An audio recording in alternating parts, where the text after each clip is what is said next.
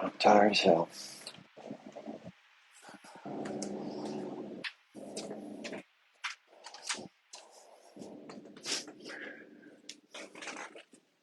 We having a good time, dog? Everybody's chilling on a Sunday. Hey, what's up, Brooke? How you doing? Hello, is it Monday? Macy, how you doing? Good to see you. Happy Sunday to everybody. Kind of a quiet day for me, getting some rest. I was at the Palestinian march yesterday, and it was cold, and it's really cold here today. This week, it's supposed to be the coldest week of the year, so got to wear gloves, got to wear like a head. I don't like wearing hats at all, but I have to wear like a headgear. Hey, Autistic Annie. That's a great name, by the way. I love that name. Yeah, I was just in a live with SoCal Smitty, and if anybody knows who SoCal Smitty is, he's really good. One thing I've noticed is that the formats where it's a moderator, like if I were the moderator and you have a lot of guests on the side of the screen, those get a lot more views than just myself yapping away. And people always will say, "Well, I want to hear you talk," but then I don't know why we don't draw more people if that's the case. But yeah, I mean, there was somebody on the live named Ace or something who was supporting the Israeli position, and he gave the typical history recount of we won all the wars and it's our territory and all that stuff.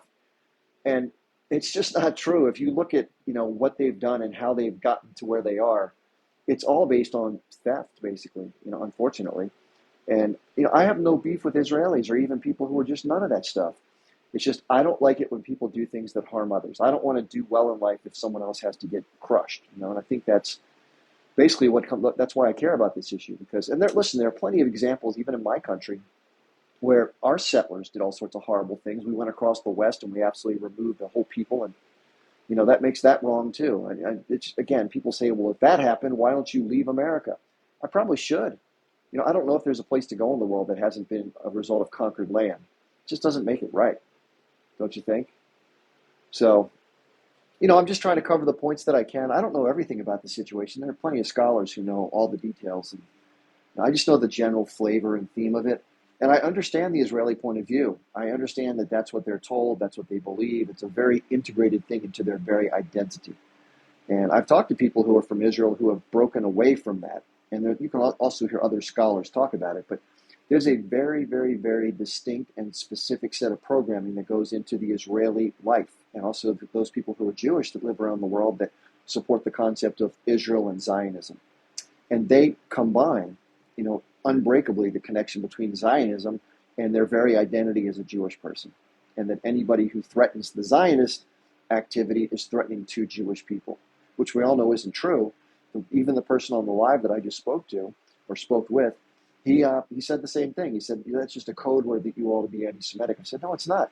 How could Jewish people who are not pro-Zionist, are they anti-Semitic? They don't like Jewish people? How can that be the case? We're just saying we agree with that point of view. And like the people from the age group said, I don't know if you've heard this before, but the age group actually said, one of their representatives spoke, and he said, it's not about somebody who's Jewish. It's about somebody who has dispossessed me of my land or taken something from me. And if it was my cousin that did it, he happened to be Arab Muslim, I would want to resist my cousin who did it. In this case, it just happens to be a group of Jewish people, some of whom lived in the population, but not as many, and many who came in from elsewhere. And that created a lot of havoc. And then, of course, the creation of the state of Israel caused all sorts of harm and reshifted everything in the region. And, like I said, I've said this 1,000 times.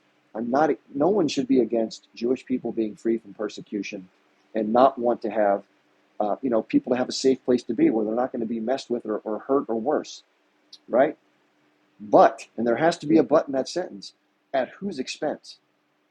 That's the part I think gets lost in the translation, especially in my country, but definitely in the Zionist upbringing. And people are taught, unfortunately, and they claim it's from both sides, but I think it's projection. There's a predominant attitude, it may be unspoken, probably very similar to what things are like in my country. In America, we have a very marginalized population of African Americans who originally came to the continent because of slavery, which was horrific. And now there's been the Jim Crow period where it was a lot of racism, very overt racism and lynchings. But now it's a more subtle but pervasive racism economically and culturally, right? And I'm not somebody who's going to go out and, listen, I'm not some bleeding heart liberal that's going to not, I mean, things aren't perfect, right? But in our society, people who claim publicly that, well, everything's equal now under the law. That's the same thing that Israelis will say about Arabs who live in Israel, that everything's equal under the law. Yeah, well, in writing, it is, right? Everyone gets a vote. Everyone's supposed to be able to, be equal. But that's not how it works. And most people, unfortunately, who are Israeli, whether they believe it or not, they have this subtle sort of supremacy view. Even if they don't openly say it, they kind of look down on non-Jews or people that are of darker skin or who are of Arab descent, right? They're others. Not everybody, but enough that it's very notable. And so therefore, for them to, they always refer to people as them or they. We let them stay. We did this in them. It's a marginalization of a people. It's a very possessive. It's very an arrogant sort of dismissive attitude, right? And I think that's disgusting no matter who does it to whom. So it's not okay in my country, and it's definitely not okay with what's happening in Israel. There's a great interview. If you want to see this, it's like a street interview. And I've talked about journalist Abby Martin quite a bit. And so Abby Martin went to Jerusalem, where on the Israeli side, the western part. And so she was just talking to bypassers and asking them questions like, so what do you think the situation needs to be? What do you think is the solution? And those kinds of questions. And the responses were really telling. And a lot of the people said things like, well, they need to leave. Why don't they go back to Arab countries?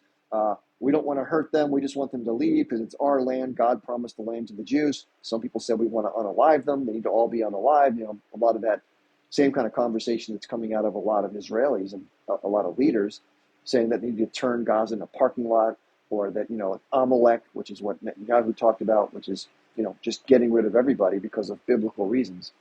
So, listen, listen, let's face it, the inertia of what's been happening since 1948, and especially since 1967, is in the favor of the Israelis and the Zionists, right? They've been getting away with horrific things that have been very hurtful and harmful and undignified towards Palestinians, right? That's part of the really worst part of it. It's one thing to be subjected to, separation of your property and losing your land, but it's another to be completely, just fucked with basically by another group of people relentlessly. A couple great examples. People who end up going to prisons inside of Israel come back and report horrific mistreatment. Horrific. From the food they're given, if you want to call that, they come back slandered. There's a really interesting before and after picture. I don't know if you saw it. I think Jackson Hinkle posted it on Twitter, and I made a video about it. But it shows the before and after of someone who just was in an Israeli prison for 90 days. And it looks like somebody who's been starved and looks terrible, and they're pale and they're super skinny, and they just look horrible, I think that's indicative of things. The reports are, again, I've never been in an Israeli jail, but the reports from people that come back are they beat people, they torment them, they don't let them sleep, they feed them really bad food, they put them in uncomfortable positions, they do everything they can to make them as miserable as possible. Hey, Meg. So I just, I think that's just, the words that I attach to that kind of approach of living is arrogance, superiority, cruelty, barbarism, and indifference to human life. Those are the sort of general characteristics that I think identify that mindset and the type of people. Sorry, something in my oven. So that is, unfortunately, that's what's going on. I wish it were different, right? Because I'd like to say glowing things about the Israelis. I'd like to have a friendly relationship with them. In fact, from a personal standpoint, just to talk about my relationship, I went to a school when I was growing up, which was at least half or more people in my class were Jewish. So you had to learn to get along with everybody, right? And there's no difference. You're just a kid and you're growing up, right? And you don't know much about this stuff. Well, in my community here, there's a large Jewish population near where I live. So it would benefit me personally to be, more moderate or just shut the hell up. Or, say nice things to get along and kind of have a better, fitting into things better, kind of meld in and have, and plus, let's face it, there are a lot of economic opportunities because a lot of people who are Jewish, they run businesses and they're usually successful people for the most part. They're very family oriented. They stay, I respect a lot of their culture in terms of how they work together and they kind of protect their own and they look out for each other. I think that's a good thing. But unfortunately, there's a lot of victimization that takes place, especially within Israel, about, it's all about the hardcore Zionists. And you don't have to look further than Benjamin Netanyahu and Bezalel Smotrich and that guy, Itamar Ben-Gvir. Those are like the big three of the apocalypse, basically. And those people don't give a damn about other people. Even in their own country, if somebody is an outspoken critic of Zionism, they're just as bad as what they call the Arabs or them, right? And if you go into Jerusalem and you see the Orthodox Jews who protest against Zionism and want to see this stuff stop, they get beaten by the police horrifically. Now, listen, hey, HMK, I don't know if that's a bot, but HMK says anti-Semitic chip. Nope. And listen, that whole thing is not going to work anymore. That's a silly trope that's used to deflect any criticism. I have a video when someone was being interviewed on Democracy Now! By Amy Goodman. I have it in my video library, my phone. And whenever somebody says that to me on Twitter or whatever, accuses me of that, the lady says, when anybody criticizes Israel or Zionism, it's our go-to thing. We call them anti-Semitic. If it's in Europe, we refer to the Holocaust. If it's Americans, we call them anti-Semitic. Our people have a lot of money. We can get away with it. And anybody who gets smeared, they're ostracized. I'm not going to take that BS, okay? I've gone out of my way every time I've talked about these subjects to differentiate between Jewish people, who I think are decent, kind, loving people, and they want to be safe from harm. I agree. But the people that are hardcore Zionists, it's an atheist, political, settler, colonial project / movement. And their goals are in line with that mindset. Most of the people who even push and run the movement are not indigenous to the land. If you gave them a DNA test, it would come back as Europe, Eastern Europe, Central Europe. And right now, just look at the three that are in power I just mentioned. They are all of European descent: Ukraine, Poland, Lithuania. They're not from Palestine. They're ones that immigrated into Palestine when there was a huge push to increase the Jewish population prior to 1948. If you don't know much about how that worked, go look at a historical population breakdown of Palestine. Go to the internet right now, and we'll pull it up. And if you look at the population in 1905, it's like 60 or 80,000 people that are Jewish, and it skyrockets to like 660,000 in 1944. It's unbelievable. So anytime you have a huge influx of immigrants, which is what happened there, you're going to have some kind of a rub. It's kind of disruptive when there's a massive inflow of people, right? So people from Israel always say that things were never safe. Well, they were relatively harmonious while the populations were relatively balanced. But when that imbalance was created, it created some chaos. And that makes sense. In addition, you had more radical elements who were the settlers that came in, the David Ben-Gurions and the Irgun, and they were pushing to basically, create whatever framework they needed to for their goals. And so they started doing some horrific stuff. And they actually blew up the King David Hotel, which housed a lot of British officers and officials, to create, chaos, to get the British out and be able to establish their state and push out people who were of, Arab descent. And there was all sorts of things going on, many massacres. I can go down the whole list. I have them on my Twitter and I have it saved in my phone. It's disgusting. And yes, there were some things that took place against Jewish people during that time, but not nearly to the scale that was done towards Arabs and Palestinians, mostly Muslims. So unfortunately, that's what it is. That is the history. Now, you can argue against that. You could say that's BS, that I'm an anti-Semite for pointing that out. Nope. I don't care if it was Jewish people or, Ethiopian people or, Ugandan. It doesn't matter who the people doing it are. It's the behavior. I always say it's the behavior, not who's doing it.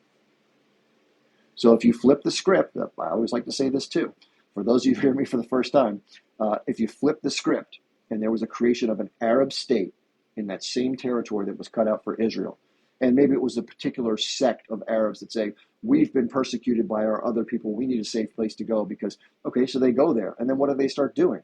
They start mistreating and moving the people that were Jewish that lived among them, and they get pushed out as refugees, many of whom have to go south and settle in this little strip of land called Gaza. And many of them go towards the Jordan River, and they resettle in that part which was Transjordan, but then became what's called the West Bank after 67 when Israel moved across illegally and took the territory. And many went to other countries like Lebanon and Jordan, Syria, wherever they went. So that's what happened. Okay, you can't argue that. If you're going to argue that, you're not being just, you're being disingenuous. So then what's the question there? So if it was an Arab state and the Arabs had done this to Jewish people, first of all, there'd be a huge outcry, right? Because after World War II with what happened, that was horrific, right? If anything of this stuff was happening to Jewish people right now, especially with 25 to 30,000 people being unalived, they would definitely call that genocide, right? Definitely. But they're wavering on it because Palestinians are saying, well, they have 2.3 million. Well, in Israel, they have like 16 or 17 million people. Or no, not that many. I'm sorry, it's about 7 or 8, I think. whatever it is. You can look the number up. But bottom line is, if this was Israel or Jewish people, and let's say 25 or 30,000 of them out of a much bigger population, where they would definitely call it a genocide. But for some reason, when it's a 2.3 million Palestinian population, it's not. Now, do you see an inconsistency there? They're claiming, believe it or not, that because of Hamas's original charter where they talked about wanting to push people into the sea, that they have a specific intent to genocide the entire Israeli people and all Jewish people, right? That's what they say. Now that was revised in 2017. So they changed the language. Look at paragraphs 16 through 20. And the language shifts to specifically differentiate that they have no problem with people, they don't like oppression, but they do have a problem with the behavior of the Zionist political movement, and that's what they want to push back against. It's very clear. But everybody still refers back to this idea that there's this abject hatred of Jewish people, and everything's driving, that's the driving force behind all the actions we're seeing. It's not. And they say, well, we pulled out of Gaza in 2005, and they still sent rockets, right? So there's never, first of all, you withdrew settlements that you illegally took from them over time, right? So you're dismantling, you're giving back a car that you stole. You're not giving something to somebody, you stole something, and you're moving out of something you took. That's a big difference, right? And then subsequent to that, what do you expect somebody to do? You're still occupying most of their people. There's more people that live in the West Bank who are Palestinian than live in Gaza. So the bottom line is, if just because you have a different political leadership, that you've had a split in the factions that believe there should be a different path towards self-determination, doesn't mean you still don't want that for all your people. You can, like in America, there's Democrats and Republicans, right? But if we got threatened by somebody or we had to have a common goal, some things supersede politics, right? And being attacked and being marginalized and being oppressed is one of them.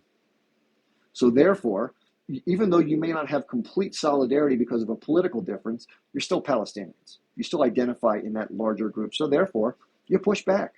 It shouldn't be unexpected. If you occupy, subjugate somebody, steal their land, mistreat them, and all the stuff I could spend an hour talking about, you shouldn't be shocked when they attack you. The British who occupied the United States shouldn't have been shocked when our patriots attacked them. We were successful in getting them out of the eastern seaboard. They went back to Britain.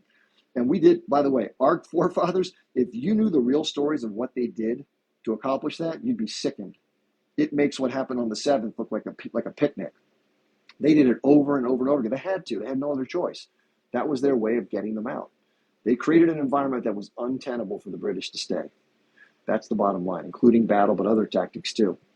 So getting back to this differentiation, though, so if it was an Arab state that was marginalizing Jewish people, mistreating them, looking at them as dirt, treating them badly, unaliving them, making their lives incredibly difficult, trying to force them off the land that the Arab state wants to keep their hands on because they just don't like the fact that they're not getting what they want, I would condemn the Arab state and I would commend the resistance, whatever it may be periodically, to defend the Jewish people that have been marginalized. Does that make sense to you? So it's not about I'm against Jewish people. I'm against the marginalization and mistreatment of people that have been pushed off their land. That's it. So you want to call me an anti-Semite? I don't know how you can do that, because if the tables were turned, I would be on the side of Jewish people. It's the principle, not the actors. It's the behavior, not the actors. That's it. So if that makes me anti-Semitic, so be it. I'm not shifting my position because you're calling me names. I can call you a dummy or a third grader. It's not going to change anything, right? It's silliness. So I'm just grabbing a seat here. Let me know if that fan is bothering you, because I have a carpet that my cats unfortunately peed on. I just finished cleaning it up. It's got to dry out. So I was at the march yesterday, for those of you who don't know. And by the way, I have 260 some people here on a Sunday. Thank you for being here. I really appreciate it. My name is Chip Barnes. For those of you who don't know me, I kind of cover geopolitics. And I was an Army officer. I served in the 1st Persian Gulf War. I was in a tank unit. Combat is bad.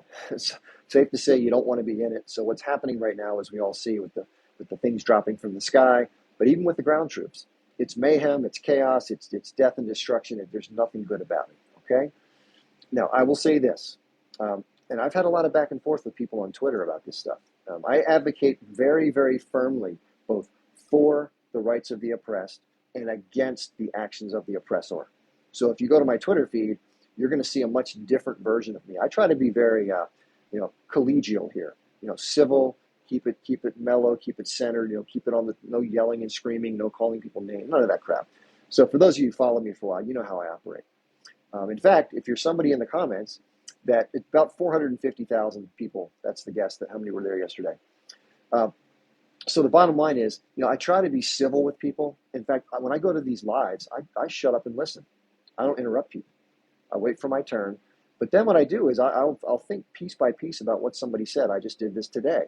And when somebody mentions something that I believe is factually inaccurate, which happens a lot, unfortunately, and by the way, I learned some things from people on these lives that I just didn't know. You never know everything, right? That's why you just listen and learn. And the other thing is, if you're not married to your position, I'm not married to anything I think. You can hear new stuff and it changes your point of view, right? Which is good. You should change your point of view if you learn new stuff. It's not that you're flipping; it's that you're adjusting based on what you've encountered. And that's critical thought, right? And that's being flexible and open. That's kind of how I operate, for those you don't know. So what do I do here? I spend a lot of time talking about political issues. I started on social media right before the conflict occurred on the 7th. Just happened to start for the first time. So luckily I was able to talk to this because I've known about it, to some extent since 1989. That's when I first kind of got a whiff of all this. So, most Americans, and nothing their fault, they just don't follow this. It's off their radar. And they don't know the depth of the depravity. They're told a different story by the U.S. media. I just happened to learn about it totally by chance, and it shook up the sort of the narrative that I've been given to such an extent that it just I was like, damn, these people are really being persecuted.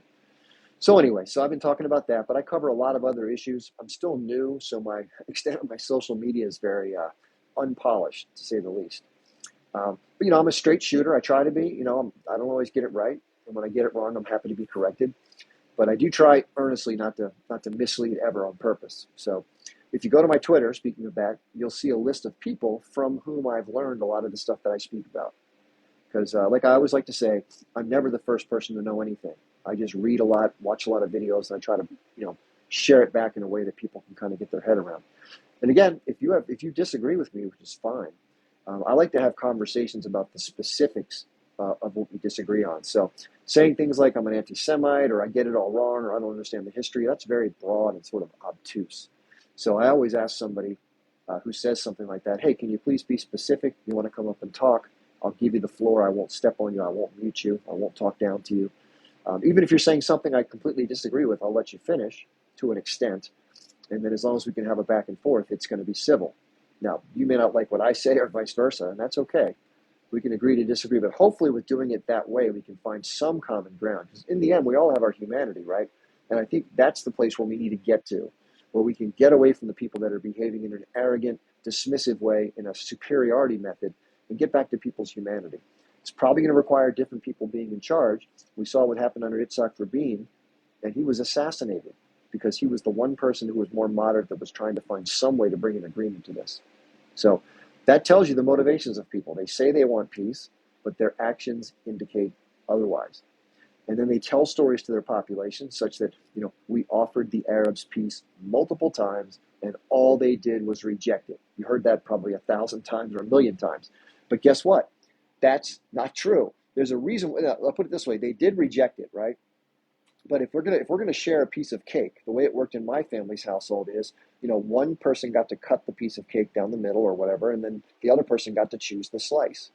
So the person who's cutting the cake is going to try to do it very judiciously so that they get a better deal when it finishes. That's not what Israel does. They cut the cake with a little bit on the edge and offer it to Palestinians after it's been sitting out on the outside of your house for 6 months and it's all moldy and nasty. They go, "What? You don't want cake? What's wrong with you? We're trying to give you cake. Don't you want cake? You people don't want cake." I wouldn't want that piece of cake, would you? That's symbolism of what's happened in the negotiations. Here's the sticking point for those of you who don't know.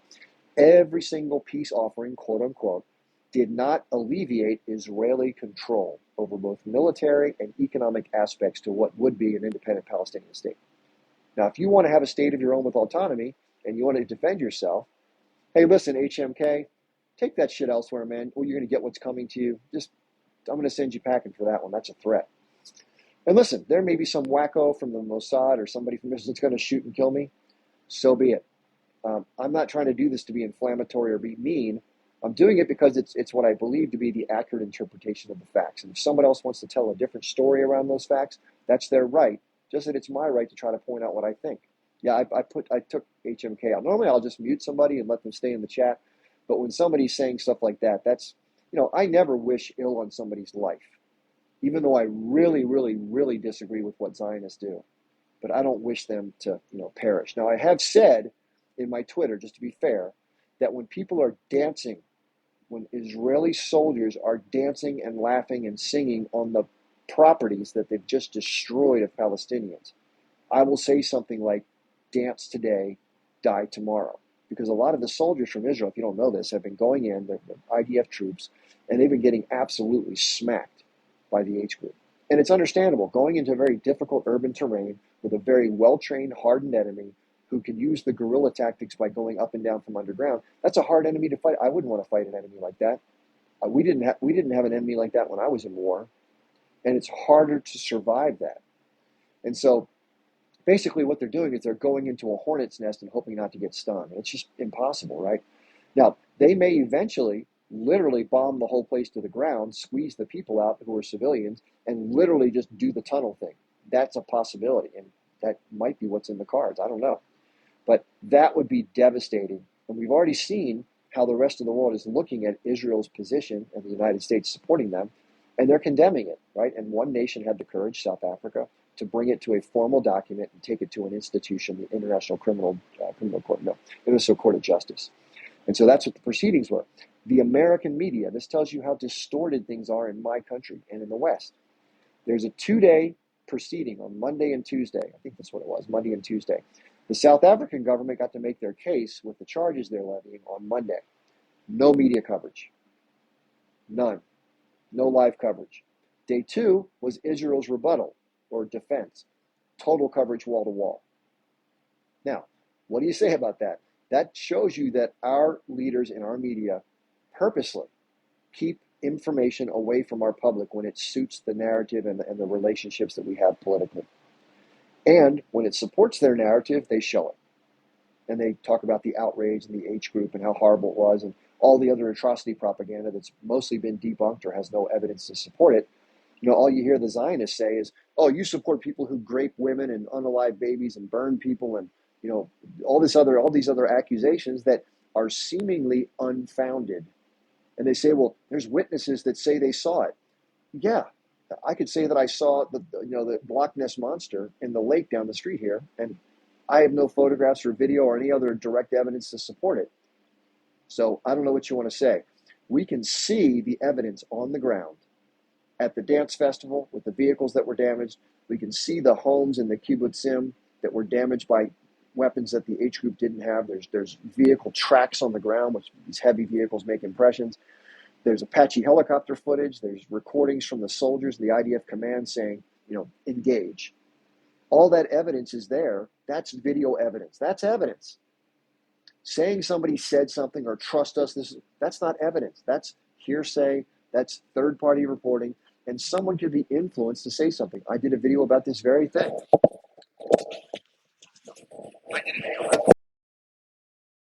I can turn it down. I did a video about this where one young lady who was one of the first hostages to be released, if you haven't seen it, it's like 5 or 6 videos back in my library. She was released by the H group. She had an injury on her left arm, and they had done some kind of surgery and something to help her arm. It was better when she left. And she was in the Red Cross vehicle where she was, transitioned to by the H group. And they immediately, let me turn that off. That's probably better. So she said at that time they were very kind. They treated me fine. They gave me good food. Basically a kind report, like things were not that bad. They were okay. Then a month and a half later, once she's back in Israel, she goes and does a TV interview and says the exact opposite. Gives a completely different account of this happened and that happened and I was mistreated. She said it was a personal Holocaust, is what she said. That's indicative of the way in which the Zionist movement reprograms information to have a different look and feel to the public. That's a prime example. And so I put it on there as an example showing it. It's irrefutable. There's video evidence of her saying not under duress. There was no H group anywhere near her. She was in a Red Cross vehicle. There was no H group nearby. She couldn't have been harmed. She wasn't made to say it. And so that's evidence, video testimony that since changes dramatically once she's back in Israel. I said a few shekels later and some training and coaching, this is what you get. And that was my video, basically.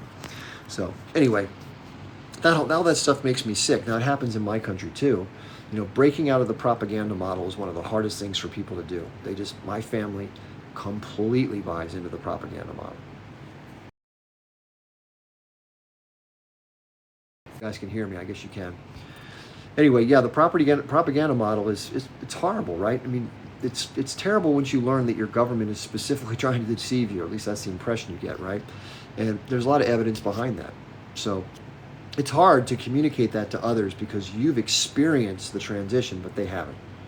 So it's really not their fault, but it is something you should try if you can to get, to try to reach other people. Like, hey, knock, knock, knock, dude, but my family watches MSNBC and they believe it's the gospel and that Trump is the devil.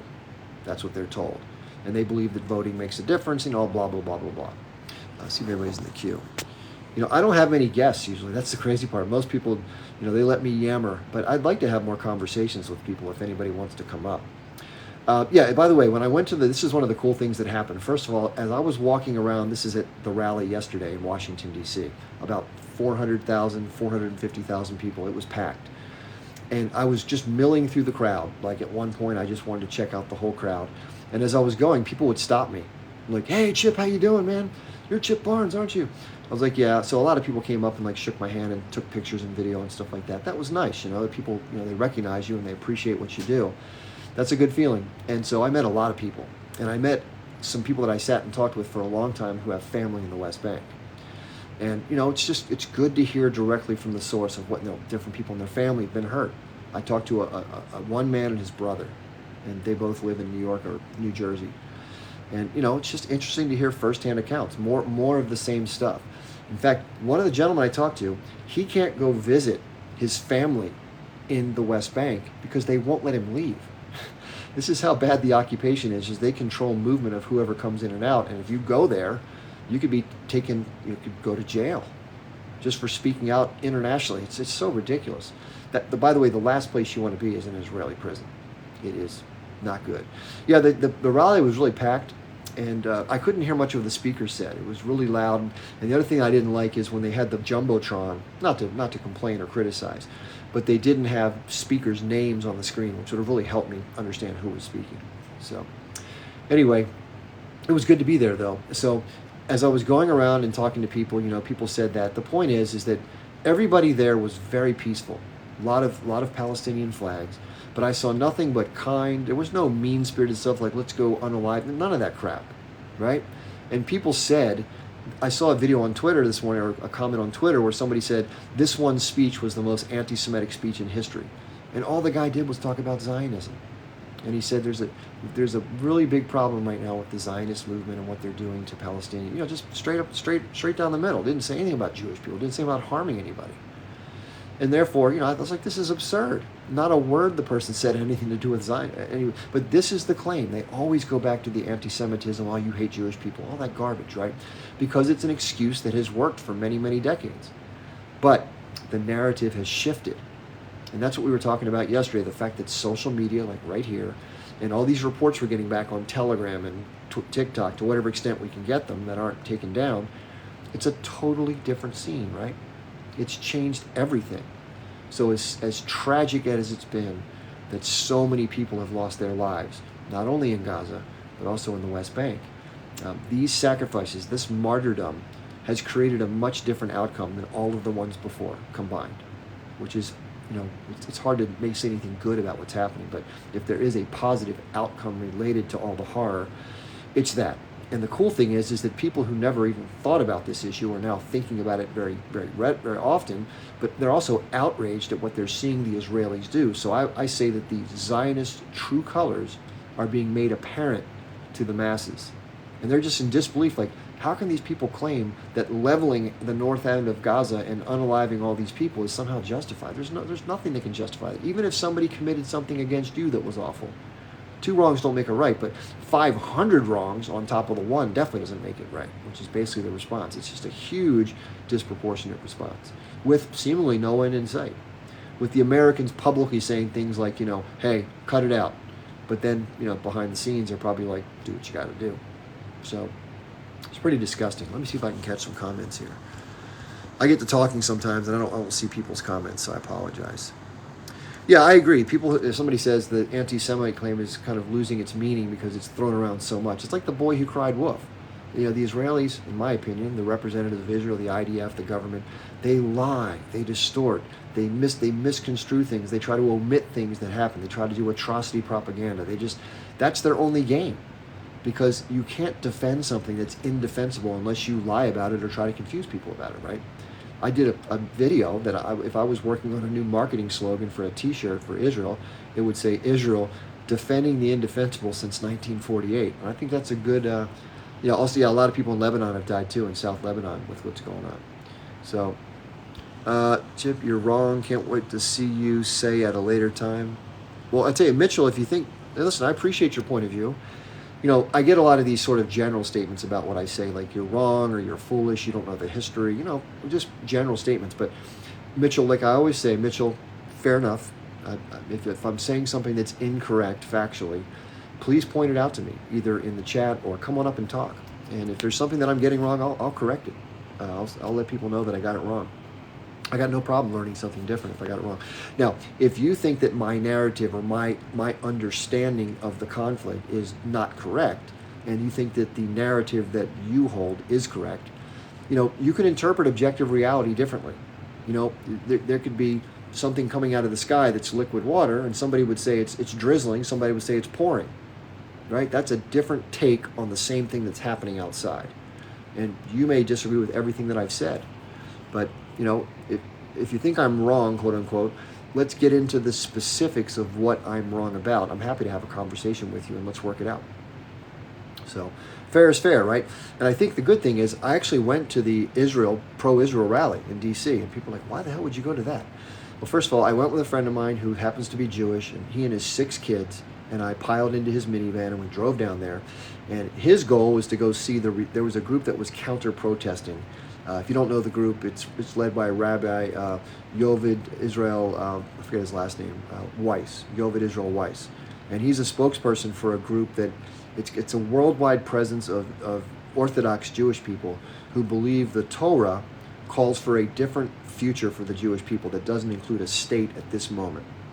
So therefore, they are against the state of Israel, and they're definitely against the Zionist movement and the harm to Palestinians. So, there were a lot of people there at that rally that were very angry at them, like slinging mud, figuratively, because they were in a little section that was roped off with police protecting them. Because, people get pissed when you disagree with them and you speak out about it, right?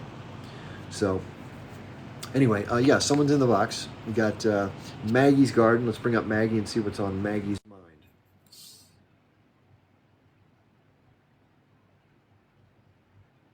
Maggie, it seems like you're not coming up, so my suggestion would be if you exit the live, restart TikTok, come on back in, you'll probably be okay. I'll bring you up right away if you want to do it that way. But it's not coming through on my end. I can't hear you. Unfortunately, that happens sometimes. Yeah, and the other thing that's happening, this is just what's happening. I mean, I did a video yesterday, and it said in the thing, this is not being going on your fort. So in other words, they're not sending my videos out to the public. They're only letting my followers see them. So, and with my lives, I believe, and again, if I could be wrong, but it appears that they're limiting. Normally, if you're online, either on someone else's live as a guest or you're on yourself, you'll get that little blinking circle at the top saying so-and-so's live. That's not going out to all the people that are following me. It's only going out to a percentage of them, I believe, because my attendance has been very low. I used to get 500, 600, 700 people, maybe 1,000 people. Now it's down to like 120. Today it's 300, which is cool. Thank you for being here. But it's no fun when you get suppressed, right? And we all know that there's some of that going on to some extent, right? I don't have proof, but we can see it in the results. When you're getting a lower reach, yeah, Shadow Man. Okay, we got 2 people in the guest queue. We got Maggie's Garden and then Haneen. So let's see what's on Maggie's radar. Okay, Hello? can you hear me now? I can hear you. Okay. Hey, thank you for inviting me up or allowing me to come up. I wanted to tell you that I was listening to you over on SoCal Smitty. I think it was his live. Yeah. Listening to you there, and I appreciated what you were talking about.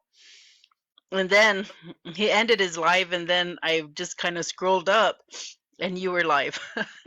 so, Yep. so I appreciate that as well, because then I got to hear a little bit more of of what you're talking about. And even I think daily we all have different types of personality, or that comes out. So then I got to hear a little bit more of how you were feeling today. So so thank you. I Mhm. did want to tell or just talk a little bit about what you were saying, because I was seeing in the comments, there were quite a few of comments about maybe not agreeing that something like MSNBC News would be considered propaganda, or CNN, or I myself, I used to be someone that liked to watch a lot of the news, and I don't watch it anymore because it's not accurate, it's not truthful. And I've really come to understand, probably back from 2000 maybe 16 to present, like, the news isn't very accurate. It's very one-sided, and they really want to push one perspective or one point of view, and Yeah. it's not like the news. And I guess I should say, I don't know if news was ever really news. If it ever really, like, even when I think back of being even younger and listening to news, and like, you were saying you are a is it an Iraq veteran? You're The first Gulf War back in 1990. Yeah. So I was in college in 1990 as my freshman year of college, and I remember watching all of that and thinking, you know, um, the narrative was truthful, but maybe not so much now. No. And so I really encourage people to try to find their own. Yeah. To, like, I listen to everybody's, like you, point of Yeah. views. Even people I disagree with, I will listen to their point of view, because I'm trying to understand where they are coming from. And I think that's really important to do. I haven't done a live, well, I used to do lives on TikTok, but they were about my chickens. And then this happened, so I have not done any lives. And I just participate maybe in panels, or I sit and listen to, like, talk radio. This is to me, I'll just listen to all the different lives going on. And I do a live on Facebook for my community. It's kind of Mhm. educational stuff just for my community. And anyways, it's something I'm saying over there on Facebook is, you don't believe me. Don't take my word for it. Go find it yourself. Go go look it up. Go listen. Go all of that yourself. But one of the things that you did say about the G side, earlier in your live here, you had said that if it was 30,000, say Israelis that were massacred, then for sure it would be considered a G site. Of course. I just didn't know if you had listened to the hearings, but that is Which, kind of which, based which hearings are you referring to? the international court, the South Africa trial, or So their. about the ICJ, the actual Yes, presentation, but yes. I saw consolidated points after the fact. I didn't watch it live. In the rebuttal or the defense, on Israel's side, one of their people basically say that the 16, and I thought it was already debunked about the 1,600 people being massacred. I thought that was already brought down a great deal to like 1,200, and then with Right. 600 of them being. It's 1,047 is the actual number, and about 550 were considered combatants or uniformed. The other civilians, a lot of them were IDF enrollees or reservists, and of those, we don't know exactly how many the IDF actually came and engaged with. So my guess is that the number that the H group actually did something bad to is much smaller than what they're trying to put out to the public. Right. So they're making the claim at the court that that act right there, that 1,600 people is a G-side against Israel.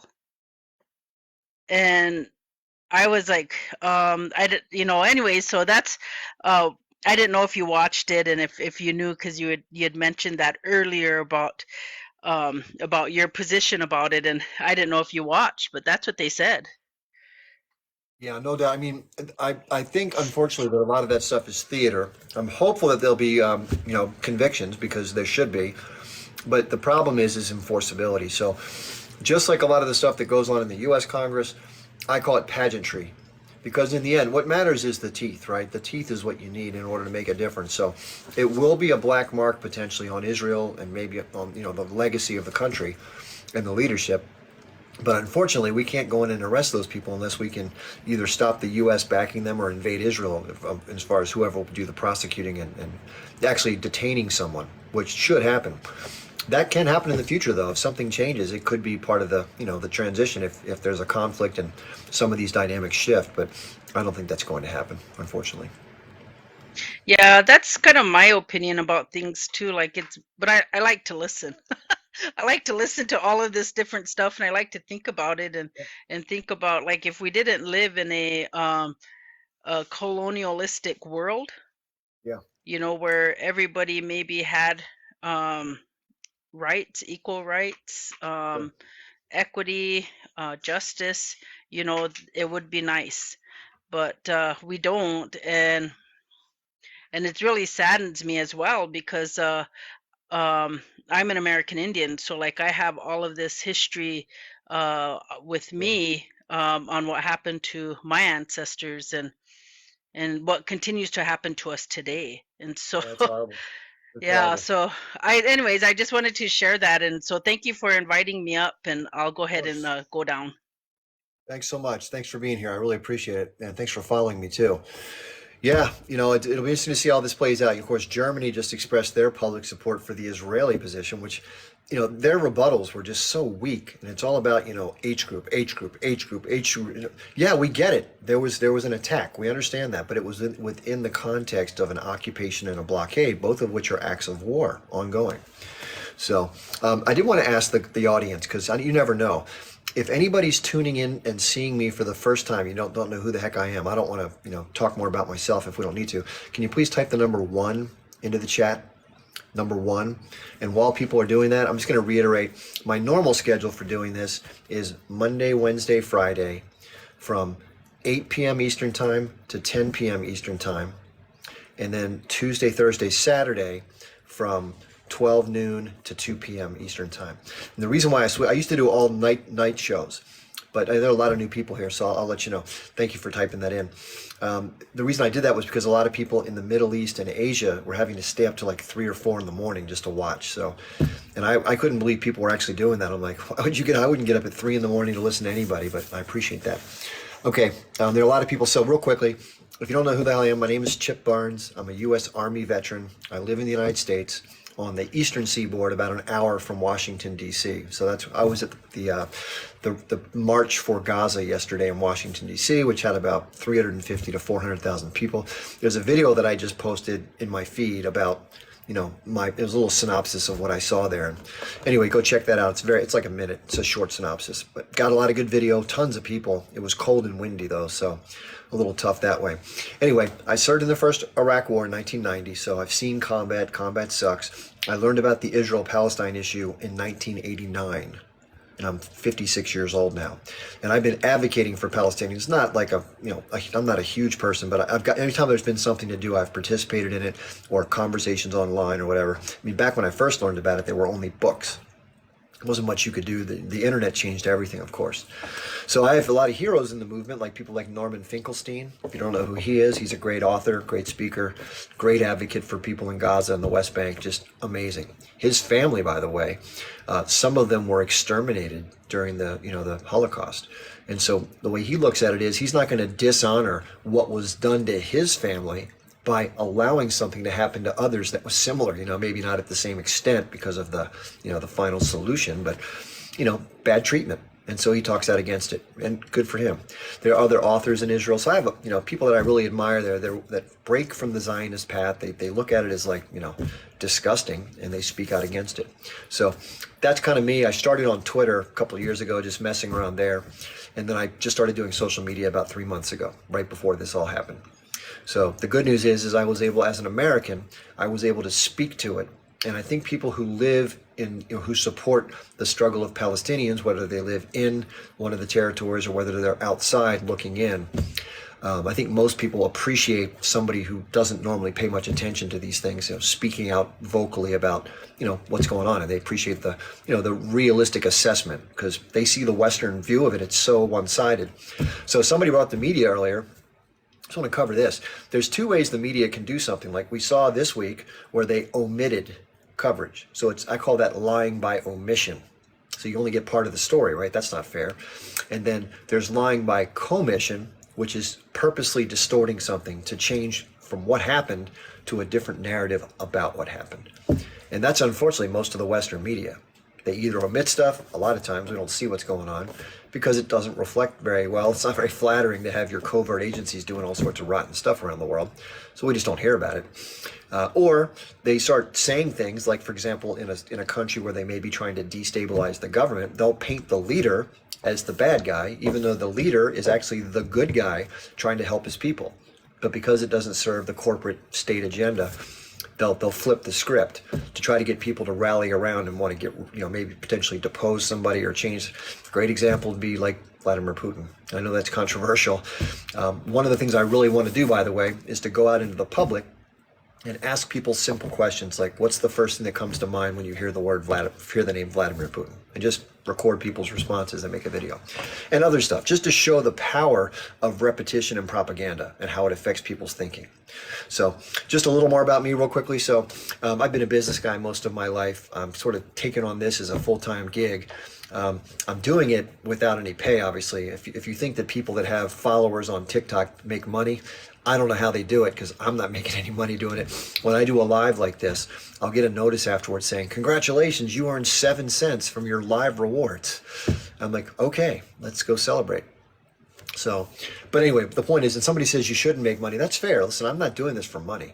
I'm doing this because I think it's the right thing to do. But when you go full time on social media, we all have basic living expenses, right? So at some point you need to have something going on, or you're not, you'll be outdoors with a cardboard sign begging for money. And I don't want to do that. So just to really quickly let you know, I have a link tree in my bio. So it's just a little thing that says Linktree Chip Barnes, where my homepage is with my videos. And if you click that, a big list of stuff comes up. All of my social media that's not here is on there. I hope you'll go to my Twitter, because I have some really cool people posted on the Twitter that you can check out. They're great people.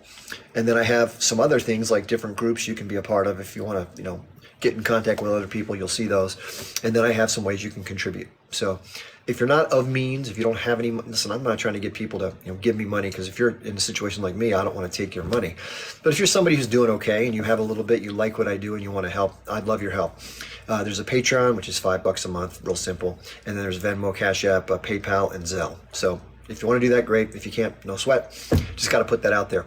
And finally, a little more housekeeping, let you know, if you either missed part of this live or others before this, because I do them a lot, on my YouTube and my Rumble channels, all the lives are uploaded. So like the one from yesterday is now up on there. You can see it. And then after this one, I'll take this one and I'll put it up there maybe within an hour after it's done. It takes a little time to, do all that. So you can check them out. I have like maybe going back to December 19th, until present, I have all the lives on there now. And I'm still trying to figure out how to use, listen, I'm so new at social media that I'm like begging for help. So, it's my presentation style sucks. Let's be straight. There are a lot of people that do it really well, and I'm definitely not one of them. But eventually I'll get it all figured out. It just takes time. All right, we have somebody else in the guest queue, someone named Haneen. So let's bring up Haneen and see what's on Haneen's mind, if they come through. Oh, good. They're coming through. Hey Chip, how are you? Good, thank you. How are you? I'm good, thank you. Good. I've been on your live a couple of times, I think. Um, First, I want to start by saying that As a veteran, I thank you for your service, especially since I am a Kuwaiti citizen. Um, some people sometimes they confuse the two wars. So there's 1990, which where we were invaded. So Yeah. obviously we appreciated the everyone who participated in the liberation, and then there's 2003, which is U.S. invasion of Iraq, or what you call the Iraq War, which almost nobody agrees with, and we now we have known for a while that it was all like it wasn't true, the whole thing with the weapons and everything. Having said that, um, I just want to say that personally, and I think a lot of people who are pro Palestine, um, the thing is, we don't agree with killing of civilians, no matter who the civilians are. And it Sure. seems that even though we are past 100 days into this whole thing, I mean, just this, not the entire history, obviously. But even though we are, so we are more than 100 days in, and I think if opinions are already formed, if you're not open to looking at the truth or listening to other opinions, you probably are just stuck where you are. Some I do find see a lot of comments on TikTok, and I want to call them the other side, always seems to say, what about October 7th? What about our hostages? The reason we are doing this is the hostages. I understand that it's a terrible thing that you've lost people, and I Yeah. understand that it's a horrible thing that you have people kidnapped. I mean, we have a lot of POWs that we never got back, and they just died. You know, I understand that. But the way they went about it does not make sense. If you are telling me that you want to rescue your hostages, why did you stop the ceasefire where the hostages were exchanged? Like, they have your people and you have the other people. Like, do an exchange.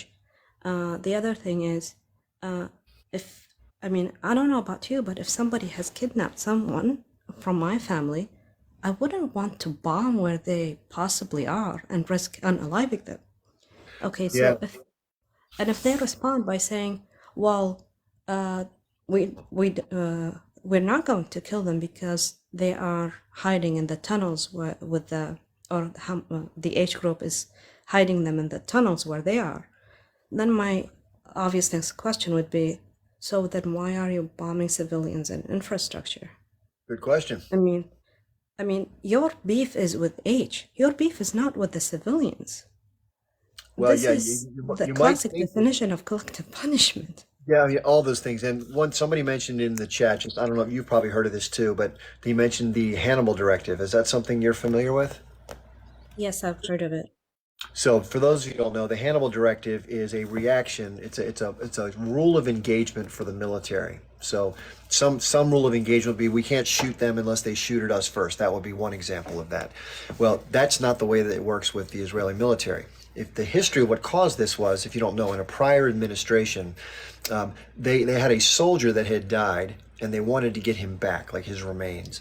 And so they worked out a negotiation where I think it was like 1,100 or so prisoners or hostages, if you want to call them that, were released back to the West Bank or Gaza in return for this one soldier's remains. Well, that really angered some of the hard right members of the Likud party and others.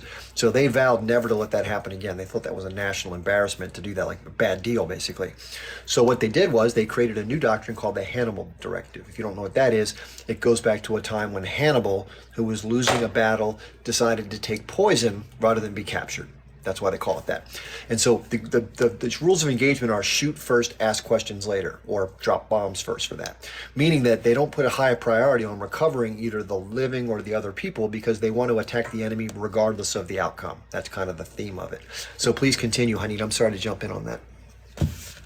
No, I agree with you. I mean, that was the majority of my point, but what I would also advise people is, I mean, personally, I don't think it's really productive to argue with somebody and say that, well, we didn't kill, they didn't kill 1,600 people, they killed whatever number. I don't think that's a really productive way of going about it, because every life is valuable no matter who you are. And but someone on the comments also said that people will always stick to their own, and it is true. We most of us are biased, whether we like to agree to it or not. And the truth is, if do you know, they do this a lot in sports shows, like they give you like player A and player B, and then they give you the stats, but they don't show you the identity of that person, and then you're supposed to pick who's the better player, that sort of thing. I think if you would just put the acts, what has transpired, but you cover the identity of who committed what, no, I don't think anybody would say Israel is in the right, because the only way you could say that is basically if you think that there are different values of people's lives. You don't think that they are equal. That would be the only explanation, in my opinion.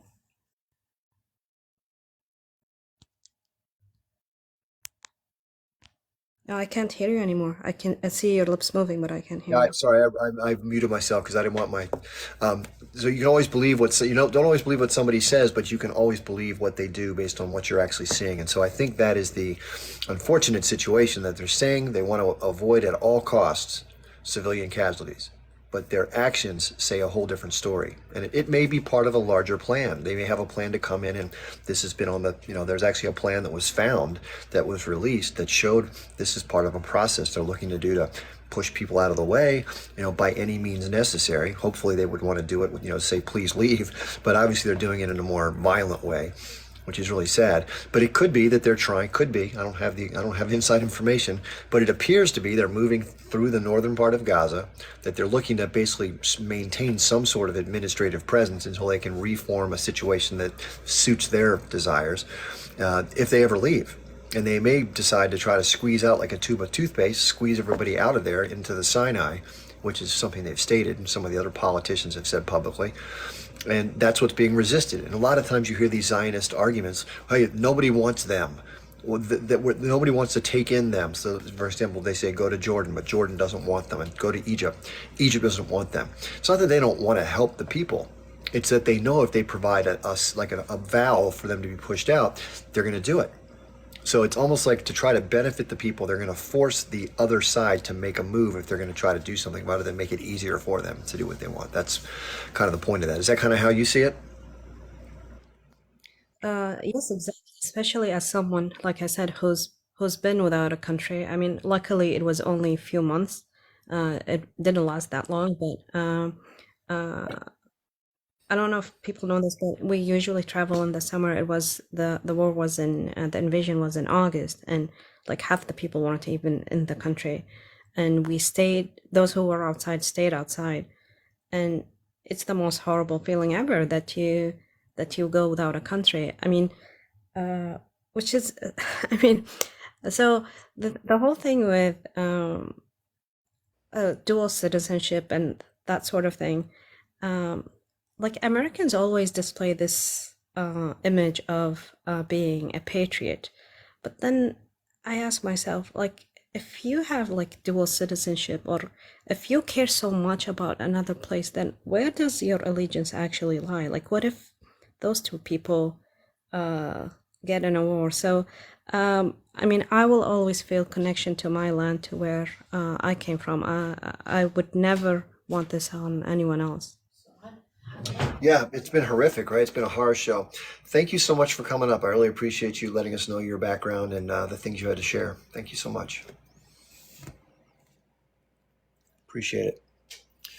Yeah, it's interesting. I feel badly that I participated in the conflict that I was in back in 1990. I mean, how can't you? Once you learn what's really going on, I mean, I didn't know exactly when I was younger, but let's face it, why does the U.S. care about the Middle East? Are they some benevolent, they just love all people and they want to try to help out?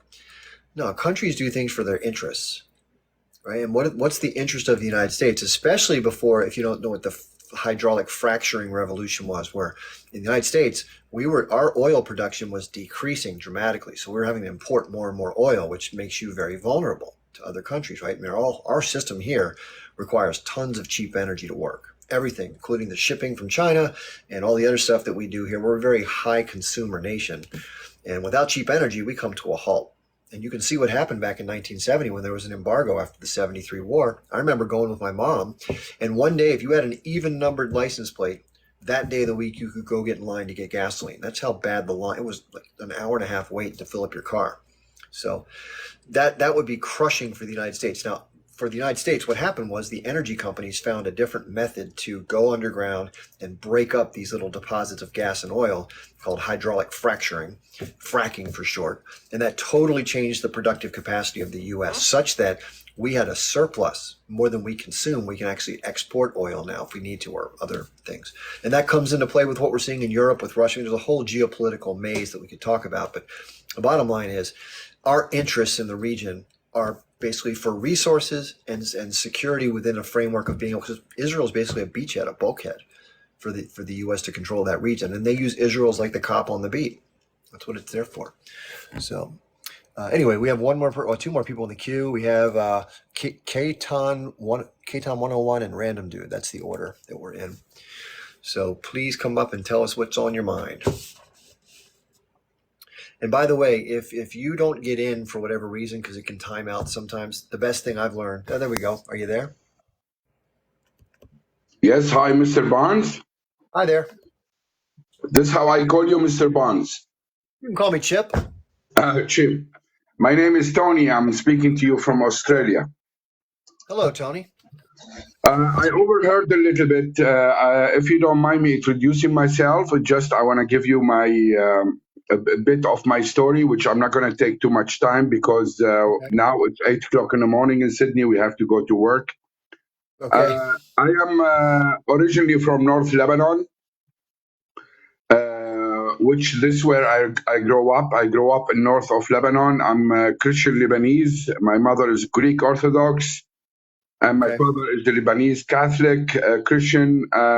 I grown up in North Lebanon, where we have 2 Palestinian camps since I was a kid. I am now 59 years old. And my mother used to work in a hospital in the city of Tripoli, and this is how I start to know and get involved with the Palestinian cause.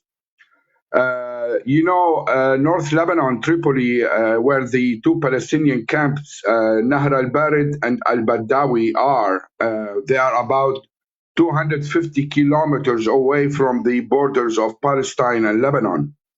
So when I was 15 years old, we used to see the Israeli fighter jets coming all the way from Palestine to bomb those 2 peaceful, simple camps.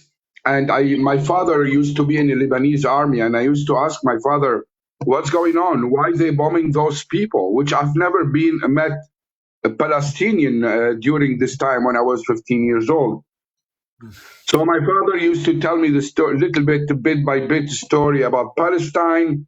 And I used to go with my mother to the hospital where she worked on the weekends. She take me with her. And I met so many Palestinians who worked at the hospital where she worked. And I met the most amazing, incredible, smart, professional people in my life during this time.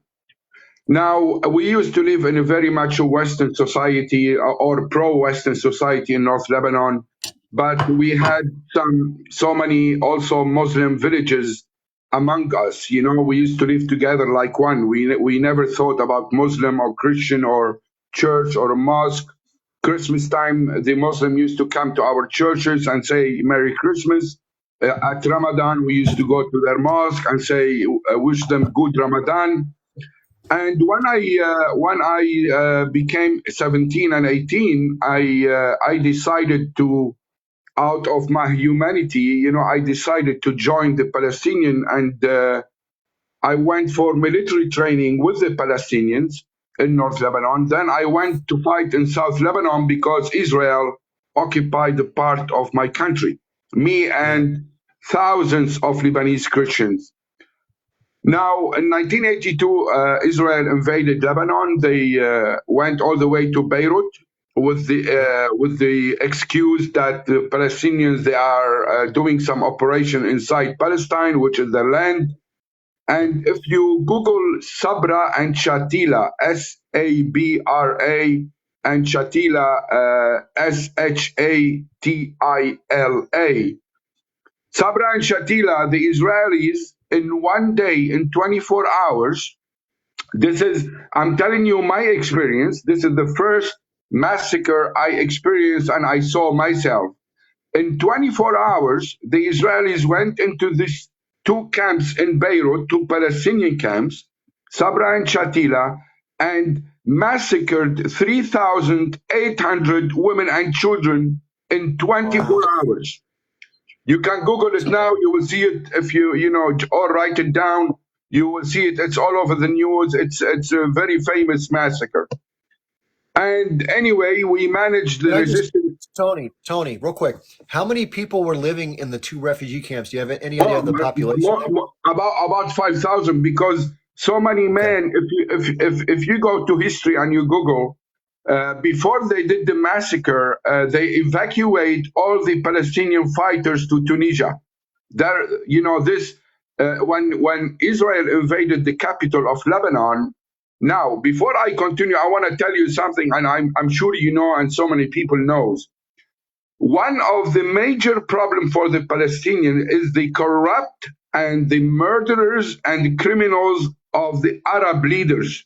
The Arab leaders are more criminals or equal criminals to the Israeli leadership. Now, I will come to that, which I'm not going to take too much time, but I want to tell you that the resistance in Lebanon, with some help of the Palestinians, because the Palestinian fighters, they were evacuated from Lebanon in 1982 with Yasser Arafat, and they took them to Tunisia. We managed to kick out the Israeli IDF out of Beirut and out of a large part of South Lebanon. And I continue joining the resistance, Lebanese resistance, to fight the occupiers in my country.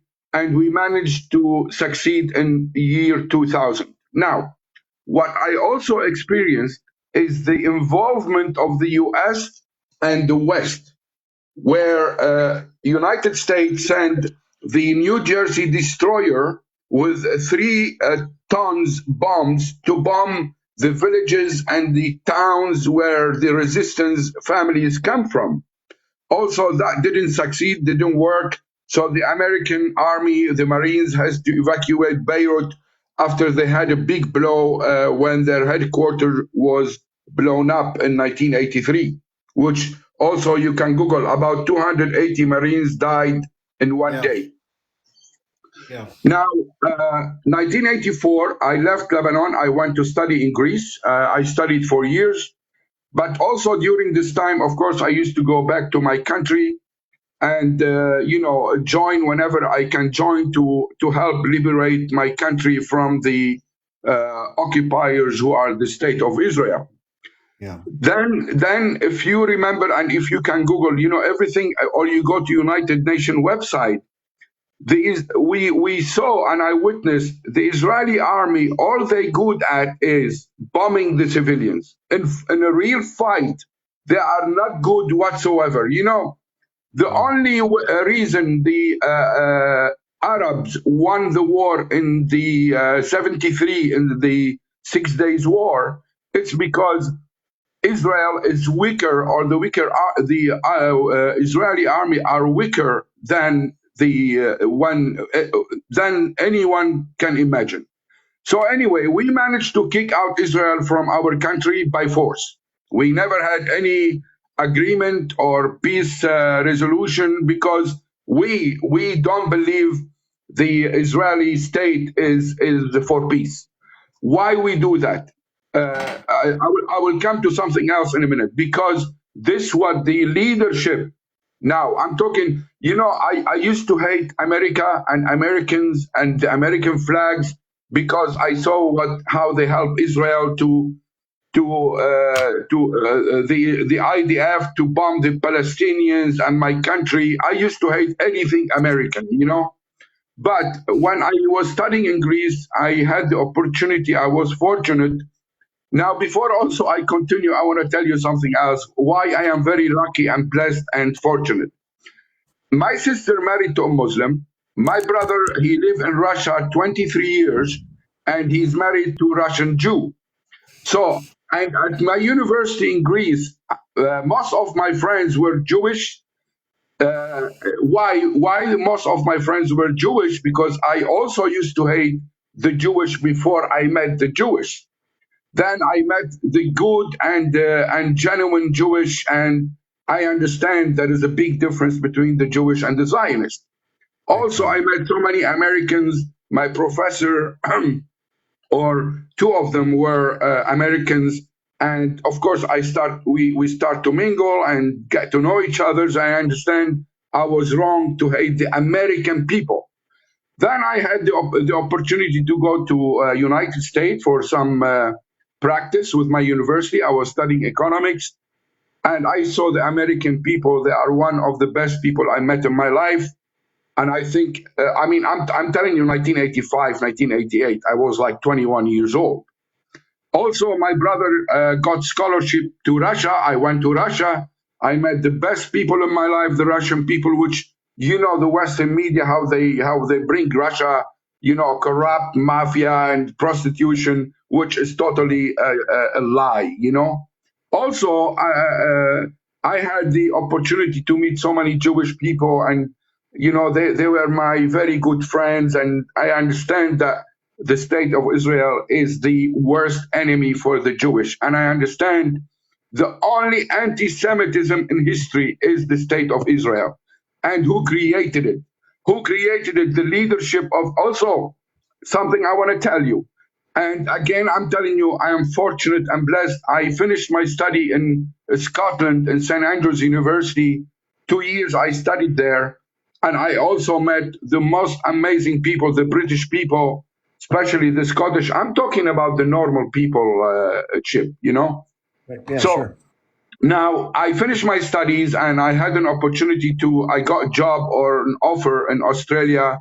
And this when I came to Australia in 1990. But I couldn't stay in Australia too much longer because it's very far away. I miss my country. I miss my culture. So I got a big job in Saudi Arabia. I worked 3 years in Saudi Arabia and Riyadh. Then I got a job after 3 years in Dubai. I stayed in Dubai 14 years. I had my own company, but every year, 3-4 times, I go to Lebanon, I go to Australia. I've been to United States 100 times, to Russia so many times because my brother lived there. Also, as I told you, my sister married to Muslim. My best friends are Muslims. Look, Chip, you know, in 2006, let's go back to the Iraq War. When I saw the American corrupt leadership, you know, they came up with the mass destruction weapon, or, Tony, you know, in Iraq. I apologize. I apologize to interrupt you. I just wanted to make sure you're aware. There are some other guests waiting, but I'm really enjoying speaking with you. Maybe if you can finish your point now, and then we can schedule a time The to have a longer conclusion is, conversation. yes, I agree. The conclusion is, Chip, you know, as long as United States leadership and the Western leadership, not the people, realize they are way behind the race now. The world is totally different, my friend. The world now is a multipolar world. America is becoming I was there 2 months ago, and the poverty, the homelessness, and the poor condition American people live. Look at this what kind of a president you have now, you know? Look what he's done yesterday in Yemen, this poor country. They were going through war for 9 years. For what? As long as he support, because look, ISIS, I wanted to talk before about ISIS. ISIS was created by the I'm sorry Western. to jump this, Tony. I'm sorry to this. Since people are waiting, we've already been on for about Yeah, 12 sure. to 15 minutes. I'll give you conclusion. I'll give you conclusion. Hold on, Tony. Hold on 1 sec. Here's what I'd like to ask of you, if you don't mind. I would love to have a conversation with you in a longer format, but unfortunately, this format's a little shorter. But if you email me, which is in my link tree, you can send me an email, and you and I can schedule a time to either have you come on the live, just you and me for the whole time, or we can do a longer form recorded thing. I can put it up on YouTube. So whichever. Unfortunately, I do have to let somebody else speak, but That's if you'll okay. do It's that, okay, Kim. I will not email you, but I will try to fit in, next time, maybe tomorrow morning again or whatever, But I'm grateful. And I want to tell you one word before I go. Palestine already free. It's us we need to be free. Palestine already it's been free, my friend. Thank you so okay. much. Thanks, Tony. Really appreciate your point of view. That was Thank excellent. you. That was great. Yeah, I'd like to hear more from Tony. His life is fascinating. I don't know if it's fascinating to you all, but he's traveled a lot. He knows a lot of people in many different places. He's been in the U.S. a bunch of times. He's from Lebanon, so he knows what happened in the 80s with the Israeli invasion. I'm guessing when he said he was involved in that, he might have been a part of Hezbollah. I'm not sure, but that's up to him to talk about. But I'll tell you what, that's the biggest fear of Israel. I'm telling you right now, if Lebanon decides to rain down their arsenal of missiles, which they don't have rockets. If you don't know the difference between a rocket and a missile, rockets are crude. It's like firing a bottle rocket on the 4th of July. It kind of just goes where it goes. But the missiles are guided, and they can do terrible damage, especially if you send enough at once. The Iron Dome system can only take down so many at once. So anyway, we do have other people in the queue. Thanks, Tony. That was great. We have Random Dude, and then Newmar, and then Mountain Wild. That's the batting order. So what's going on? Hey man, how are you doing? Good, thanks. All right, so yeah, so I guess it was interesting from the previous guest that I wanted to actually add some quick thing to it. So like as the guest said, like when Palestinians went to Lebanon as refugees, the first thing Israel did is went after them to Lebanon. And that's one of the other reasons people, I mean, I'm not defending Arab leaders, they're horrible pieces of whatever. But that's one of the reasons they won't let him into Sinai Desert, because the moment they enter Sinai Desert, like Israel has a reason to go after them there, and Israel's motive is very clear. The moment they step foot there, they're gonna go there, and it's just gonna be the expansionist sort of thing that they've been doing for years. So that's very obvious. Like nobody, I mean, is gonna get surprised at that. But yeah, so my background is actually I'm from Iran, or grew up mostly in Iran, and I live in the United States. I live in Which part of Iran? yeah, and one of the things I hear like about whole Iran situation is like it's very badly told story, and one of the biggest weapons like Israel and United States have, the governments, is changing the narrative of history. They basically tell the history in a way they want it to fit their narrative, and based on that make conclusions that benefits sort of the corporations, the government, but not the people. And one of the general stories you hear is, first, Iran is and I hate the government of Iran, but Iran is anti-minorities. I lived in Iran. I'm a Muslim. I lived in the neighborhoods close to Jewish people and Christians, the Armenians. And actually, Muslims are more pressed in Iran than actual Christians and Jews. Hard to believe, but it's actually a lot of the religious laws, when your background is Muslim, is really hardly enforced on you. But if you're Christian or Jewish people, those things are not as enforced. To a point that drinking is illegal, but in those neighborhoods it's legal. And then people, like Muslim people, go to the neighborhoods sort of to get their drinks. It's actually like there, you can search online, there you can find all of those things, which is sort of combat the whole narrative of that Iran is sort of the society or the government is anti-minority. It's not. It's a horrible authoritarian government, but it's authoritarian toward everybody, not specific sects or religions and all of that. And one of the reasons, and again, not defending the government, is very corrupt, as most governments are. One of the reasons they are sort of expansionist into the whole different areas in Middle East is more of a self-defense mechanism. So I was a little bit in Iran during the whole war with Iraq. And I don't know if people know the history behind it, but basically right after the revolution, Iraq attacked Iran with sort of backing of Saudi Arabia, United States, many countries. Yep. And the first thing that sort of US and the Western countries did was supplying a lot of weapons to Iraq to sort of counter the uprising in Iran. And the initial revolution was actually extremely white tent. It had so many political fractions in it. It was one of the most sort of people-driven revolutions, which sort of got hijacked by these sort of extremists. And part of the reason it was hijacked was because there was like a war that forced upon the country and enabled these extremist fractions to take the power and just get rid of everybody else because there's a war. There's always excuse for extremism when there's a war. And I mean, if you go forward to Iraq war, the whole weapon of mass destruction, the idea was that we gave so many weapons of mass destruction to Iraq to attack Iran. There must be some left. That was the whole premise. I mean, it was like, okay, they probably hadn't used all of it. There were probably some left. And there wasn't any. They used all of it. Germany specifically gave a lot of chemical weapons to Iraq. Saddam used a lot of chemical weapons on people of Iran and people of Iraq themselves. Like, these are all well documented. It's clear they came from German factories. And they were going after those, and none of them were found because Saddam used all of it on his own Yeah. and Iranian people. So those are whole, like, a lot of things. And one of the strategies that Iran took after the war was try to push the war outside of its border, basically saying, well, we have a certain number of enemies in the region. Again, not defending, they're all horrible. And they were like, okay, it's Israel, it's Saudis, blah, blah, blah. Just real quick.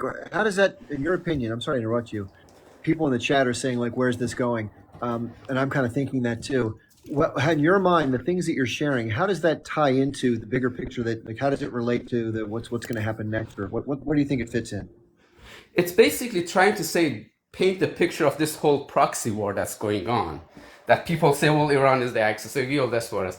It's more of, for Iran, it's more of a defensive posture. I'm just giving a picture of what, it's not getting to a certain conclusion, but giving sort of more of a picture of how things are. And basically, it's a defensive posture, sort of try to have these sort of quote unquote Iranian enemies have a sort of a resistance in the front line rather than sort of attacking directly the country. I'm just giving you the doctrine that they're using as a US has a doctrine. US doctrine is having Israel in the Middle East to protect its own interests and so on. So that's just sort of, rather than just being more like, okay, this country is evil, this country is not, blah, blah, blah. All country leaderships are corrupt. They are after their own interest. And you just look at what their doctrine is to figure out why they're doing things. So just giving a picture. But I'm going to move on from Iran. I'm just going to move on. I was just giving a picture of how things worked out in the war, how the whole Iraq war ties into that whole thing and all that, and how it was used as an excuse and so on. Now, one of the other things I want to mention, and I'll try to drop soon, is that the whole situation with the US supporting Israel and sort of saying, well, protecting the shipping line. One of the things happen when you get to these late stage capitalism is that the capitalism system brings profit into a center, into the upper class, and takes it away from normal people. And we are at a stage that there is not much money left. So they have to squeeze every money from everywhere. It used to be that they could squeeze money from sort of other countries and inject into the economy, and then normal people got some money, and then the elite got a lot of money. But now everybody else around the world is squeezed, and now we're being squeezed. And one of the things that's happening is that the whole system is not working for normal people. When they say they're protecting the shipping lanes, they don't mean protecting shipping lanes for us. They mean protecting shipping lanes for corporations. During the pandemic, the price of shipping went from $3,000 to $20,000. Inflation went up and basically started charging us more. But when the prices of shipping lanes went down back to $3,000, did you see $1 saving in your grocery stores? Are you from the United States, or where are you located? I'm in San Francisco. Okay. Yeah, I didn't see $1 sort of. I didn't see my grocery bills coming down, and there's a reason for it. They always look for a reason to raise their prices, but they never pass on the benefits. As a matter of fact, now that the price is coming down for them, they're starting laying off people just to increase their profit margins. So when they say we're protecting shipping lanes for people, no, it's not for the people. It's for corporations. The profits never trickle down to us. Even for Israel, the people of Israel do not benefit from Israel's existence. The people in Israel act as foot soldiers for the weapon industry, for every single industry that operates and tries to launder money through that system, because there is not as much checks and balances in that system. So even people in Israel, every single one of them that's not filthy rich, is a victim, that they do not realize it. Every single one of them are fighting for an ideology which doesn't give a crap about them. The project. Yeah. So they are victim, and we just need to let them know that you've been sort of taken advantage of. So yeah, that's all my spiel. Good point. Thank you very much for sharing that. Yeah, I'm gonna elaborate on that for just a second. Have a good rest of your day. Thank you so much. Thank you. Yeah, interesting points, right? I mean, I think that there's a guy named Smedley Butler who years and years and years ago, decades ago, said war is a racket, meaning that it's always used for some ulterior motive that isn't the stated goal, and it generally is benefiting people who have a financial interest in it, or maybe an objective to like establish a military base or something like that. But very rarely is it for the benefit of the public. And he was pointing out some interesting things about economics that, yeah, when things went through the pandemic, prices started to go up along with the money printing. But companies who have raised prices, they're profiteering, basically. That's what he's saying, and it's true. So unfortunately, likes cost. Okay, so we have 4 people that are in line here. Thank you for staying muted. I appreciate that. By the way, if there's anybody who's pro-Israel, please come up. Please, I'd love to have your point of view. But we're going to go to, is it Guga Foss? Guga Foss is next. How are you doing, and what's on your mind? Yeah, it's good, of course. Actually, I was just listening to Random and Tony before, and it got me thinking because I'm from Iceland, and every time something happens in the world, like when the price of oil goes up now because everything that is happening, the owners of the oil companies in my country are very quick to raise the price. But when the price of oil goes down, they always have the same excuse. It's been like that forever.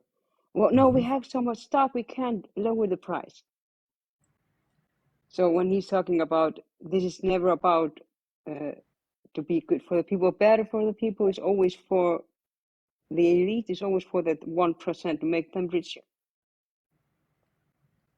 Yeah, I agree. In our country too, the same thing. So when oil prices, it's an international market. Oil is fungible. It's traded everywhere. And when oil prices go up, of course, the price of gasoline, which is a distillate, the price goes up immediately. So if the oil goes up $10 a barrel, they'll raise prices by 20 or 30 cents per gallon of gas.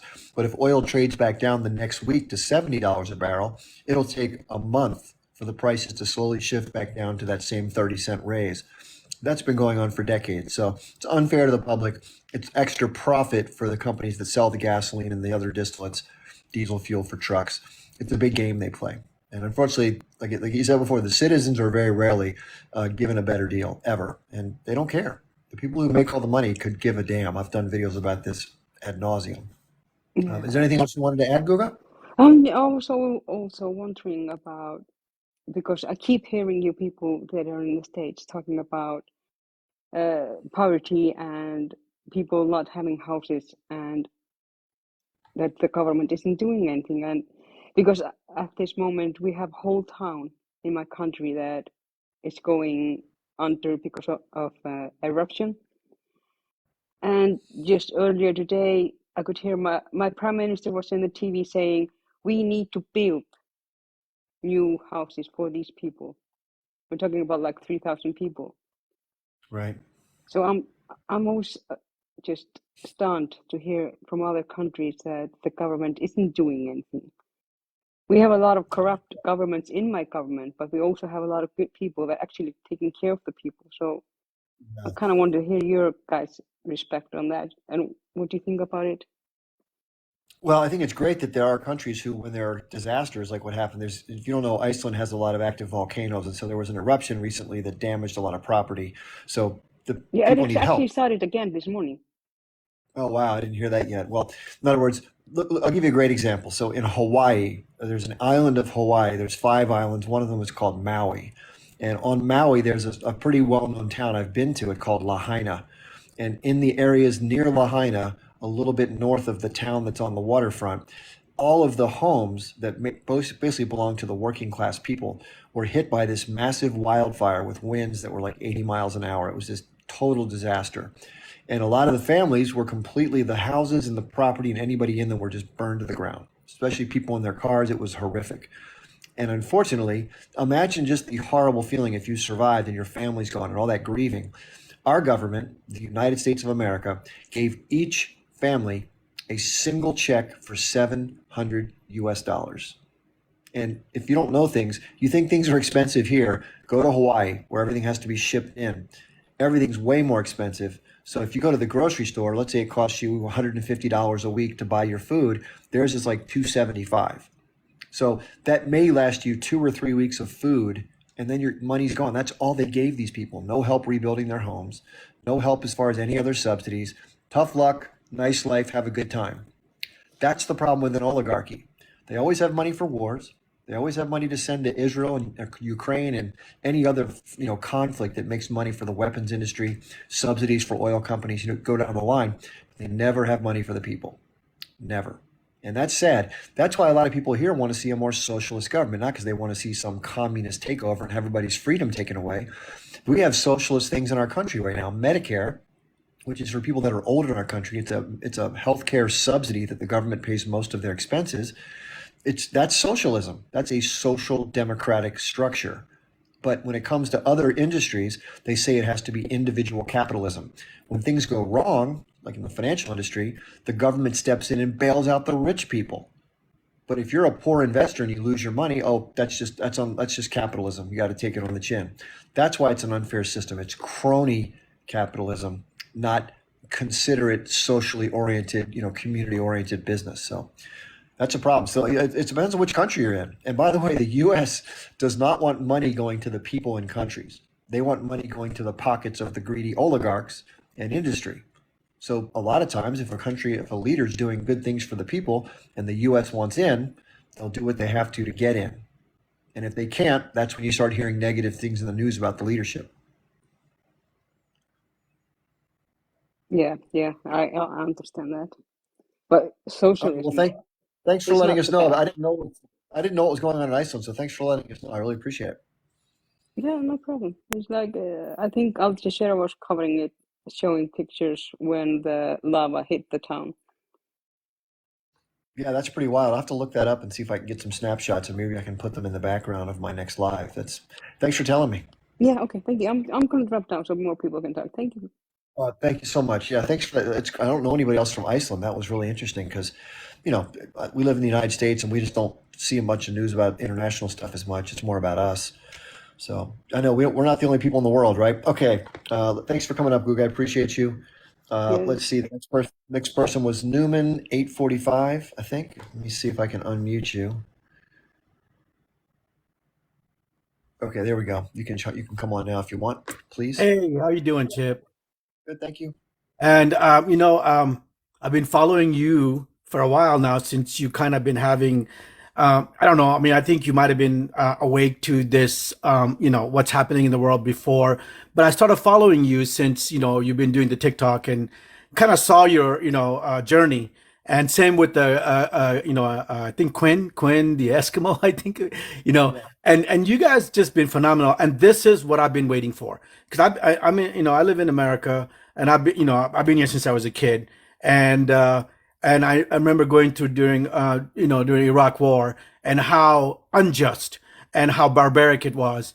And we ended Americans killed over 1 million human beings. And all the America was on board with it. I remember I was just coming out of college and I remember I used to be going to, I used to go and try to, awareness and all this. And it was just very, very, it was very frustrating. And now the tide seems to be, the narrative seems to be, turning. I don't know how long it's going to take. Just like your previous guests, all three of them contributed very well. The first guy, Tony, he was talking about how everyone's good. People are good, and it's the governments. And then the governments, with their, they call it free media, but we know media is controlled, completely and utterly controlled. And they are watching them only because they don't have time. They got 95 jobs, they got a football game to watch, and then they got, whatever's on TV. And so they're just going to CNN or Fox or, BBC, and they're watching their little, 2 hours before they go to bed, and they're getting complete brainwashed. And so I'm thank God for TikTok and thank God for social media, which is not controlled. Facebook, I'm shadow banned. Anywhere I go, I'm banned, and I don't even say anything controversial. And I'm happy you survived so far.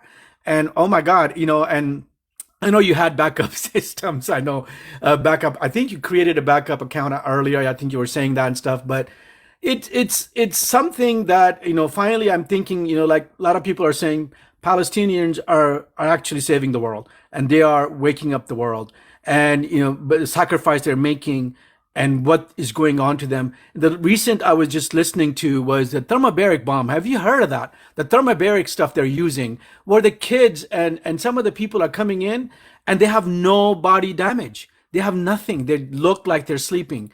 And they're saying that there's a new kind of, well, not a new kind of bomb. We know what thermobaric bombs do. They suck the oxygen out of the air, and they're using that now. And so it's just heart wrenching to watch what's happening. And hopefully we can keep waking up.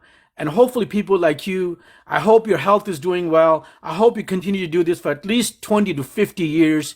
And, we got to wake up America first, because America obviously is an empire that is in controlling a lot of what's happening in the world. What's happening to Middle East politics. It's all intertwined, with America. America actually saved the Houthi rebels 9 years ago, and they were about to be finished, and they saved them. And now look what's going on. It's everything is so connected. It's just scary. I just don't know, how this is going to stop. But I think it's, narratives are changing. People are waking up, and I hope we continue to wake up. I hope people like you continue to, educate people and get this ball rolling to where, you were just talking about the economy, the little bit of social services. I mean, what's wrong with that? I mean, the taxes we pay, it's insane. How much taxes we pay. And, and everybody is slowly waking up. I mean, I talk to people, and I know at my job, at my career, whatever, and people are like, man, I pay so much taxes. I'm not happy. Nobody's happy. Well, you're not happy because you're not paying attention. You need to understand what's happening in our own country first. How much money? You were talking about they got money to pay Israel every year. They got money to pay Ukraine war. I believe Ukraine got 100 billion so far, and More than that. more than that. Yeah, that's a conservative estimate. And then of course Israel's around 4 billion a year, and then other under the table, whatever they do, money laundering. And then as far as I read a study where they said that it takes about $10 billion, around $10 billion, to wipe out homelessness in America. Wipe out Yeah. homelessness in America. 10 billion. And here we are, we just given 100+ billion to Ukraine. Israel gets 4 billion. They got their subsidized housing, subsidized groceries, education's free. I mean, when? Healthcare. Don't forget When? healthcare. Yeah, Chip, when are we going to wake up? When are the Americans going to wake up? I've been here for 50 years. Are you familiar with comedian George Carlin before he died? Oh, yes. God, I love him. Oh, So God. George Carlin, if you don't know, George Carlin said that the homeless problem, if there was a way to make a profit, would have been solved, 100 years ago. But there's no money for corporations to give to people who need places to stay, so it doesn't get dealt with. Same thing with drug abuse, people who need counseling. It just gets ignored. And it's really sad. It is really sad to see. Thanks for coming up. I really appreciate you coming up. That was awesome. Good points you made. Thank you very much. You're welcome. Thank you, and keep. I shall. Okay, we have one more guest here. It's Human, I think is the name. I'm sorry if I mispronounced it. Hi, Chip. Yeah, my name's Suman. You got it right. I've enjoyed watching your videos. I, in fact, repost many of them. I wanted to comment a little bit about Iran, and I've seen a lot of Persians, like I'm Persian myself, 100%, both my dad and my mom, and I've seen a lot of Persians supporting Israel, and um, I think there's some black and white view or perspective that's held in that because after the Shah left, um, there has been a lot of oppression within Iran against women and their rights and liberties, and there were the Masa Amini protests in 2022 that were held because she wasn't wearing her mandatory hijab. And I see that since a lot of these people were Shah supporters, they are now automatically becoming pro-Israeli. And because they're unhappy with the current regime of Iran. And that kind of bothers me because so my father my grandfather was a Baha'i, and I don't know if you've heard of that religion or not. It's a small religion, but and he was a radiologist under the Shah while the Shah was in power. And when the revolution happened, my dad's family had to literally escape Iran and come to the United States because they were persecuting the Baha'is. So I think the Persian diaspora, in fact, particularly those that were oppressed and had to leave Iran, should have more empathy for the Palestinian people because they should know what it's like when you don't have your homeland and you can't return to your homeland, essentially. So, yeah, I mean, that's just my 2 cents on the situation. I think it's just kind of black and white to just say because I'm against the current regime of Iran and because of how they handle things domestically, I'm gonna be pro-Israeli. And no, I'm against the current regime of Iran. They commit a lot of atrocities domestically, but I still am a pro-Palestinian. So, yeah, that's just my opinion on this matter, and I just wanted to express it.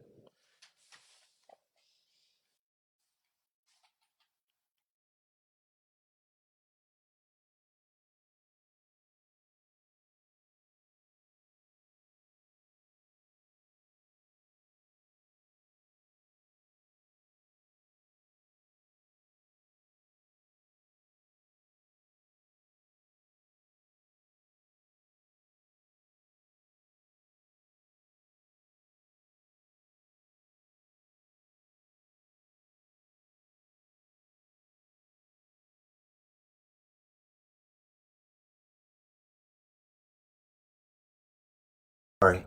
Oh, damn it. I was muted again. Sorry about that. Yeah, people are probably screaming, hey, you're muted. I do that so people don't hear me making noise here in the kitchen. What I was saying was, it's interesting how the Iranian interests fit into all the stuff we're seeing. I think it's fascinating. There's a really, really good video that I saw on YouTube that goes back and studies the Middle Eastern history, starting at the Sykes-Picot Agreement when the different boundaries were carved out by the Western powers. And it was done so in such a way that there would be guaranteed tension between different ethnic and religious groups. The reason why they wanted tension was because if you don't have a strong centralized authority that can basically control, they can't resist the Western powers getting in and doing what they want to do. So it's a mess. The Middle East, there will always be conflict until some of these things change over time, I believe. And it's a mess. These didn't really have statehoods. There was no Iraq. There was just tribal clans of different groups. Okay, no one's in the queue right now, so I can keep on yapping. Just real quick housekeeping. First of all, thanks for being here on a Sunday. I know there is football going on in the United States. I don't watch it anymore, but I used to watch it. I just don't watch TV at all anymore. I just read and watch videos and do this kind of stuff. But my name is Chip Barnes. I'm a Army vet, geopolitics guy, and I'm more of a commentator than a news guy. A lot of people here on Twitter and YouTube are on top of the news every day, and I do that once in a while when something really big pops off. But I'm mostly just a commentator. It's easier that way because I don't have to, be up to date on the news. But I'm going to do some more podcasts. I'm already starting to do some interviews with people, and I'll start dropping some of that on YouTube. Just to let you know, I'm setting up tiers, not crying, but levels on my Patreon. And if you follow me on Patreon, you can follow for free, by the way. But if you pay $5 a month, you get early access to the live recordings. I'm going to start putting them up there first, and then a couple days later, I'll drop them on YouTube. So if you missed part of this or you want to rehash part of the conversation, you can go check it out. Right now, they're all up on my YouTube channel. If you're wondering what those are, all of my social media links are in my bio, and there's a thing called Linktree, and that has my name, Chip Barnes. If you're in the United States, it's clickable. So you can click the link. For whatever reason, outside the US, they've removed that link. TikTok has. I don't know why. So it's written in my bio just beneath my, truth seeker, nature/animal lover, and it says peace, not war. And then underneath that, it says Linktree/Chip Barnes. If you just type that into a browser and hit enter, it'll take you to the same place. So on that list, you'll see my Rumble and my YouTube channels. Rumble is just another version of YouTube owned by somebody else, and it has less censorship. So it's stuff you can't get away with putting on YouTube or here. You can pretty much put it on Rumble or Twitter, and you don't get messed with as much. So that's the deal there. My normal schedule for doing these, this is kind of an exception because it's a holiday, is Monday, Wednesday, Friday from 8 p.m. Eastern time, New York City, and then 8 to 10. And then on Tuesday, Thursday, Saturday, I go live again. This is all on TikTok from 12 noon to 2 p.m. And generally speaking, I'm answering questions of people. I have some guests up. Once in a while, I'll have a guest for the whole show. Like I had Dr. Liam O'Mara, who was great. And I've had other guests come up. I'm trying to do more of that. And I'm also trying to get myself on other people's platforms so I can record that and put it in. Like I said, I record all these lives so they go up. And what I'm also doing is working with some other volunteers to take issue specific clips out of the lives, because these are like 2 hours, right? It's hard to watch 2 hours. And so maybe take out 5 or 6 minutes of a segment that's important to go back and review, and we'll put that up separately. So just trying to find time to do all that, but that's coming. And then I'm going to start a podcast like everybody else has a podcast. I'm going to do something and hopefully get some good guests for you. I already had a few people that are loosely committed to doing it. All right, we have RCIC Howard. One last thing, I don't only have moderators on here. I don't think anybody's on here today, but if you ever want to volunteer to be a moderator. And one last thing before I bring up RCIC Howard, I really, really, really want to start getting more guests on because I'm kind of jealous of these other lives. They have really good panels of either pro-Israeli or pro-Palestinians, and then they can have conversations. The difference is those hosts, in my opinion, with a couple exceptions, don't do a great job of kind of regulating the conversation. So this person says something, this person interrupts them, it gets kind of crazy. And then you can't hear anybody. And I don't know about you, I hate listening to those where you just don't even know who's talking and they're screaming at each other. So I'm hoping to use my style with that format. If that's something that interests you all, I'm going to try to do it. But most people who are Zionists don't want to come on here, quite frankly, because I have a lot of history under my belt, and it's a hard time to have those talking points get past some of the things I can say. So anyway, but maybe somebody will step up here soon. And listen, you got to remember, the history that people are given in Israel and the United States is, at best insufficient and otherwise completely warped. Okay, here comes RCIC Howard. Let's see what's on this person's mind if they come through. Hello. Hello. Yes, hi, Chip. Been listening to this pro-Palestine. I'm Jewish, and Okay. being a Jew, I hear a lot of things, like genocide and Zionist, and Right. yeah. So those words are becoming bad words almost. How does it make you feel when you hear someone like me or somebody else make those points? Does it make you feel like we hate Jewish people, or how do you feel? Yeah, so obviously I don't think they're bad words. I mean, I was brought up, going to Jewish school and learning about Israel and what's going on. I'll tell you a little bit of what my thoughts are.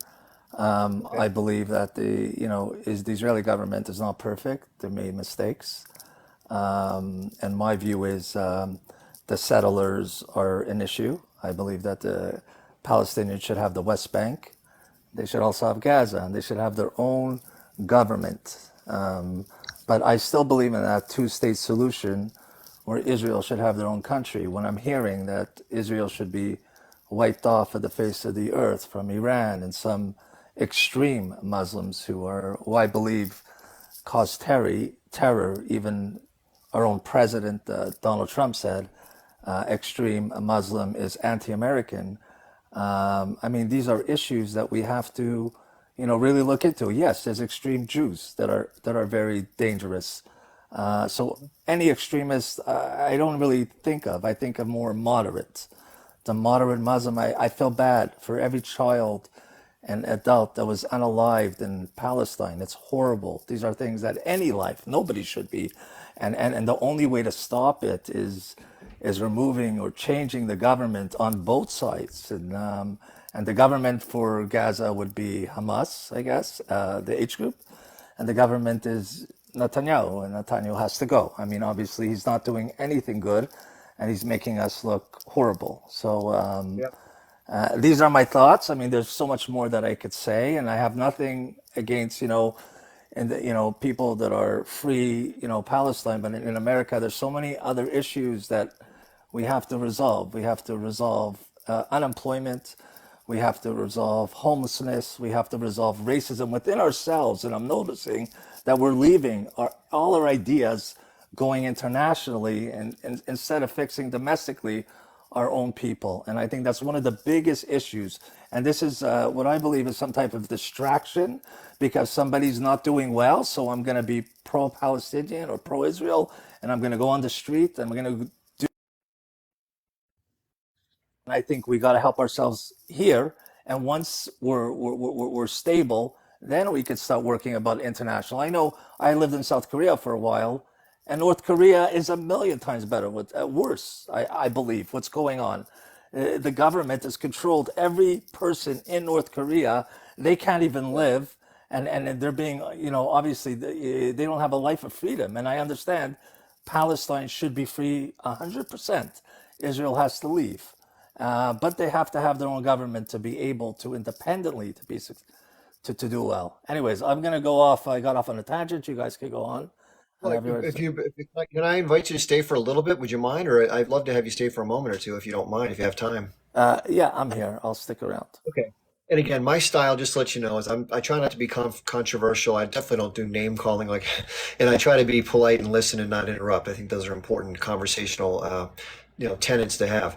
So first of all, thank you for sharing your views and for coming on. I get very few people who speak to the issue from that vantage point, and I think the audience sees you for someone who's genuine and tries to be balanced and tries to see the totality of the circumstances. So I appreciate that about you, by the way.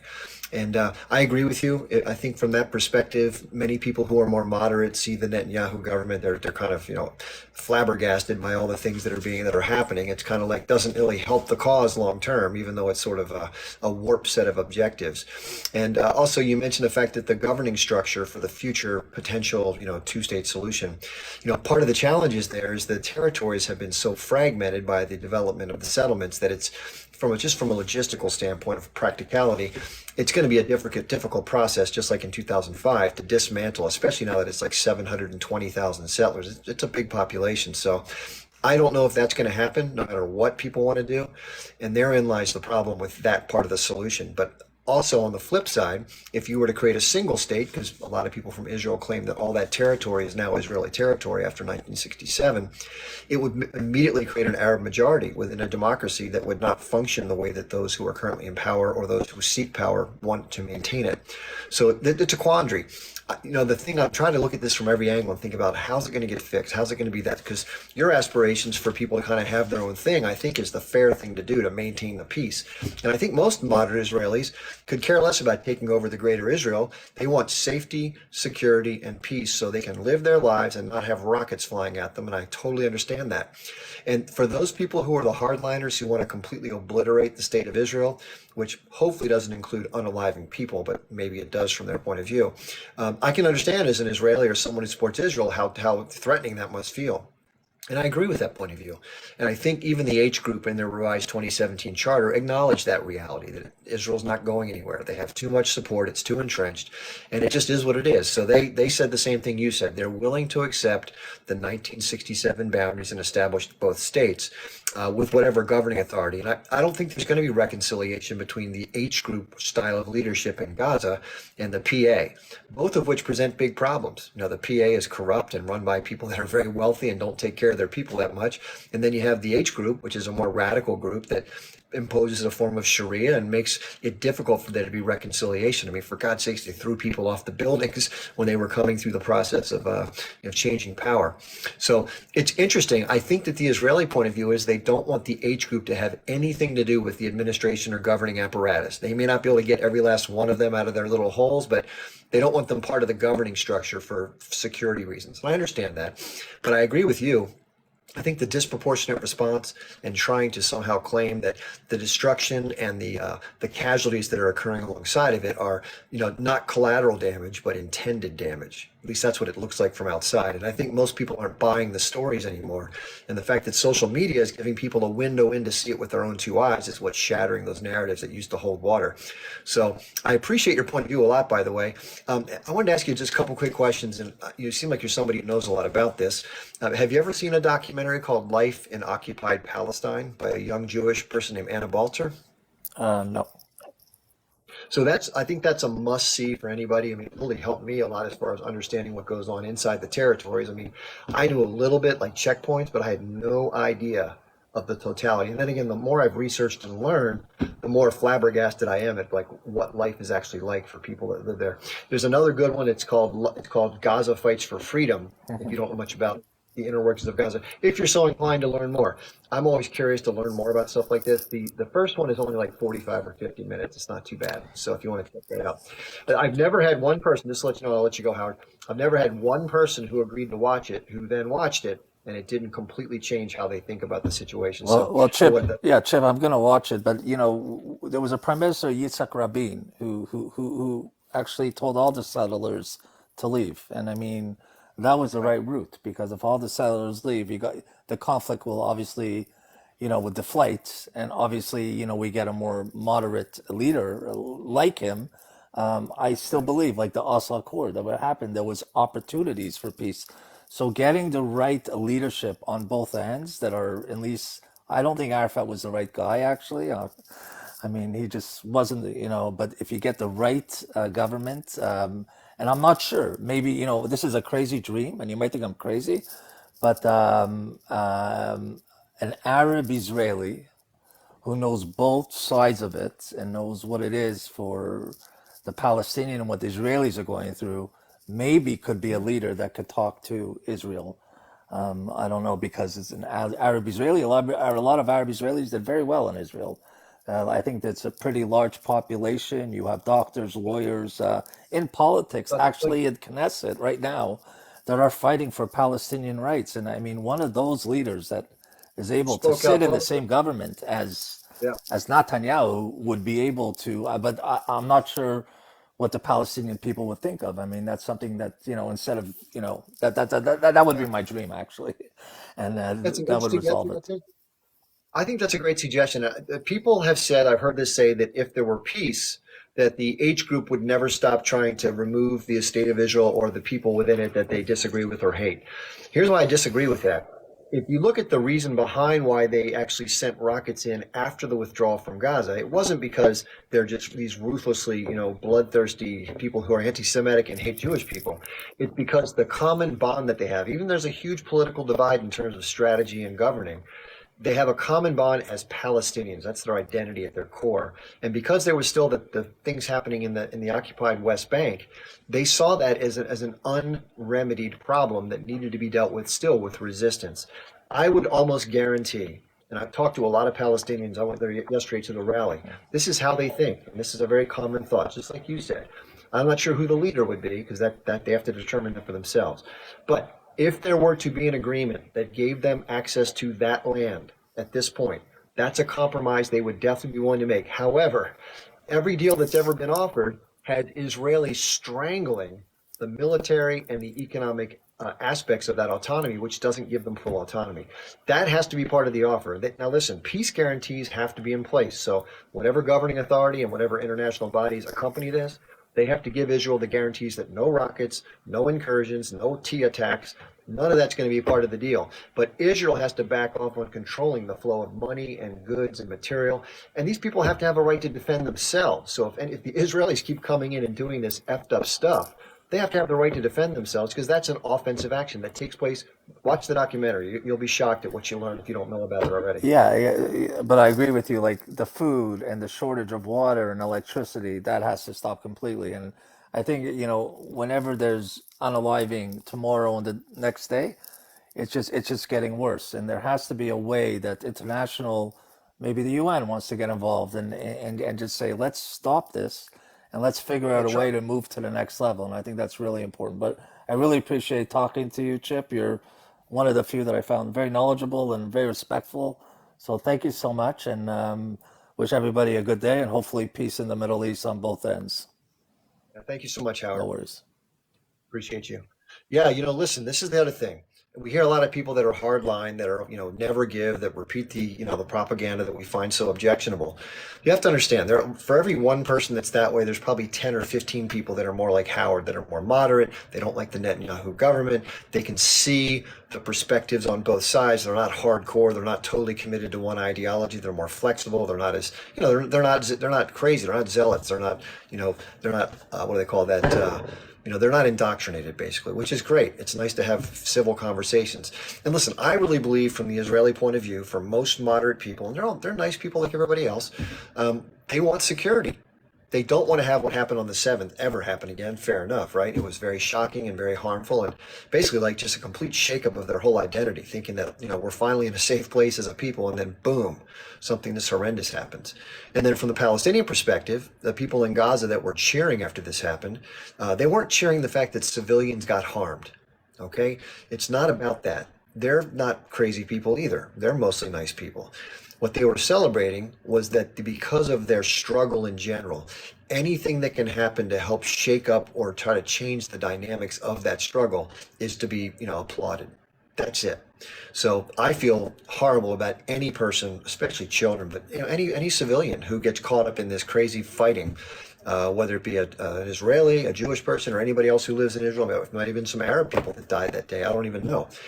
That live in Israel, like Howard was talking about. But anybody who gets caught up in that is a tragedy and should never happen on either side. The thing I find the most troubling is the disproportionate response. And having watched this for decades, I knew it was going to be disproportionate. It always is.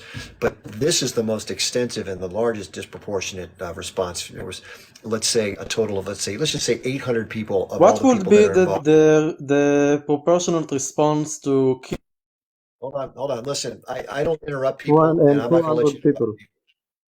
Okay? We don't interrupt here on this Proportional thing. response, I'll please. drop you. I'll drop you if you don't, okay? But I'm happy to let you respond. Just give me a second. I'm almost done. There's one person ahead of you, by the way. And they've waited patiently. But I will let you on, I promise. I'm not going to shut down. I won't shut you off. The bottom line is the proportionality has been out of control, and the narrative has been, we're doing this because we have to do this, because we have to root out these people. And so we have to soften up the targets. It's very difficult to go in with special units and do it. I get that argument. The problem with that argument is that the mass destruction of the entire area of northern Gaza, and a lot of targets in the south where people were told it's safe to go near Khan Yunis and down in Rafah, have been targeted as well. White phosphorus has been used, which is totally illegal under international law. The U.S. and Israel are one of the few countries that ever use it, which is horrific. And all the other things that are going on, it doesn't look to the outside world like what the Israelis are saying they're doing is what they're actually doing. And therein lies the problem. Somebody earlier today mentioned that the air forces from Israel are great at dropping things and harming people. That's the best part of their military. When it comes to the ground troops, especially their reservists, who are not regular army, they're reserves, they're not as good. Let's face it, the people inside of Gaza who are resisting are excellent fighters. They're very determined. They're not scared to die. And they fight with a guerrilla fashion with crude, rudimentary small arms and small RPGs and some explosives, and they're winning. There's more. The Israelis have a presence in North Gaza, but the people that are underground are picking and choosing their locations to come up and do stuff and go back. That's how a guerrilla army operates. So that's a very difficult enemy to defend. The U.S. lost in Vietnam because of that. Yeah, a lot of Vietnamese got unalived, but they couldn't overcome that. And I don't think that the Israelis will overcome this unless they literally bomb the whole place into submission, destroy everything in sight, push the civilians out, and then go spot by spot underground. That's the only way to do it. Okay, next guest. They've been waiting patiently. Please come up and let us know. That's my take. Hey Chip, how's it going? Good, thanks. Yeah, just wanted to. By the way, it was great meeting you yesterday at the rally. You know, it was a really fantastic turnout, and I just want to say I appreciate you. I appreciate what what you've been doing to get the message out all you can, and also just engaging in civil conversation, because I feel like we just need more of that, and I'm just like a solution based kind of person, and I'm just like we just constantly debate and just yell at each other, scream at each other over what the history was and what the right thing to do is, and and we're still debating what happened on October 7th and all that, and pretty much every day in the last 75 years. But I feel like not enough people are talking about a long-term solution, which is just the fact that, okay, whether at this point for me, it's like, whether it's one state or two states, I don't really care as much. I just want what's going on to stop. And I feel like, and that's what, and I know for a fact a lot of other people too. That's why yesterday when I saw you and everybody else, and it was like about 500,000 people there, I realized this. It wasn't just the way it was marketed. Yeah, it was a march for Gaza, March for Palestine, but it was so much more than that. It was like a march for the world, like to help fight for, freedom and, and combating injustice all over the world. Especially, I mean, I saw Palestinian flags, Yemen flags, South Africa flags, Lebanese flags, even I think I saw Iranian flags too. So it's like, because it just seems like the more this goes on, the more it starts to spread, and it's like, I mean, some have even saying like we're now in like World War III, or at least very, very close to it. And I guess I'd like to ask you, what do you see happening like in the next, I don't know, next couple months, or like next, you think it's gonna be resolved at some point? You think it's gonna, or you think it's just gonna keep dragging on? And then, luckily, thank God South Africa did something. But do you see any other countries stepping up almost at, if not equal, but at least close to it, the same length as, South Africa, to do something to hold Israel accountable? Well, the problem is, thanks for your question. It's a great question. First of all, I don't want to make predictions because I'm almost never right at what's going to happen. But there are certain things you can foresee on the chessboard, which you can maybe see what might happen if those things happen. So from what we've seen so far, this is the inertia, right? You have to go with what's been happening. And the pressure that the U.S. has supposedly been bringing to bear on the Israelis is not really taking any course, right? We've seen what's happening. They're like, we're going to push ahead, we're going to push ahead, we're going to push ahead. So they've been pushing ahead. The problem they're not admitting is they've lost tremendous number of soldiers in trying to execute the ground version of this. It's a very, like I said, it's a very difficult. I would not want to fight this enemy on any basis. It's just not. You don't have the advantage. They do. Now the Israelis have the advantage in equipment, and they obviously have air superiority. And the people on the ground in Gaza don't have any air defense, so they can't stop the bombings. And that's really what's putting a pounding on the people, in addition to the humanitarian problems and the lack of sufficient aid getting in. But as far as what's going to continue, the best guess I can guess at this point, unless something escalates, and that's the part we don't know, with the Houthis doing what they're doing and the British and the U.S. responding, that could escalate. I don't know. So if the Iranians somehow got involved and did some things and more armaments or whatever, that could escalate. Or I think most likely is southern Lebanon. I think that's what's going to happen. So if anything does escalate, I think that the Hezbollah will get involved. But I don't think the Iranians want that. I think that they think that the Israelis are trying to draw them in for a larger conflict, because that'll bring the U.S. in and provide much more. Now, I just heard somebody say today on TikTok, I don't have this verified, but he has a friend who just got a deployment notice for, I think it was for 100,000 U.S. soldiers to come over, maybe not 100,000, maybe it was 10,000. They're going over to deploy to Israel right now from the U.S. military. I don't know if it was SEALs. I don't know if it's Navy, if it's Army. He didn't have any details, but that a friend was going. So what does that tell you? that tells you that the U.S. is anticipating something escalating, or they wouldn't be sending that many troops. They already have like 8,000 Marines or something like that there. So anyway, so we don't know. I don't want to make a prediction, but I can see the potential of these things flaring up. I would think that if the Israelis keep pushing and pushing and pushing, there's going to be so much international pressure to do some sort of intervention. And I think eventually one of these Arab states is probably going to do something. That's my guess. Thank you, Chris. You're welcome. Thanks for coming up, and good to meet you yesterday. I had a great time. It was a wonderful experience to be there. Okay, as I promised, I want to just set some ground rules for the conversation. I think this is Ohad, I think it is. Yeah, Ohad, thanks for being here. I know you probably are really anxious to talk and share your point of view. If you haven't been to one of my lives before, I'm very welcoming to different points of view. I try to be nice and polite and fair. What I would ask is, if you have points you want to raise, lay out a few maybe, but I have a lot of people come on and they start to talk for like 7 minutes. They just don't stop because they have so much they want to share. And all I ask is that we don't interrupt each other. So what I'll do is, if we reach a point where we need to stop, I'll slow down your roll, same for me, and then we'll just go back and forth the best we can, okay? We may not agree, which is okay, but at least we'll have a good dialogue. So with that in mind, let's talk. Oh, sorry, there you go. Thank you. So, a few points that I want to raise. One, you talked about the Palestinian society, and you defended that they cheered for the October 7th massacre, and you defended that, saying it was their liberation or whatever. Please remind me what you said exactly. Like, what was the argument? Yeah, sure.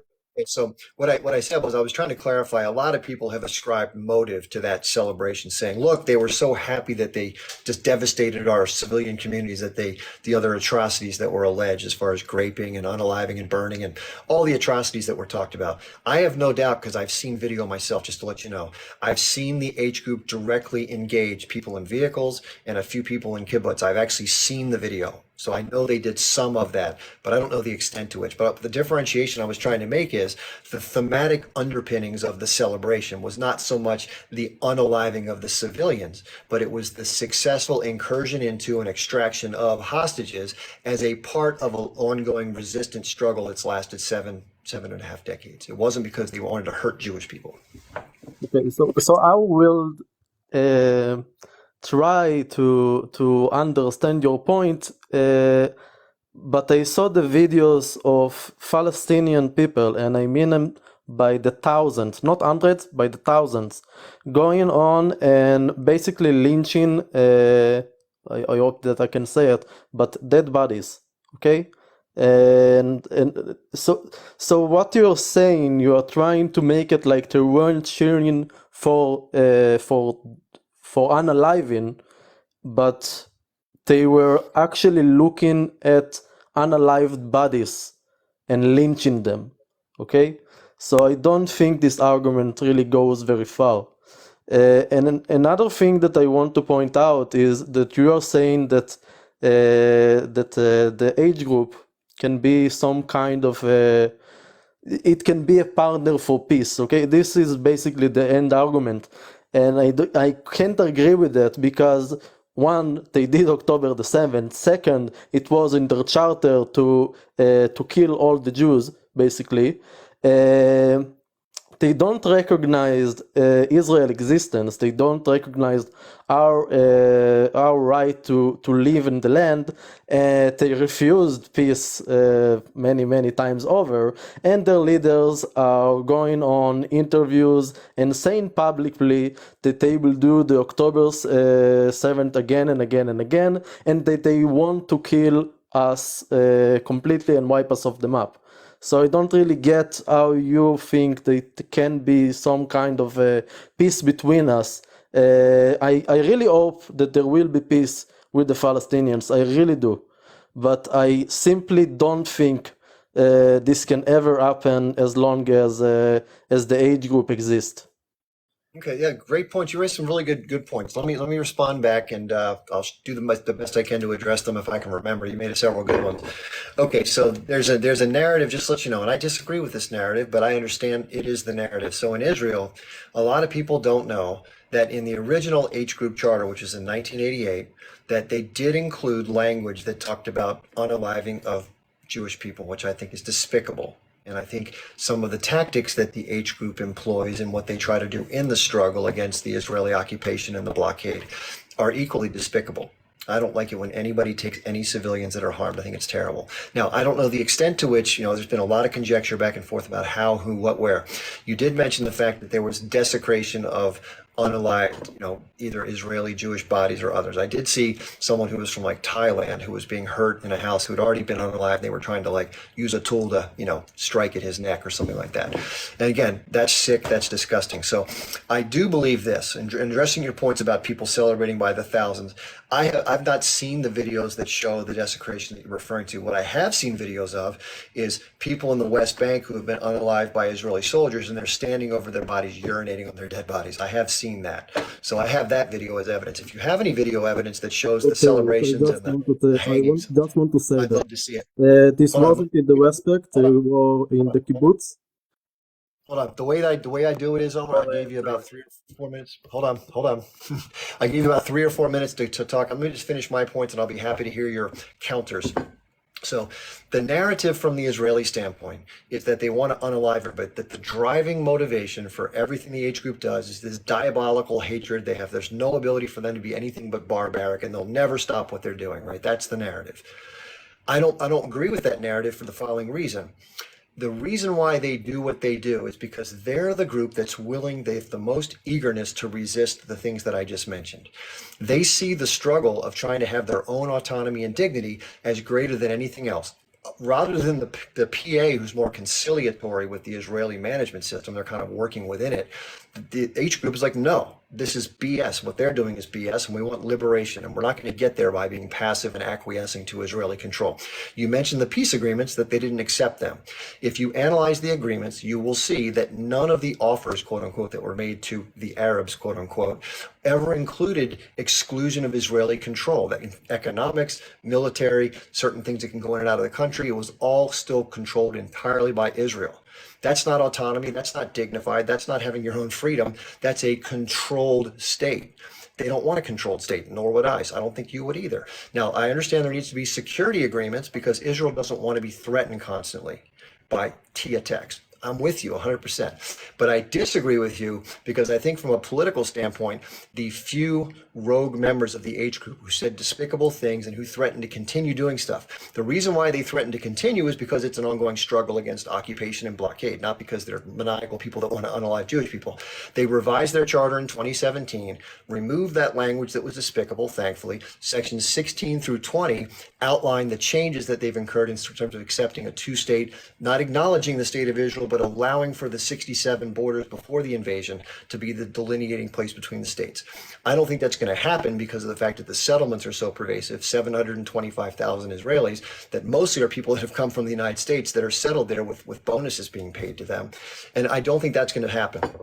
But at the end of the day, the point I'm trying to make to you is I do believe that maybe not the H group, but some other conglomeration of Palestinians in the Gaza Strip might be able to come together and have a political settlement. I don't believe that the ideologues on either side, you got the Netanyahu's, Itamar Ben-Gvir, Smotrich and company, that they're no better than the H group. In fact, they're worse because they're enacting policies that are unaliving way more people than the H group was able to do in their minimum incursion. So you can call one T and the other one legitimate, but the outcome is what matters in terms of unalivedness. Let me let you jump back in and see what you want to say.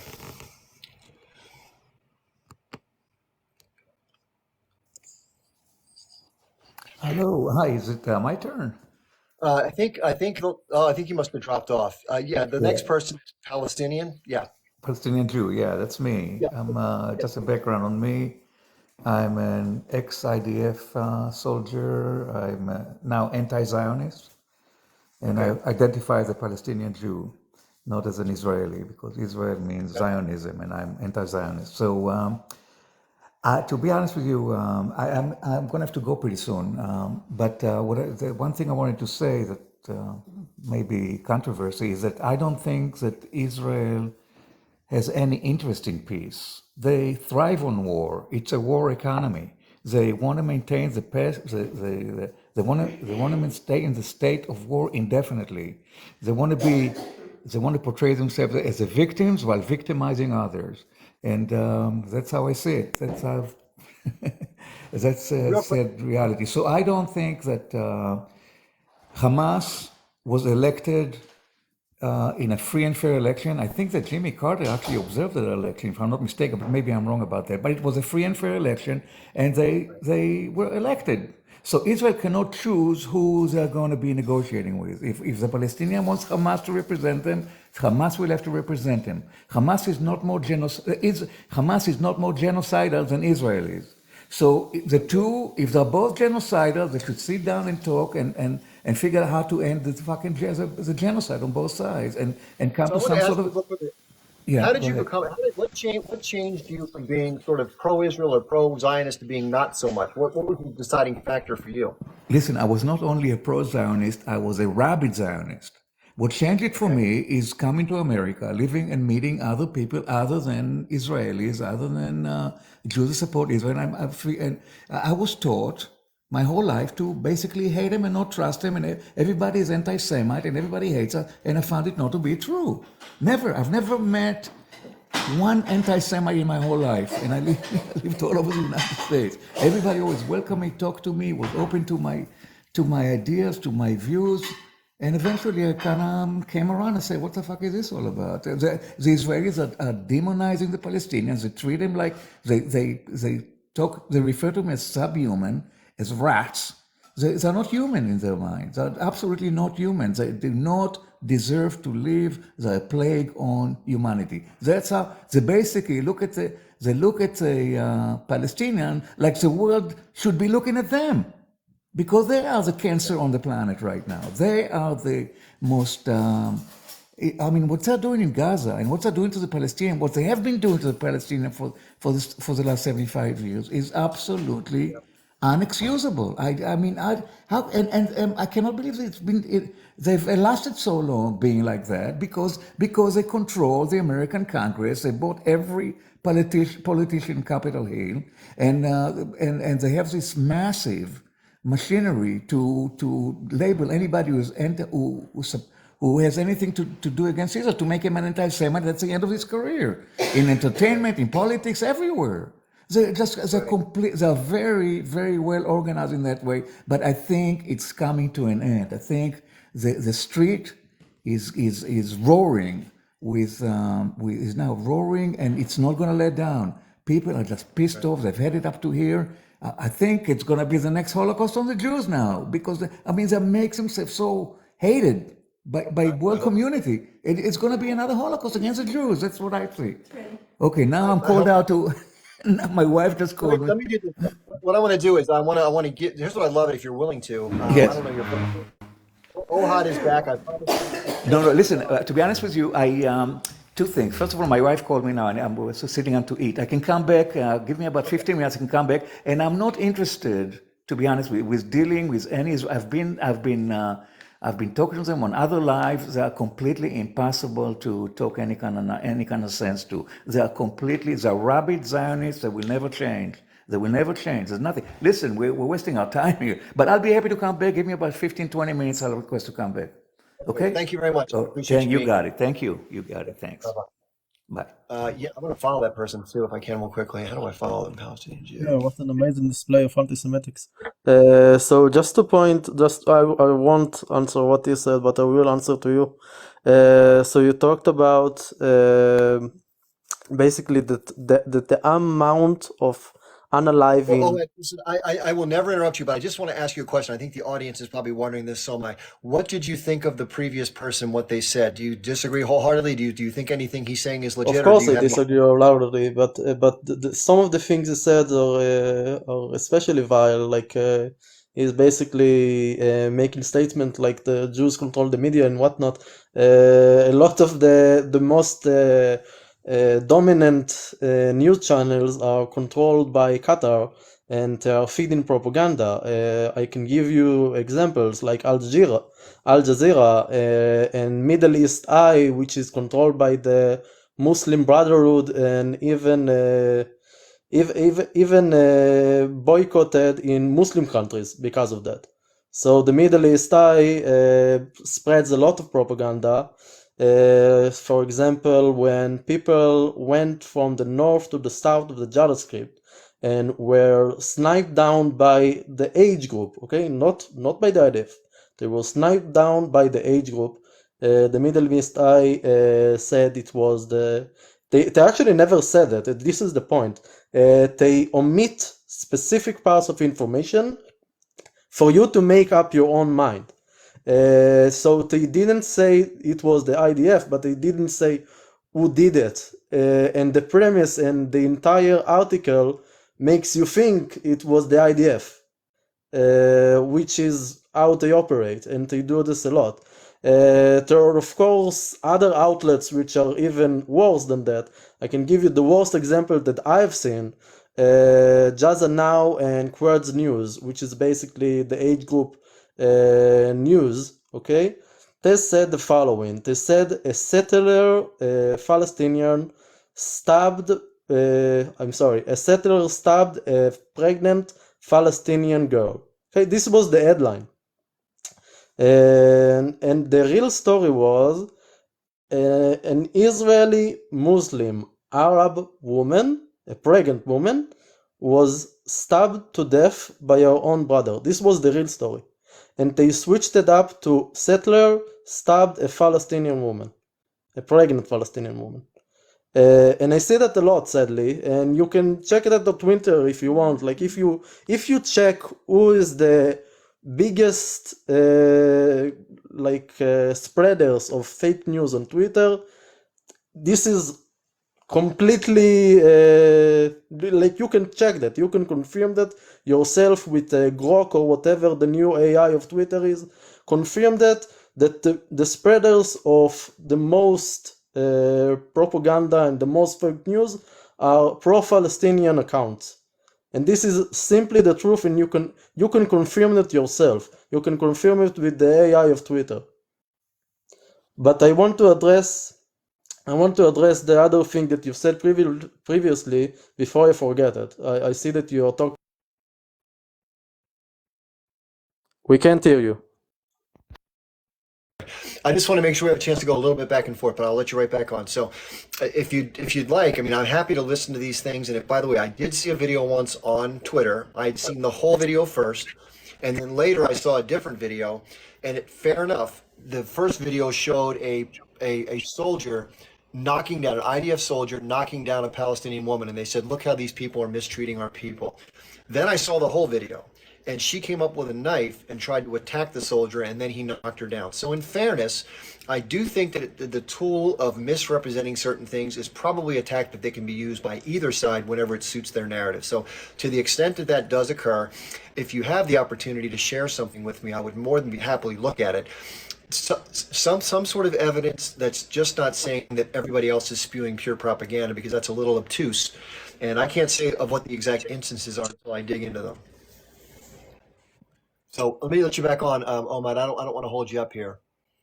I need somebody to mute, please. And let's Omad, please say what you want to say. Yeah, I just want to talk about the latest point you've made about how the unaliving, and only the unaliving point make us somehow make it that Israel is on the same moral equivalence with the T group, with the age group, okay?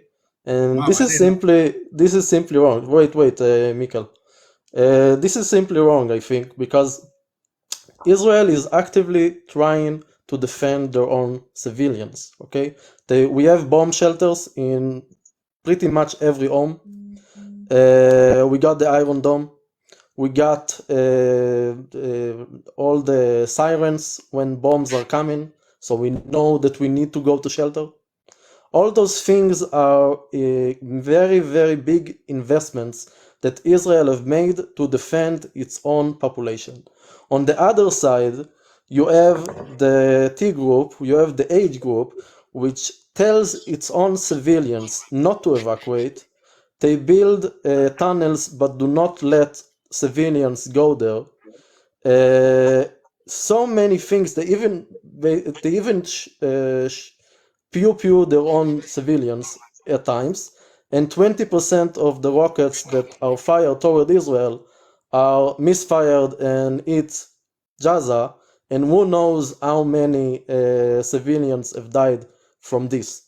Okay, so on the one side you have, also I can talk about the steps Israel does to try and mitigate civilian harm, but just my point Can is, I just jump in? Listen, can I just jump in and answer what you just said? Because I think it's important. The audience is kind of screaming at me to answer. So give me 1 sec. I'll bring you right back. I promise. I'll be fair with you. I swear. So this is what was necessary. So the claim that I'm hearing you make, and correct me if I'm wrong, is that you believe in certain instances that when people are reported in the media to have been harmed by the Israeli IDF, it's actually the H group, like shooting at them or whatever. So that's the claim, although the reporting doesn't clarify that. And so I don't really have any evidence to support that.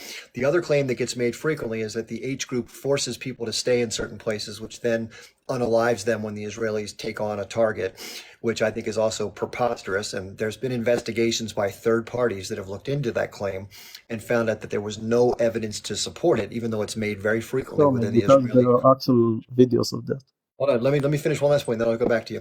So, and then the last claim is about, the fact that the H group purposely unalives people in general just to make the Israelis look bad. Think of it from their point of view, just for a second, okay? Just try to think if you're somebody who's an H group and you're fighting specifically for Palestinian liberation. Do you really believe that they're going to force people? Let me finish. Do you really believe that they're going to make? Whoever's jumping in, please mute yourself. Do you really believe that they're going to force their people to perish for the benefit of making the Israeli government look bad? Men, women, children in large numbers. Do you really believe that? Explain it, because it's been the strategy basically since forever. I will tell you what every single cycle with the age group looks like. Okay, they are provoking, they are doing something outrageous like firing pew-pew in rockets, or basically doing some kind of T attack in Israel territory. What amazes me is how you can sit there and say that. Just give me 2 minutes. Then I'm giving you 15. Then we eat back. Wait a second. Then we eat back. Okay, and they are filming unalived people. They are screaming about proportionality and whatnot, and they get more aid. Okay, and this is exactly the aid that made the T group leaders not millionaires, billionaires with a B. Okay, and now they are living luxury life in Qatar. So they're basically using all of this. They are using people to become richer. Cannot hear you, Chip. Cannot hear you. I want to make a point, please, but we cannot hear you. Why you only talk when it's Jewish, when Hold it's on, Israeli? listen, stop. You all The way hear that only when it's Israeli. the Hold on. Listen, folks, just to let you know, the way that I run my lives is I take turns, and I don't want to drop anybody because I don't like to punish anybody. But if people keep jumping on other people, I can't keep you because it just gets too chaotic. So I will get you, I promise. The next person in line is going to be Louise. She's waited very patiently.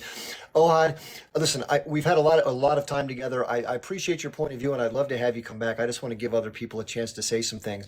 I take your points very clearly. I just want to disagree with one thing, and that is the narrative is that all the H group does is always want to do things that are harmful to the rockets and stuff like that. My question would be, if the occupation of the West Bank were to be ended, and if the strip were to be unblockaded in return for security guarantees, and it stopped the rocket attacks, which I think it would, is that something that you'd be happy to see, or do you think that the Israeli government, regardless of what the H group or whomever commits to, is going to keep doing what it's doing for its own reasons? That's a question to think about for the next time we talk. Okay, just keep that in mind. I appreciate you being here. We did have a fair exchange. Listen, it's okay to disagree about stuff. A lot of people in the comments were saying that's not true, that's not true. What I would ask you to come back with, if you're still listening, for any allegation that you make, you said that there's a constant state of propaganda. I would argue the exact opposite based on what I've seen. I've been watching this for 34 years. So I think I have some experience watching patterns of behavior. And I've consistently seen, contrary to what you said, I agree about the money. I think it's terrible that these different leaders take funds away from the people, whether it be the H group, the Palestinian Authority, or any government for that matter, including my own.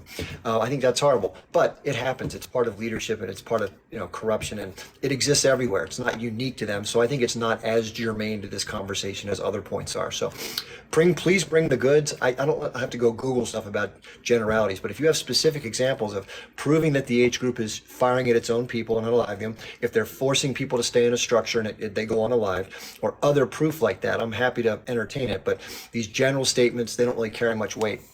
Okay, Louise, you've waited very patiently. Thanks for being patient. Appreciate everybody letting Louise take a turn. Hi, how are you? Hello. Hi. Yeah, I just wanted to come on and just say like that the majority of us here in Ireland, like we have full support for everybody in Palestine and also the Yemens and what have you. But it's crazy still how brainwashed some people are, and to the extent, like a couple of those guys beforehand, they were saying about like Israel and it's just I don't know. It's so shocking. It's like every single day something worse happens, and it's crazy. Like it's literally crazy. And I think being Irish as well, like through like generations, and we've been occupied here for like hundreds of years by the Brits, like, and that's who You're from made Ireland. Are them. you from Ireland? Is that where you're from? Yeah, I'm from Ireland. Yeah. I'm from Dublin. Yeah. Yeah. Those are good points you're making. And, again, anytime you're occupied as a people, think of it for a second. I mean, in America, it was the same thing in the 1700s when the Americans were thinking about how are we going to get it's the same exact set of feelings. No human being wants to have another human being control and mistreat them in perpetuity. You wouldn't either. So you Yeah. can't do that to somebody else and then be shocked when they fight you back. That's a pretty silly thing, right?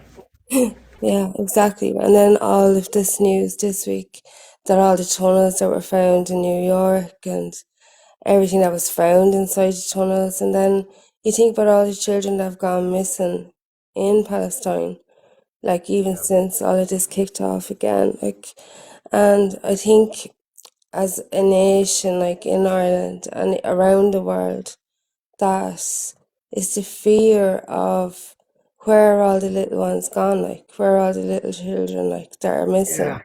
Do you know what I mean? And then you see like human trafficking, and like they're just so corrupt, honestly. Like my mom brought me up, she was like, Louise, never hate anybody. And I was like, yeah, I won't, like. So you can never say, oh, I hate such and such, because she hated like the word hate. But anyway, I have never hated anyone as much as I hate them for what Yeah. but you know what, they've opened so many people's eyes like around the world that the people of Palestine are absolutely beautiful. Like the children, they're so smart, they're so bright, they're so intellect, and they're all so well spoken, and there is their faith, and they're just beautiful people. And I think an awful lot has to do with the other side is jealousy. You just have this horrible. IQ is 67. Hold on, Ron. We're going to let everybody finish their turn. Yeah. So like probably with that in mind, you can see we have a lot of people. So thank you for putting in your 2 cents. I agree. Hatred is a bad thing to have in your heart, even in the face of all we're seeing. Thank you, Louise. I really appreciate you being here, and be safe and be happy. Thank you so much. Yeah, the children, it's really hard to see this part. A lot of people are feeling this anger and this rage because there's nothing, they feel like there's nothing they can do. They can't change the government policies. They can't stop what's happening. And there's a complete sense of frustration. So that's a point of view that a lot of people are sharing. I feel that anger sometimes. What I don't understand is, given that what's happened historically to Jewish people, which has been horrific, the grandparents of those who are currently in power, their grandparents were horribly mistreated and dehumanized by the Third Reich. And they actually had a solution in place to try to deal with a group of people. That's disgusting, right? Now, In that case, it was taken to a huge extreme where so many people were literally, it was a literal genocide. There's no disputing that, right? Because it was 6 million people, according to the scholars that study it. I can't even imagine having that historical in my family background. It'd just be unthinkably horrible. So I can understand those that are very sensitive to anything that starts to mimic that. It's like, it's horrific.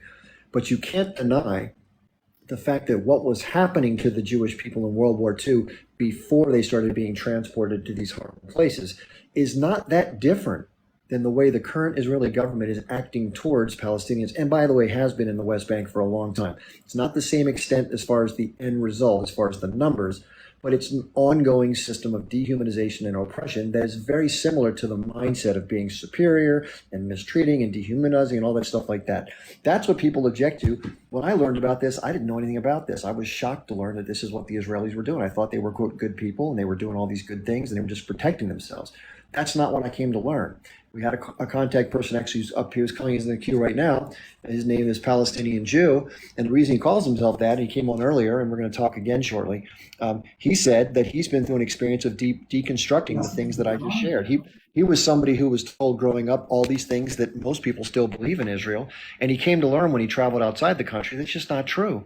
And what the Israelis are doing, in fact, is completely unfair. There's no basis, there's no justification for it, and therefore he believes it needs to change. He wants peace, as do I, as do most sane people. And I don't agree. I don't disagree. I disagree that it's not the Palestinians who won't make changes for peace. There has to be a reasonable way of being peaceful with the Israelis. They've not shown the willingness to have peace. In fact, when Donald Trump sat down, this is proof. Donald Trump sat down when he was president with both Mahmoud Abbas, the head of the Palestinian Authority, and Benjamin Netanyahu, who was prime minister at the time. And he had a conversation with Abbas, and Abbas was very open to what he would consider as far as a range of outcomes where he'd be acceptable for a peace deal. He spent 3 minutes with Netanyahu and said, this guy, there's no way he's going to make a peace deal. Now, Trump's, say what you want about Trump, but he's a deal maker, right? That's his whole identity. And he said there was just no partner for peace on the Israeli side, which is the opposite of what we're told in the media. So Ohan and others who bring that to the table, that's a fact. That's Donald Trump has said that publicly on video. I can show it to you. That's what I call evidence. If you have evidence to the contrary, let's talk about it, but not just a common statement that so-and-so's propagandistic. Okay, Mikhail, you're next, and then it's going to be Sabini on up the line here. So why Trump with Israel? Ron, we're taking turns, just to let you know. So you're third in line right now. I promise you'll get your turn. Each person's going to get a couple minutes, so please don't interrupt. Thank you.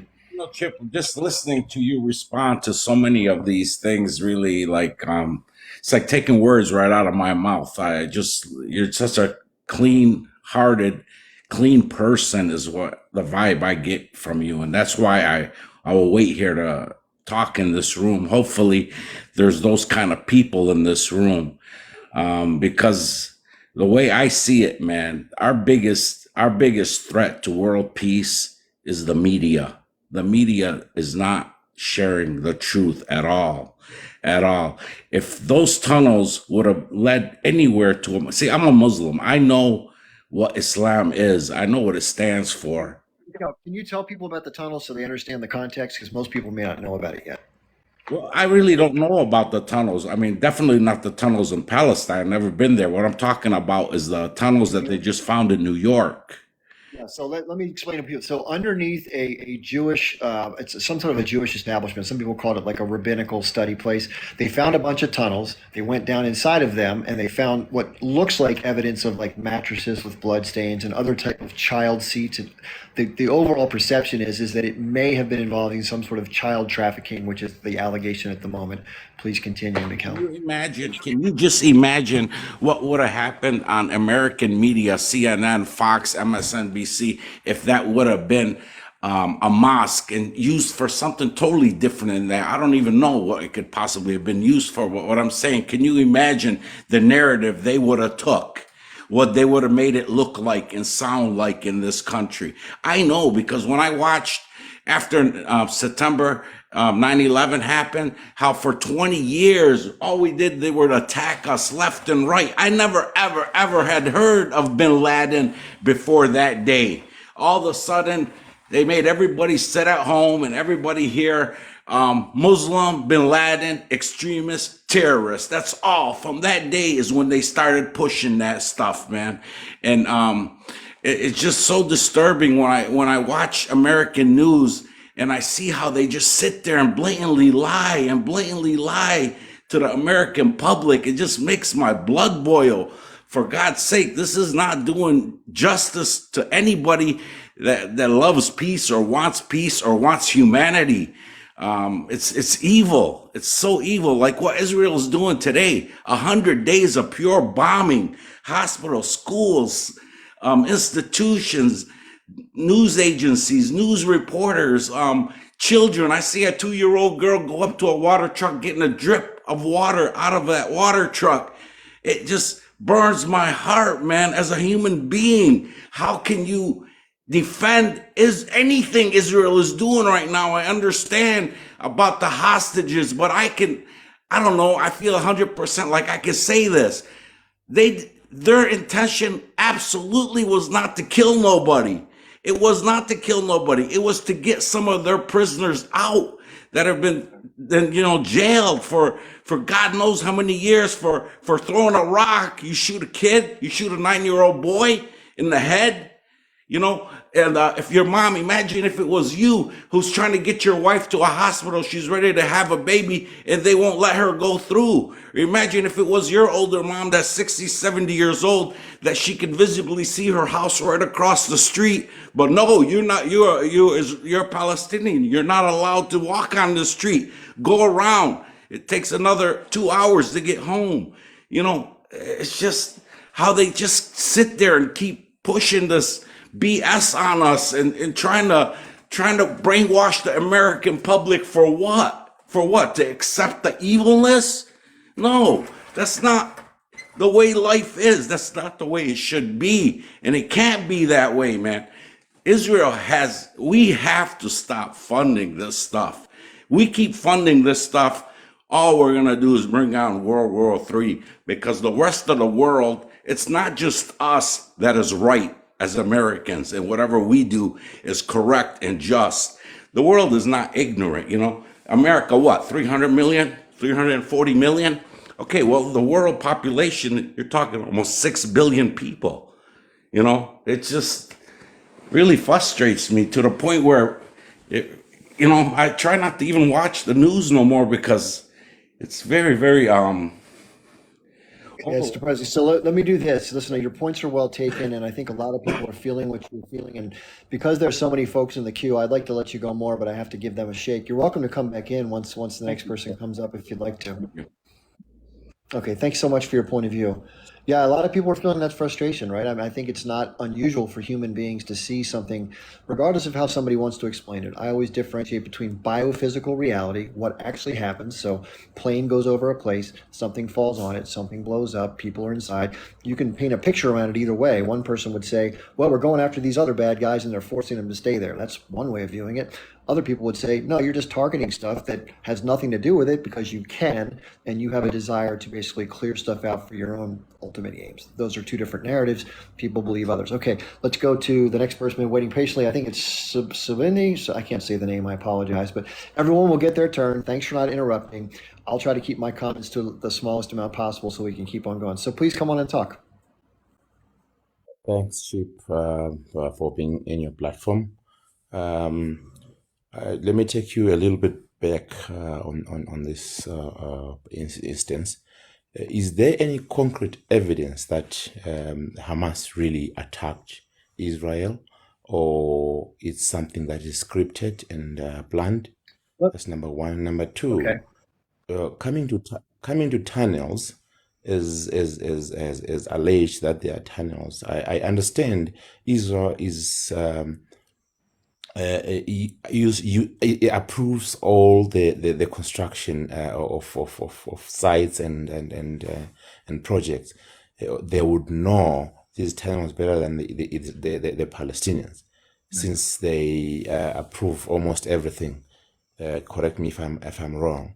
So and I just want to understand this tunnel thing, because they're talking about tunnels and tunnels and tunnels that have been built. In which year were they built, and for what? Because it's been 75 years of this war and occupation. So how come they're talking about tunnels? How come they're talking about all these allegations when they are actually occupying this land and with the authority of don't build this and build that. Thank you. Let me answer that. Thank you. I'll cover. You're welcome to stay up. And so, okay. So first question was about the incursion, let's call it that, or the attack of 10/7. So what did it really entail? There's a lot of conjecture around this. So one of the key things that's pointed out is that the music festival, very strangely, was relocated from its original planned location much closer to the border with Gaza. That's strange, right? I mean, why would you want to go closer to a potential adversary? Who knows? So anyway, and I don't believe that was in the planning from the H group. They've said so much publicly. I watched their response when they put out their video. I watched it because I like to listen to everybody. I'm not supporting them. But they said that it was an unexpected thing that they ran into. So it's just whenever you have an operation, I can tell you from having been in the Army, you have a plan. It very rarely goes according to plan. It's chaos.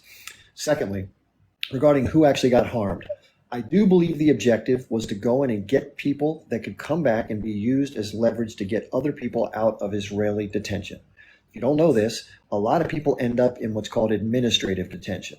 That's a fancy term for basically taking somebody, not charging them, and holding them, much like the U.S. did with people in Guantanamo Bay. No charges. You just sit somewhere and rot until something else happens. So the Israelis can renew somebody's administrative detention every 6 months, and you never know what's going to happen next. So therefore, they wanted to get those people back. Some people have been convicted of crimes, and if they legitimately committed a crime and they get sentenced, fair enough. But if they just taken, that's a whole different animal, right? So leverage was the purpose of the operation. It wasn't to go in and wreak havoc and unalive people, I don't believe. But when you encounter enemies, especially if they're armed soldiers, there was also some attacks on some special outposts that had intel that they wanted to gather, some of which I've been told, I don't have the laptop or the disk, had information on people who were plants, spies. And those people were dealt with based on the intel that was gathered. So it was a multifaceted operation, but it wasn't meant as a bloodthirsty attack. It was meant to gather hostages that could be used as leverage for exchange. Now, unfortunately, that calculation, because of this doctrine that the Israelis have, hasn't played out that way. That leverage has not come to bear, but they thought it would. So that's like, the Israelis are saying, nope, we're not going to do it. So as far as the tunnels go, I'm assuming you're talking about under Gaza. Remember that these have been building for many, many, many years. The Israelis moved out of Gaza in 2005. They haven't had a military presence other than the Rafah border crossing since 2005.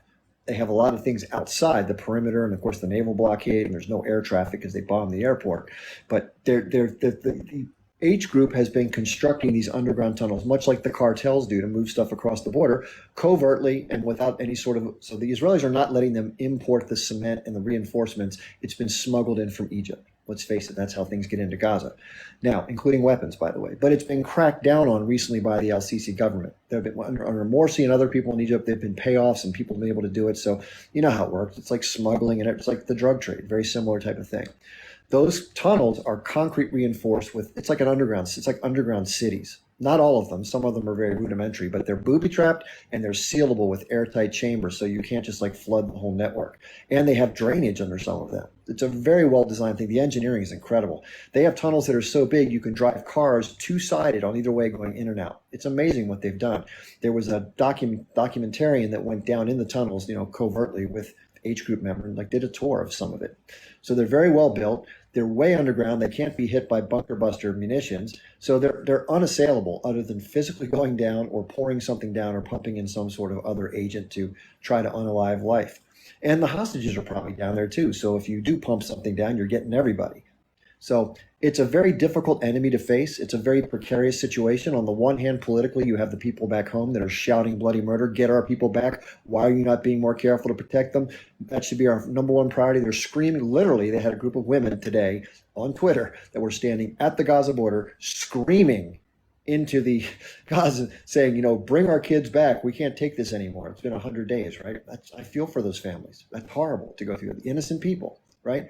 But it's part of a political battle and an ongoing struggle against an occupation. In Twitter, I always respond, and I'll get to our next guest here shortly. Ron, he's been waiting patiently. I apologize. But this is important. They're screaming bloody murder. My question is, ask your government to allow a political resolution. force them through that same pressure to relent and offer a reasonable settlement with security guarantees for Israel and some self-determination and autonomy for the Gaza Strip and the people in the West Bank in whatever way it needs to be formulated so that it works for both parties. That has not been the path that's been taken by the Israeli government, even though they put out statements saying that the Palestinians and the Arabs will never agree, because the deals have not been excluded. They've always included Israeli control of the most important aspects that don't allow them to have full autonomy, because they don't think they can actually have security with full autonomy. That's been the rub. Okay, thank you very much for those questions. I appreciate it. We're going to bring up our next guest. Thanks for being here. Okay, Ron, you've waited very patiently. I'm going to mute myself while you talk. Just please be fair and please be nice. No name calling or whatever, okay?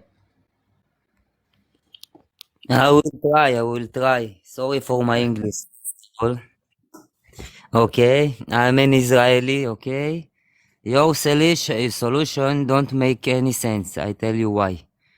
Because if we open Judea and Samaria, so-called West Bank, there were not 2K killed.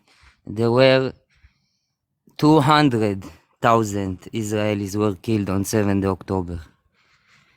So if I want to go near the West Bank with my children or my family safe, it's your solution don't make any sense.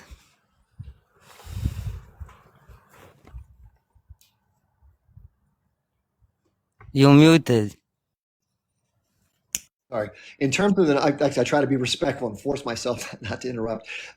You said 2,000, right? That was the number you said. So when the first reports came out on the day of the 7th and thereafter, We still counting. we were told it was 1,400. Okay, that was the first report. Then it was adjusted to 1,200. And then the final adjustment that I've seen from the Israeli authorities was 1,047 was the total count of people who unalived that day. Now, there's a lot of conjecture as to what the makeup is of those people. And there's some conjecture about the makeup of people who are reservists. Let me just finish the thought. I'll let you come in. So the thought was the Israelis responded with this Hannibal Directive doctrine, where it's basically, hey, we're sorry there's people that may get hurt, but we have to go after the enemy. And where there's confusion, it's better to go in and do what we got to do and just let, kind of let God sort it out.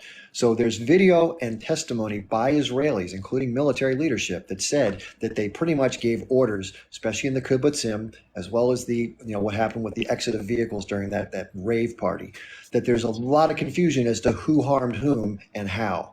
So to attribute everything this is pure propaganda. So now you put the 7th October on the. Listen, I don't want to mute you because I think that's lousy, but I just want to finish my thought. And I'll let you go. I'm going to mute myself like I did before. To say that you're definitively making the claim that it has to have been the H group, I can't say that it wasn't, but I can't say that it was. So to call that propaganda because there's ambiguity is not reasonable, just because you've heard a version of the story that makes it make more sense. And then as far as the numbers go, what evidence is there that they're, quote, still counting and it's climbed to 2,000? I've not heard that. I'm curious to hear that. Okay, you're off mute. I'm muting myself.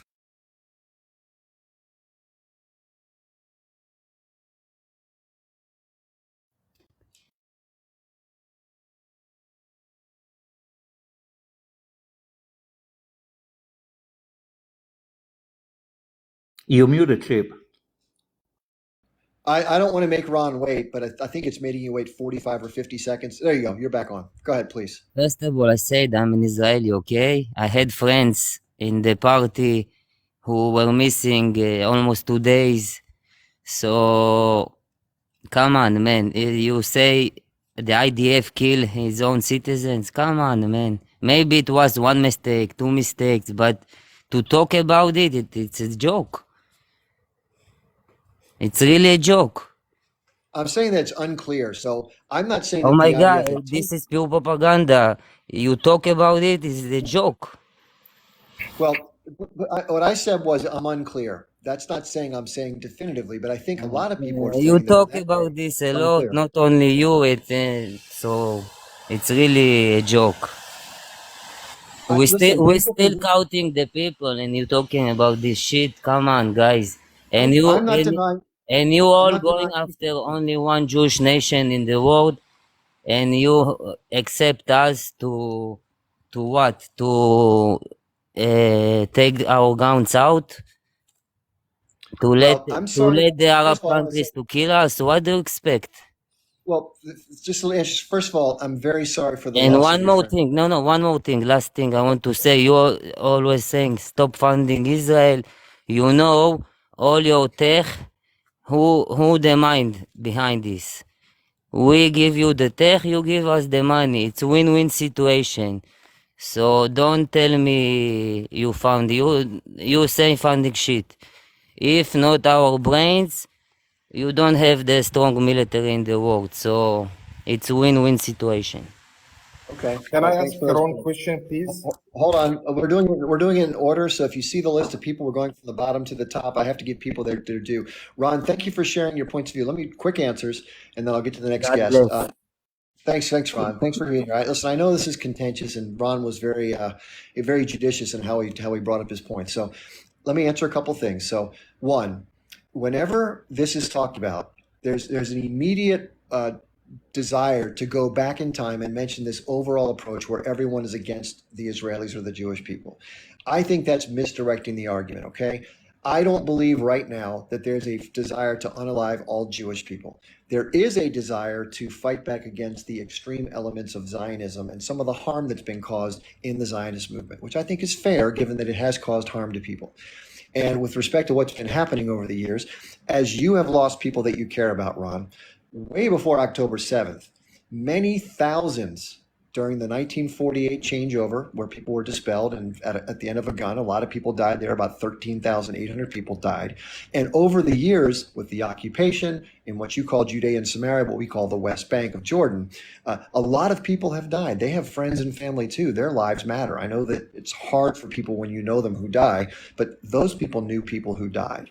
And it's no different, the feelings that they feel when somebody's sniped during a march for the right of return for no reason other than carrying a Palestinian flag because some IDF soldier decides they're going to do it. That happens all the time. It's documented by all sorts of human rights organizations. They have evidence, they have video, the whole nine yards. You talked about numbers. I'm happy to see evidence. But as I said to myself, I don't have clarity exactly what the numbers are. I don't think anybody does. I've often said we may never know the exact how things went that day. But you're claiming that it's crazy for me to say that the IDF may have harmed its own people, maybe a few. Let me explain to you what the evidence is that counters what you said there. There are Israeli leadership in the IDF that said publicly, we have it on tape, that yes, that day they gave orders in both the kibbutzim and at the rave party for it was unclear who was who. There were some people that were age group members. Some were just Gazan citizens who went through the breach and came into the area, which is the closest thing, which is the rave party. We're not clear on who did what, where, when, and how. But the evidence on the ground, forensic evidence in the vehicles, I've seen this firsthand because I was in the first Iraq War. There was a whole road that looked just like the carnage that we saw on the road leading away from the rave party. You cannot burn a vehicle out with a munition, with an RPG or a simple RPG or a small arms. These are Hellfire missile targets. I've seen what a Hellfire missile does. These vehicles were melted with the heat. These are heat rounds that are fired, and they burn and dissolve anything in their path. That's what they're intended to do, and that's what they were. They are fired from Apache attack helicopters, which were manned by the H group doesn't have helicopters. Okay, so there's forensic evidence, and in the kibbutzim, there's tank tracks as well as tank rounds that destroyed many of the structures, as well as Israeli artillery that was fired in. The IDF rules of engagement have differed in this new Netanyahu government. And I know it sounds horrific, and I know you may not understand this, but this is not propaganda. This is evidence-based, in terms of what happened on the ground. The Israeli military is now given instructions to shoot first, ask questions later. We saw the 3 Israeli soldiers that were trying to escape with a white flag. They were engaged. They were shot. Now, some people says that's just the blurriness of war. That's not. The rules of engagement is shoot everything, so be it, whatever happens, happens. It's the Hannibal directive. Look what's happening with the munitions that have been dropped on buildings. Some Israeli hostages have died, unfortunately, and that's horrible. Many are being kept underground in tunnels. But there's been sort of a cavalier approach, which is why the citizens who have hostages that are being held for 100 days now are outraged. that the government hasn't taken more care to protect them or go after them and negotiate to get them out. So that's what's happening. I'm not making that stuff up. That's my best knowledge. If I'm wrong about any of this stuff and you have evidence to the contrary, contact me and let me have it, because I don't want to get it wrong. But I am saying there's a lack of clarity during that day as who did what. As many as 300 or 400 of the people that died that day were uniformed soldiers. They're not part of the 1,200. They're combatants. So let's cut that down to, let's say, 600 people or 700 people. Of the 700, how many were reservists in the IDF? I don't know the answer to that. I would imagine a good number. Are they considered to be fair game because they're literally, can be combatants? I don't know. You can draw that conclusion. And of the remainder, how many were actually done by the H group versus were done by potentially other stragglers that came through that are maniacs, or were done by the military response? I don't know is what I'm saying, but I know that there's been admissions that some of it was involved, so we may never know the details. I don't even think the Israeli government would give the exact numbers even if they knew. That's my point. So sorry if I went on a rant there. Next person up is Mythbuster. Sorry, thanks for waiting. Yeah, no problem. So thank you for the opportunity. I know there is queue, so I will try to get fast, right? I heard Ron and the guy before him from Israel, right?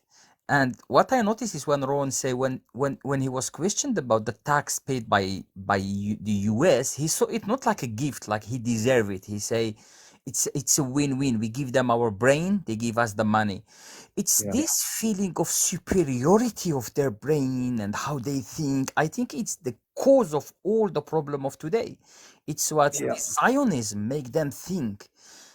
I believe if we think any brains today in America, it will be the Indian and Pakistani running the technology sector in Silicon Valley. If we think any specific brain from one country, it will be India, I think, brain. Yes, they had the old money because of the banking system. That money gave them lobby, gave them pressure. They're still using it today. It doesn't mean they are smarter. When a group is survival, and the Jews went through lots of let's say horrible stuff like you said, when you are trying to survive you become smarter. That's the same like when you see what H group did on the 7th, whether you agree with them or not, it was smart, the plan they made, how they beat a wall of billions of dollars and the IDF and helicopters, and they created all that panic. So it's about survival being maybe using more the intellect rather than smart. We give you the brain, you give us the money, like that superiority. That's the first point. The second point is how they speak about the H group, right? Like the guy before him who said, oh, they killed the Palestinians just to prove the propaganda, right? As if as this H group came from the moon, this is not their families. Like unlike the modern families in Europe and America, you find a couple and maybe one kid, one cousin. The Middle East is not like that. It's huge families. In these 2 million people, you find everyone knows someone. The nephew of this is that, the husband of this, and the cousin of that. These people dying every day are their family. Whether they are leadership of H group, whether they are second rank soldiers, this is their family. They didn't come from the moon. They are Palestinians. They are Gazans. So Right. to say like crazy, oh, they just kill his cousin just to make a point in the media. They don't believe in the media. They know the media will not help them. So why they will kill their own people to prove something to the media that they know beforehand that they are unbiased and they will not help them. So it makes no sense. Now the last point to let others. I understand why what Israel do what they do. I completely understand. History showed us that when you build a settlement on top of a village, the settlement will never flourish as long as the villager is alive. Take my country as an example, as an Algerian. We had settlement in Algeria. We had the colons. Algerians worked in their farms. Everyone, the French were happy that we working. They love for you to submit and work. Then we started the revolution. After 132 years, we still dismantled the settlements, and Israel knows that. When you build Sderot settlement on top of the Najd village, the Najd grandchildren cannot see through the fences of Gaza. That place flourished with other settlements.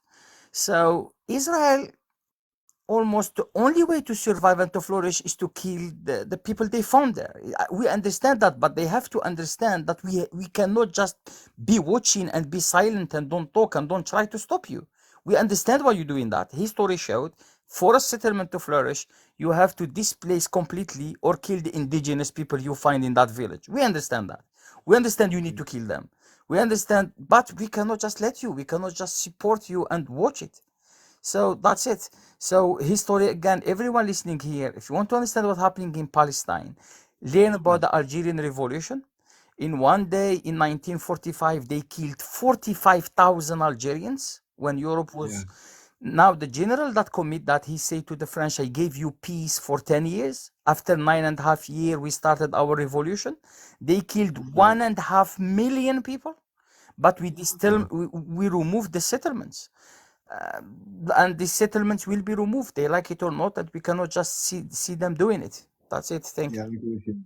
Thank you very much. Great points. I'm going to answer quickly and then let the next guest come up. So I will say in fairness, I try to be as objective as I can. And I will say in fairness that one thing you can note about the Israeli economic machine is they do have a lot of very smart people who do a lot of interesting things with technology. It's one of their big concentrations. So I think it'd be disingenuous for me to agree that they haven't done some good things. Whether it comes from a position of arrogance or not, I think they can be legitimately proud of that aspect of their society. However, I disagree with how they use it and test it out on Gaza, which I think is disgusting.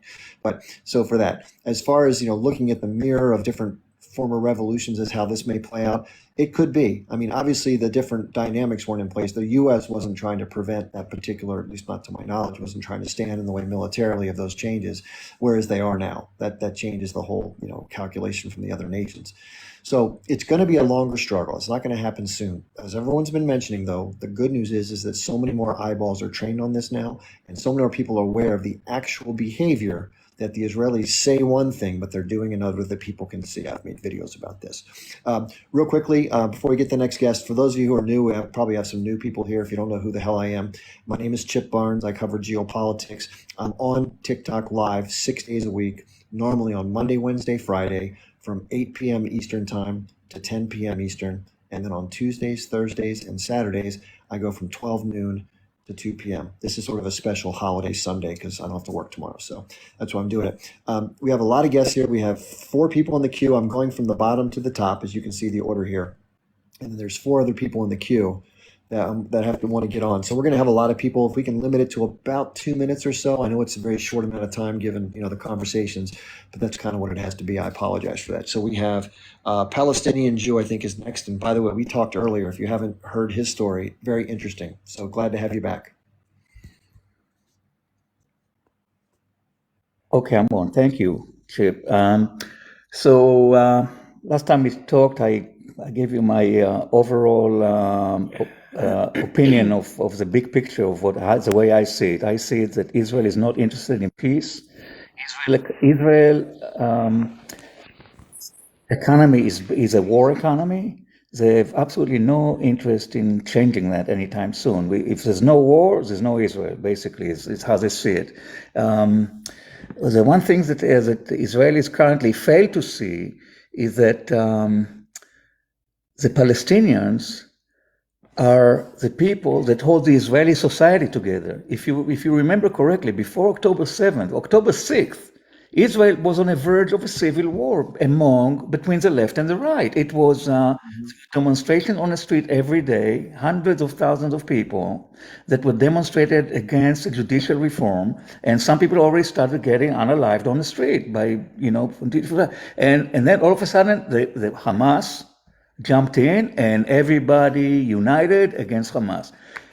This war, Israel does not want this war to be over because they know it's going to go to the chaos of October 6th. And Israel and Netanyahu, in my opinion, created this war by design. There's no, what do you call it? It's impossible to think that Israel can be caught unprepared in the fashion that they were caught unprepared, that they couldn't bring forces to the border with Gaza in 8 hours. They let the massacre happen. They wanted the massacre. And the reason for the Hannibal Directive, to make it look even worse, So they can blame it all on the Palestinians. They probably killed more than 50% of the people that were unalive that day. By Israeli forces, by Apache helicopter, by Merkava tanks, they killed their own freaking people. That's what happened. And I'm Israeli, I served in the IDF, I know what I'm talking about, and I'm an anti-Zionist. I used to be a rabid Zionist, I'm a rabid anti-Zionist. I cannot stand this genocidal, maniacal, what do you call it? Practice. The attitude. You know, I lost all my friends. I had many friends in Israel, from the military, from high school, lost every single one of them. My family, only one of my whole family. I have a big family. Only one of them talks to me right now. It's my sister. Wow. She doesn't like me either. But I cannot turn the other way. I cannot not be pissed off about it. I cannot not react. I see what I see. I gotta tell the truth. I'm not a young man. I'm gonna go to my grave pretty soon, and I don't want to go. I don't want to go with this kind of a conscience, as a genocidal maniac. You know, I don't know who would. I mean, you gotta clear your conscience at some point. You got to recognize everybody as a human being. The Palestinians are not dirty dogs. They're not dirty animals. They're not rats like the Israelis like to label them. They're human beings just like you and me. For crying out loud! Actually, they're a lot better than me. Everybody I know, I did not meet one Palestinian I didn't like, not one. I met a lot of Israelis I don't like now, really don't like. But I did not meet one Palestinian I didn't like. I know a lot of Israelis, a few Palestinians. I cannot name one Israeli right now that I can say, you know, I really like him. I can embrace him. I can agree with him 100%. There's no way. So they don't exist. They're not around. No. Unless I'm in the wrong, unless I'm in the wrong circle. So that's basically my take on things. And you had this guy Ron and Omer before, and you suggested that I debate them. So yeah, if you want to bring him on, I mean, I've been on other live TVs that run by Israelis, and the first thing out of their mouth is, I'm a traitor, I'm a scum of the earth, I'm this, I'm that. They really don't like me. So that's okay, but you know what? I'm willing to debate them now, even though it's going to be excruciatingly painful to I know it's painful. Well, do me a favor if you don't mind. In the bottom of my link tree, I don't know if you know my link tree. It's in my bio. It says Linktree Chip Barnes. If you click on that, it'll launch a list of stuff, which is all my social media, the different groups on Telegram, and then of course the donations. At the very bottom it says email me. So if you click on that, it'll pull up my email address. Please email me. I want to coordinate because the reason I don't want you to contact me here is that my account goes down all the time. I may not be able to see your message. So please email me and then we'll schedule that. Okay. So let me see if I can find your email. Hang on a second. I'm very novice at this, so I don't know how to navigate through this TikTok thing. I've been trying to do my own live. I can't figure it out. So anyway, I'll help you with that too. I'm new too. So oh really? Oh, okay. But you're doing a great job. I mean, you've got it all figured out. That's perfect. The one thing I tell you, the one thing I don't want to do is show my face. I don't want to be. I know some crazy Israelis out here. Yeah, I'm probably gonna get shot. They'll probably come and pop me if they know who I was. They'll come and pop me. No problem. I guarantee you. And I've got kids. I got grandkids. I don't want to. No, I hear you. I don't want to be at the point of a gun. So anyway, well, I can say just right there. Think about it. It's very simple. My website which isn't up yet. It's just chipbarnesonline.com. So the email is just chipbarnesonline@gmail. Very simple. chipbarnesonline@gmail. You got it, Chip. Okay, very good. Okay. Thank you. Good talking to you, and I appreciate you as well. Stay safe out there. I know what you mean. Yeah, when I went to the protest yesterday in D.C., when I first got there, I was wearing a hat with sunglasses and a mask. I mean, you couldn't have seen me if you wanted to. But then I realized, I got in the crowd and no one was going to see me. And then when I took off my hat, everyone was coming up saying, "Hey, Chip, how you doing, man?" I didn't know any of these people, of course, but they had seen me on TikTok. So that was kind of fun. Okay, just address one point, then we're going to have our next guest come up. And I appreciate the people that are waiting. The order is HQ, Barbie, Wolfman, Sala, and Henry. And then we have one more person that's coming up. Just want to let you know, I did a video the moment this happened, the first couple of days, and I said, "Cui bono?" And for those of you who don't know what that is, it's Latin for who benefits. And the very first thing I said was, with all the strife, because I follow politics in most countries, I try to, especially Israel, and there was a huge battle going on, if you don't know. There's a judicial reform that was being proposed by the Likud party and the other far-right members of the Netanyahu government. And they were trying to consolidate power by changing the way the Supreme Court can act as a check on executive power in Israel. And most people in the country even if you like the people in power, it's like here saying this, our Supreme Court goes away or something like that. It was that big of a change. And there was a good bit of the country out in the streets, like literally fighting each other. It was Civil War-esque. And of course, this pops off, and look what happens. All the pressure that deflates, everybody comes together, supports the effort. Netanyahu avoids corruption charges. That was the cui bono part of it. So who knows? And then, of course, I saw some interviews of some IDF soldiers to address the other point, that they said they used to work on the Gaza border.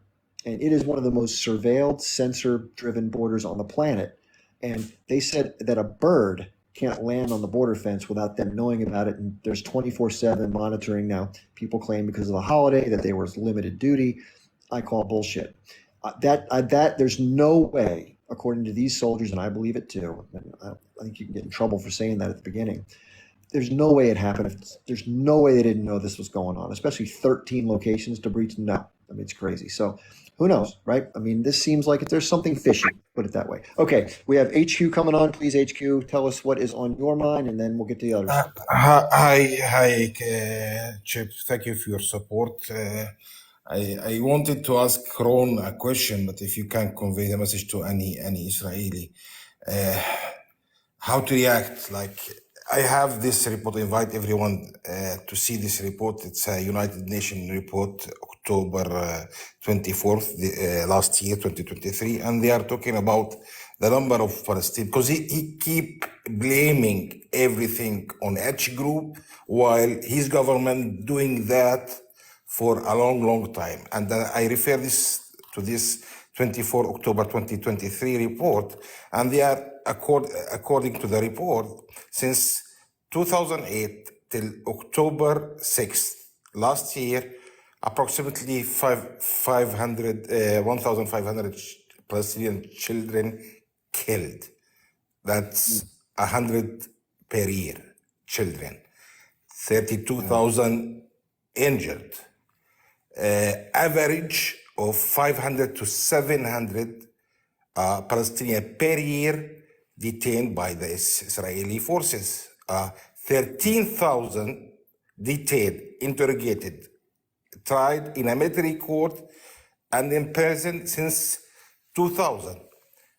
Another report from the European Union, 15 of May 2023, talking about the intention of what they call before 7th of October, the Israeli want a two-state solution. But I don't understand their logic, because they are lying. In 2022, 28 units of settlements were advanced in the West Bank, including East Jerusalem. If you compare it to 2021, 22,000 settlement units in advance in the West Bank. So don't lie and say that we wanted a two-state solution. What they are doing in the ground is not helping the two-state solution. And my question to anyone, please convey this message. What's the proper reaction? I keep asking Israeli, what's the proper reaction for the Palestinian against all these violations? That's my question to anyone, if he can answer. Thank you, Chip.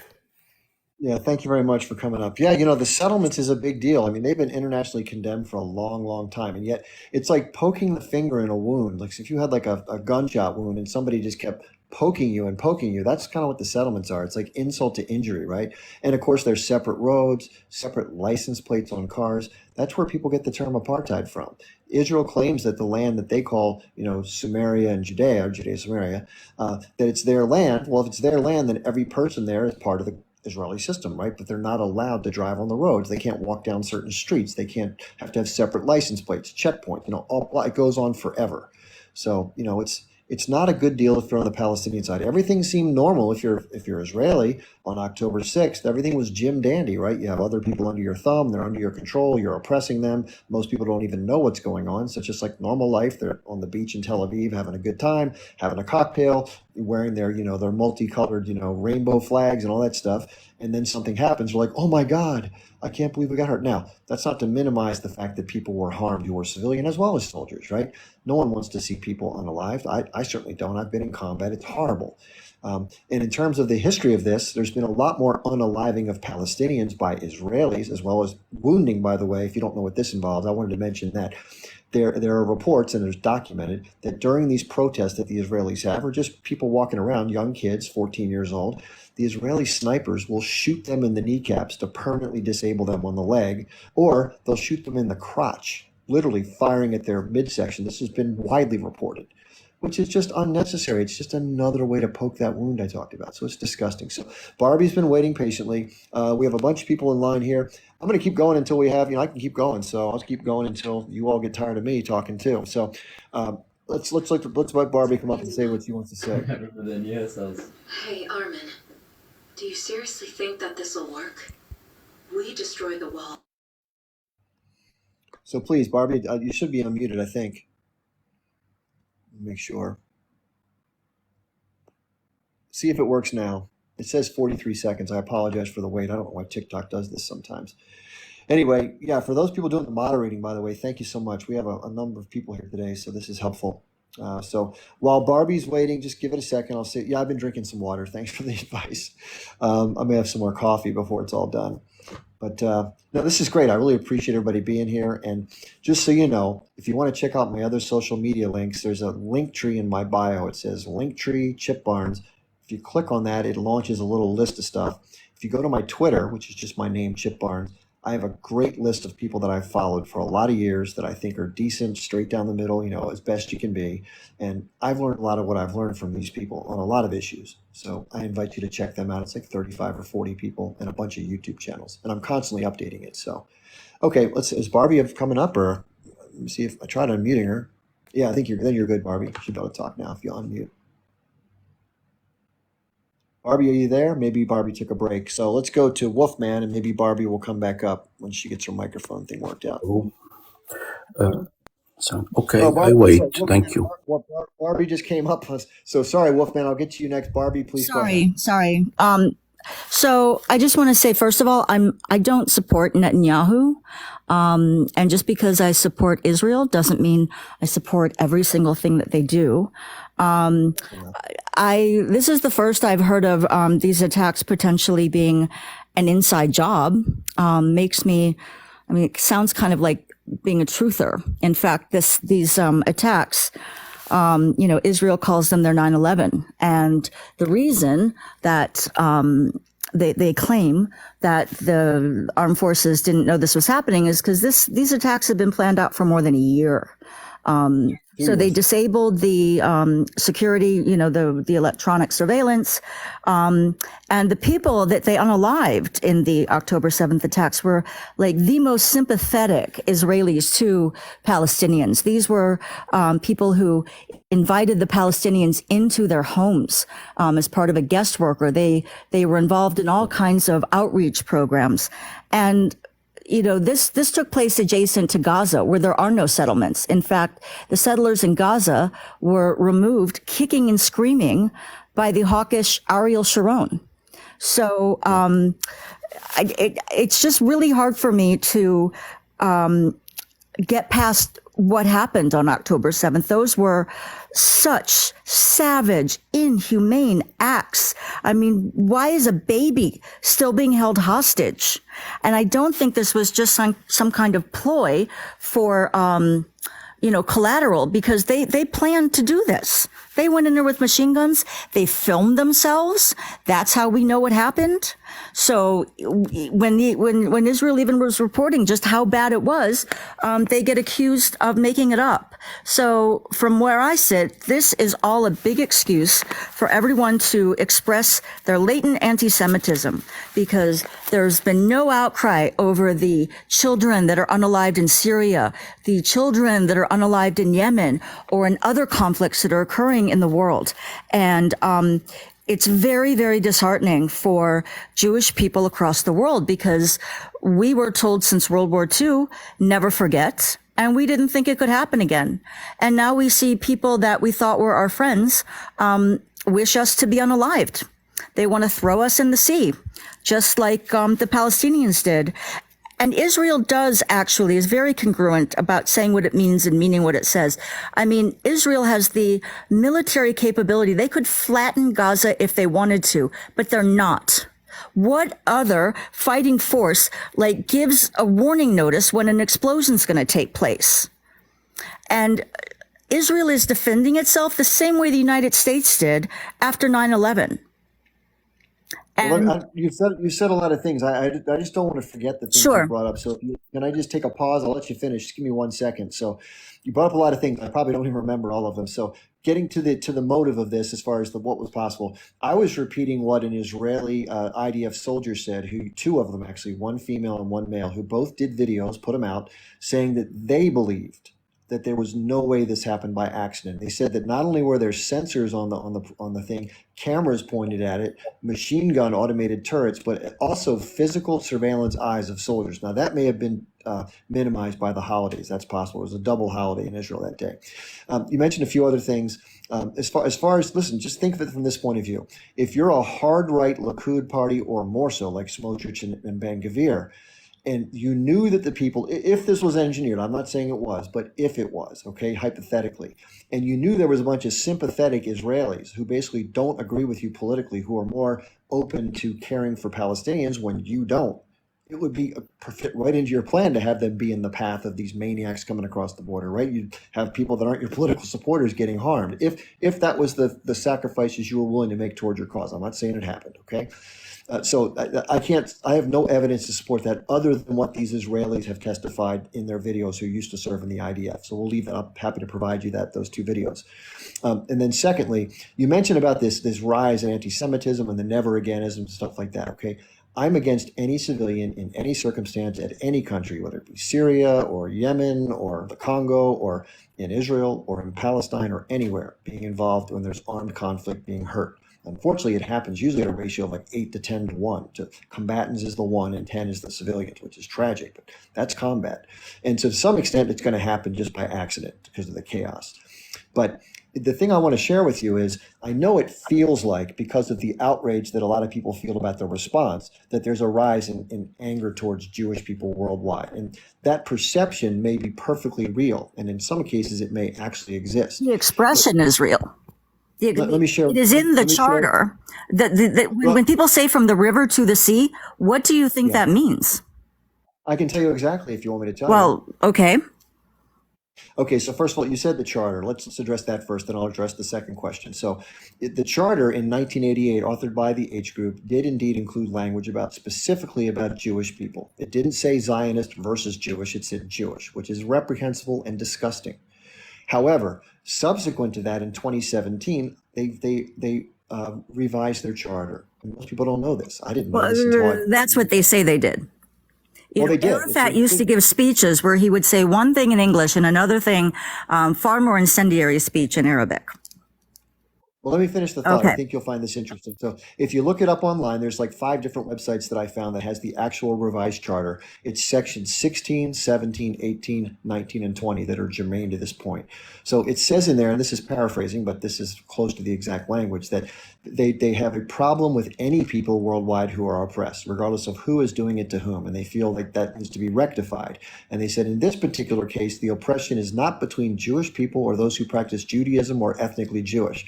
It's between the Zionist political entity, many of whom came from Europe, and are using their oppressive ideology to dispossess Palestinians of their land. Not only what happened when Israel was formed, which unfortunately people were dispossessed, it happened. And then on top of that, what has subsequently been happening with regard to the occupation and the blockade in Gaza. Yes, people did leave occupied Gaza in 2005, but those were settlements that were still deemed illegal under international law after the 1967 war when Disputed. Israel... Well, put it this way, about 98% of the world agrees with UN 242 and a few countries don't. So it's pretty much established as international consensus that it was an illegal war of aggression in which territory was seized, and Israel's maintained that they own it because they, quote, won it. Other people say, no, you advanced in without a provocation and you took it over as a preemptive measure. You bombed the Egyptian Air Force, you bombed the Syrian Air Force, you moved across and pushed the Jordanians out and you occupied They the were territory. attacked. No, they weren't. In 1948, absolutely they were. No, 1967 I'm talking about. That's what the occupation came from, of the Okay. West Bank. Okay. Well, if the UN feels so strongly about that, why do they issue their anti-Zionist resolutions under Category 6, which is inaction, not Category 7, which would permit any kind of armed response? So clarify what that is for me, because I'm not sure I'm Okay, familiar so with the the references. resolutions in the UN are issued under a specific category. It's called Category 6. And basically, those are just rhetorical press releases. The UN is rotten with anti-Semitism. If you follow UN Watch, you would see that. And I mean, in no other conflict has United Nations maintained refugee camps for 3 generations. I mean, they're not refugee camps anymore in the former Yugoslavia. Why does the UN keep those camps going? Why do the other Arab countries not accept their Arab brothers the way that Israel accepted all the Jews that were kicked out of the Arab lands? Well, let me answer that. I think, and this is what I've heard other Arab people say. So in general, and I don't want to conflate everybody who's Arab, because they're different people and different political views and different backgrounds, all that stuff. But the general consensus is by allowing people to leave Gaza or the West Bank to get basically resettle elsewhere, to become, this be the second time they've been scattered like refugees. That's like a safety valve being let out that allows the Israeli government to basically annex further territory by basically doing the Israelis a favor by Israel does not want Gaza. They don't. Well, there's a lot of conjecture around that. Let me share with you an alternative point of view that others have surmised. Okay, if you don't know about the Greater Israel Project, I don't know if you've heard of that or not, but there are plenty of people. I did a video about a woman who's head of a very large settlement organization in the West Bank, which she calls Judea Samaria, and she specifically lays out the exact territorial boundaries that she believes is the land of the Jewish people. So that's not unique to this one woman. There's a large group of ideologically driven people who believe that they're a minority. I mean, the Israel as a country does not use the Bible as like a title deed. Well, I agree that there's a minority of people who. So basically, there are many people who believe everyone's described motive, right? So we're not really sure what's in the hands of these far right leaders that are currently directing traffic, but it appears based on what's happening. Now, we know that the northern section of all the northern Gaza is pretty much destroyed. All the homes are uninhabitable. There's no way for people to return and live there currently. It's been deemed uninhabitable. So you have basically more than half the population is now homeless and driven towards the south. Then you have the fact that most of the medical facilities and the aid that would normally come in from medical supplies is non-existent. So people are in a very precarious situation. Well, but whose fault is this? Isn't this age group's fault? Age group knew there would be a response when they did this. And what they did was just, I just don't even understand how anyone can think that was just like some kind of political move. That was just it was a tragedy. I mean, it was as bad as 9/11. And I don't understand how people can just overlook what happened. The fact that there are still hostages there, like it doesn't matter how well they're being treated. They shouldn't be there. Well, and again, I understand that point of view. That is a point of view. And I feel as much, horror around what's happened to people as anybody else in either side of the thing. One would argue, Barbie, and again, I'm not sure if you've seen this from this perspective, but there are many who look at the way the Israelis have interacted with folks in the West Bank over the last 2 decades. Many people have been taken in for very dubious reasons to be in Israeli prisons under what's called administrative detention, where they may be suspected of being a relative of a family member who may have done something. So they drag them in and they stay in jail indefinitely. Okay, so and the United States hasn't done that in Guantanamo? Oh, they have, but that doesn't make it right. And no, it doesn't. But Americans are more upset at Israel than their own governments. Well, it's not Americans that are quote upset at Israel. There's all the Americans, and including you, that took to the streets. I mean, you didn't go to the streets to protest the unaliving of all the other children from different nations. It feels very disingenuous. Well, listen, everything has to be viewed in at one situation at a time. Most people, first of all, most people don't know enough about the other conflicts to really take any action. The reason this is different, just to let you know, is because this situation has been more broadcast on social media than any other. So the normal media coverage that normally stays pretty well sanitized and contained has broken loose of the narrative control. And people are seeing, I did a video the first week this happened. I said, are you believing what you're hearing in the media, or are you believing what you're seeing with your own two eyes? And here's the problem for the Israelis and the Americans. Most people who have been taking an active role in watching this on social media have seen something different than what the news has been telling them. That's the biggest difference. But there have been, I mean, look at here on TikTok. I mean, this is not the place to find out what's really going on there. How so? I would say that because I mean, there's just like, for example, the language that you use, this Zionist entity. I mean, that's not a thing. Zionism is just the belief in Israel's right to exist. The Eastern Europeans who fled from World War II, I mean, they just want to live in peace, just the same way we do, just the same way Palestinians want to.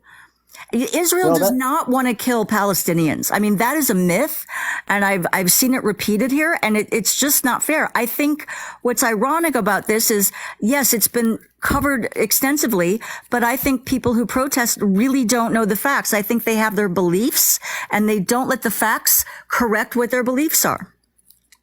So fair enough. Let's address a couple of those points. Chip, just 1 second, please, brother. I was going to say, Hold on. Listen, the way this has to work is we have to be able to have the conversations one at a time. I'll direct traffic. If you have something you want to say, I'll get to you as fast as I can. Otherwise, it gets chaotic and it just doesn't work. So in that regard, Barbie, please let me finish this. Sure. I got to get this thought out, and I'll happily listen And to then your reply. I do want to let other people talk, but thank you for fair being enough. civil. Of course. No, and I appreciate points of view. I went to the Israel rally in DC just to try to better understand the way people are thinking and talking. It's just what I do. It's more important to understand people than it is to condemn them. But you mentioned the point that Israel doesn't want to unalive Palestinians. They want to live in peace. And you mentioned, so I would say the same thing about Palestinians to this extent. There are hardliners in the Zionist movement and within the Israeli government right now, indisputably, who are doing things that aren't aligned with what the statement that you just made. So that's one thing. I don't think that's related. I don't think everybody in Israel supports what the Netanyahu government is doing. They're angry. They're angry about the attacks. They want security, but this seems a little overboard, even for to reach that And objective. that may be, but what you can't deny is that H is ruling. Okay. I asked you nicely to not interrupt, and there you go again. So I'm just going to mute you for a sec. Okay, and I want to hear what you have to say. I just got to be able to finish the thought. So if you look at the H group, they're the radicals in Gaza and also the entire Palestinians. Let's face it, they're the most radical group that wants to kind of, do the most resistant things they can, including some of the bad stuff. Now, I will say this, Barbie, to be fair, a lot of the things that were initially reported turned out to not be true, or there was no evidence to support it. 40 babies being, head removal. That was everywhere the first day of the conflict, right? That's all people talked about. Oh, how these are barbarians. Now, just like the boy who cried wolf, when you make stuff up to try to make your enemy sound worse than they are, to create this public perception of there's nothing we can do to deal with these people other than go in and absolutely smitten them, that's not fair, and it doesn't serve your cause. The other thing is, every subsequent charge of these atrocities are unclear. They're murky because of the fact that the original claims were, refuted. So how do we know for sure, other than these private recordings that they say journalists have seen? And I've seen reports of journalists who saw them, and they've revealed some of the, the more barbaric nature of them. But a lot of the allegations have not been documented. They say that witnesses have testified to them or said what happened, but there's no documentation of it. That there's been a story projected to the public that these things are absolutely rock solid, that this is what happened, that the people were burned and raped and all this other stuff. No evidence. And we know that the goal of the mission was not to go out and slaughter people. It was to go out and gather hostages to use as leverage to get back some of those people that I referred to that you said are justified, or that it's no different than Guantanamo. But that doesn't make it right for the U.S. to do it, and it certainly doesn't make it right for the Israeli government to do it. So there's blame to be had on extremists on both sides. We know that. But getting back to the core of Zionism, and I'll shut up. Zionism is not just wanting a homeland for Jewish people, which, by the way, I think is extremely important for any marginalized people historically, especially given what happened in World War II, to have a safe place to be free from further persecution in the form of a Jewish state or whatever form it takes. The question is, where should it be situated? A lot of people have argued that because a lot of what happened was in Europe, that's where it should be situated. There was Uganda, there was Argentina, and other suggestions. It turned out the aim was historic Palestine. Now, when this was being negotiated and discussed, it came up very quickly that it was going to affect a lot of people. This wasn't an empty place where you're moving into. This was a place that was very vibrant, had culture. People were living around each other for a long time. People got uprooted. That's what happened. Now, you can give different justifications for it, but that was called the Nakba. Other people called the establishment of Israel a miracle. Well, one person's miracle is another person's nightmare. But having said that, this is the key point that needs to be remembered. Okay, there are people living under persecution for a long period of time with all sorts of bad things happening. If you haven't seen the following documentary, I invite you, because you seem like a decent person and you're not overboard, check this out. This was not done by Palestinians. This was done by a young Jewish American by the name of Anna Balter. She didn't have any designs to try to say one thing or the other. In fact, she was ridiculing people that were telling her some of the things that I'm sharing here. And they said, listen, go see for yourself. And if we're wrong, we'll apologize. So she visited the West Bank as a Jewish citizen, and she had the right of return and she had dual citizenship. She went to Ramallah and spent 6 months living in a Palestinian community. And what she learned shocked her. She was like, oh my God, I didn't know any of this. This is crazy. So she came back and made a documentary about it. Now that she has no reason to lie. She has no agenda. She's not being paid by the Palestinian Authority. I've met her. She's a nice person. And a lot of people who are Jewish, who've been Israeli or just around the world, we had somebody on a few minutes ago, if you heard him, they've gotten out from under the narratives and they've seen what's going on. And they don't, let's put it this way. If you wouldn't want it to happen to you, why would you support someone else doing it to them? I don't want people to be unalived by the Germans, and I don't want the Israelis, who are the more hardened Zionists, to unalive Palestinians, many of whom they do that. Let's face it, you can't be dropping random unguided munitions onto civilian areas and expect there's not going to be massive casualties. And you can't then claim that someone's forcing them to stay in a building when they're underground getting away from it anyway. That doesn't make any sense, right? And all those allegations. So there's a lot of ambiguity around the accusations of the atrocities, and I don't have the evidence. I've seen some of it, but nowhere near the extent of what's being described that you just mentioned. So I'm going to let you reply and give you the last word, and then we're going to move on to the next person. Did I unmute you properly? Yeah, it's going to make, there you go, you're good. To the founding of Israel, because, you know, that's a whole separate discussion. I will agree with you. I do think that, you know, with your, you know, we need to take time to document and find out exactly what did happen. I think how people reacted was like how people reacted after 9/11. Yes, there was a knee-jerk emotional reaction, which is understandable. I do disagree with you. I do think they did go there intending to commit very savage acts. And again, you know, they used GoPro. So what they're studying is not just the forensic evidence, but they're looking at the very films that they recorded. I do think that, you know, the Gaza, we should be focusing on that, not just the West Bank in terms of these attacks. Sorry, hang on. I lost my thought. So what I would say is, the problem is they elected they elected a terrorist group to rule over them. And, I do know for a fact that not every Palestinian even supports H. Some of them want to be a part of Israel. And I would also say that, you know, it's not the same kind of occupation, but one is not really free if they have to worry about suicide unalivings that could happen at any moment as they go about their daily life. So anyway, so that would be my final point. And I would hope that people, especially people, you know, that don't live there, please take the time to look into this and don't let your emotions control you. Thanks, Barbie. By the way, I just followed you, so if you follow me back, I would love to have you on a panel for a further discussion one night if we kind of dedicate a night to doing, like, maybe have 3 people and 3 people. Would you be open to that? Sure. That'd be wonderful. Thank you for coming on. I really appreciate your point of Thank view. you. Yes, ma'am. Okay. Listen, it's great to hear other people's points of view, even if you disagree, right?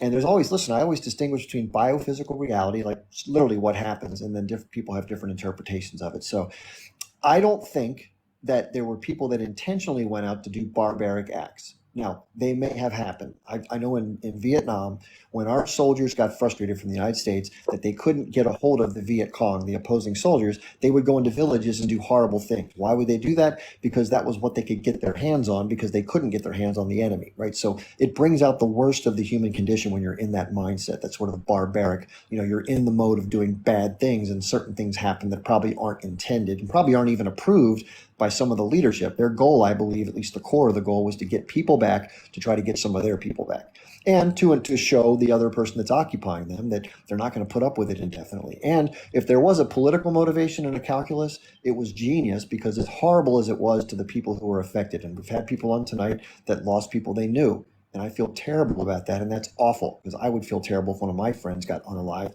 by an attack by some other group in my area. It's horrific.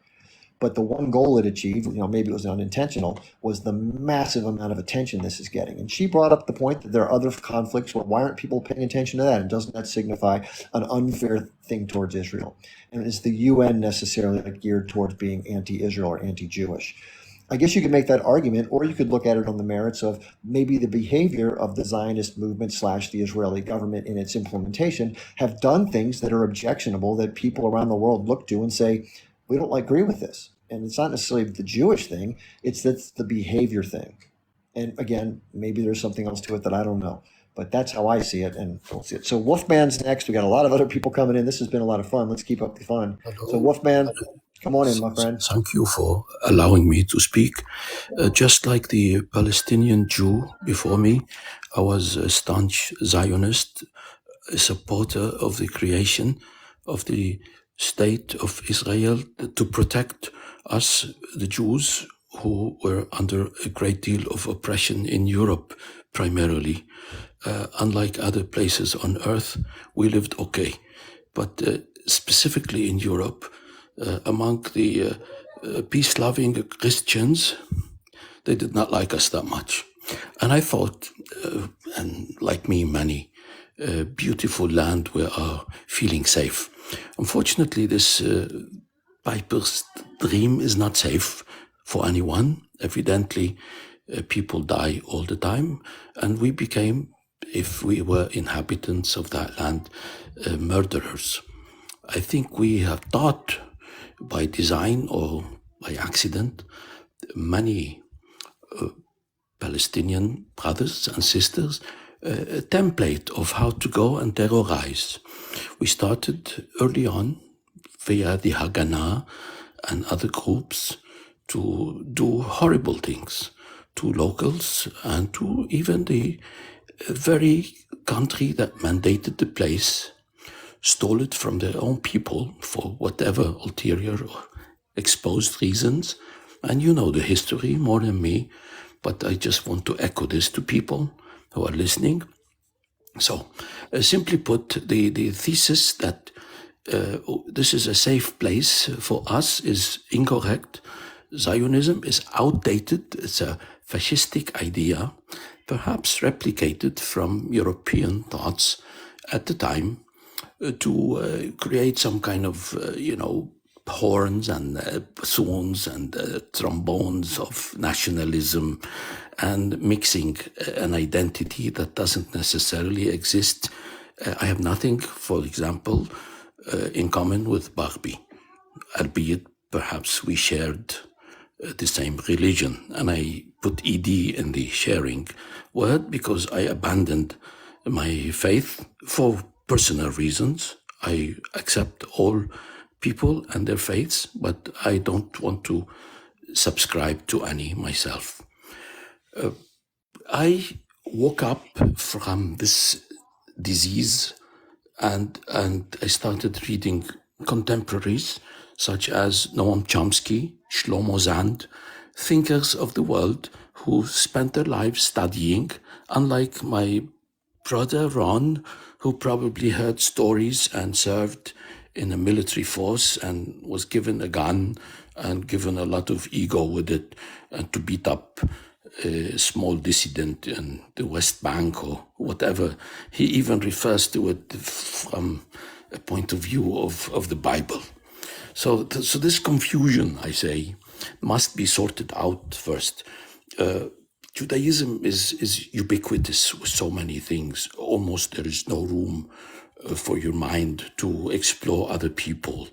They taught us early on, as I was preparing for my bar mitzvah in Zurich, that the people around you in school are goyim.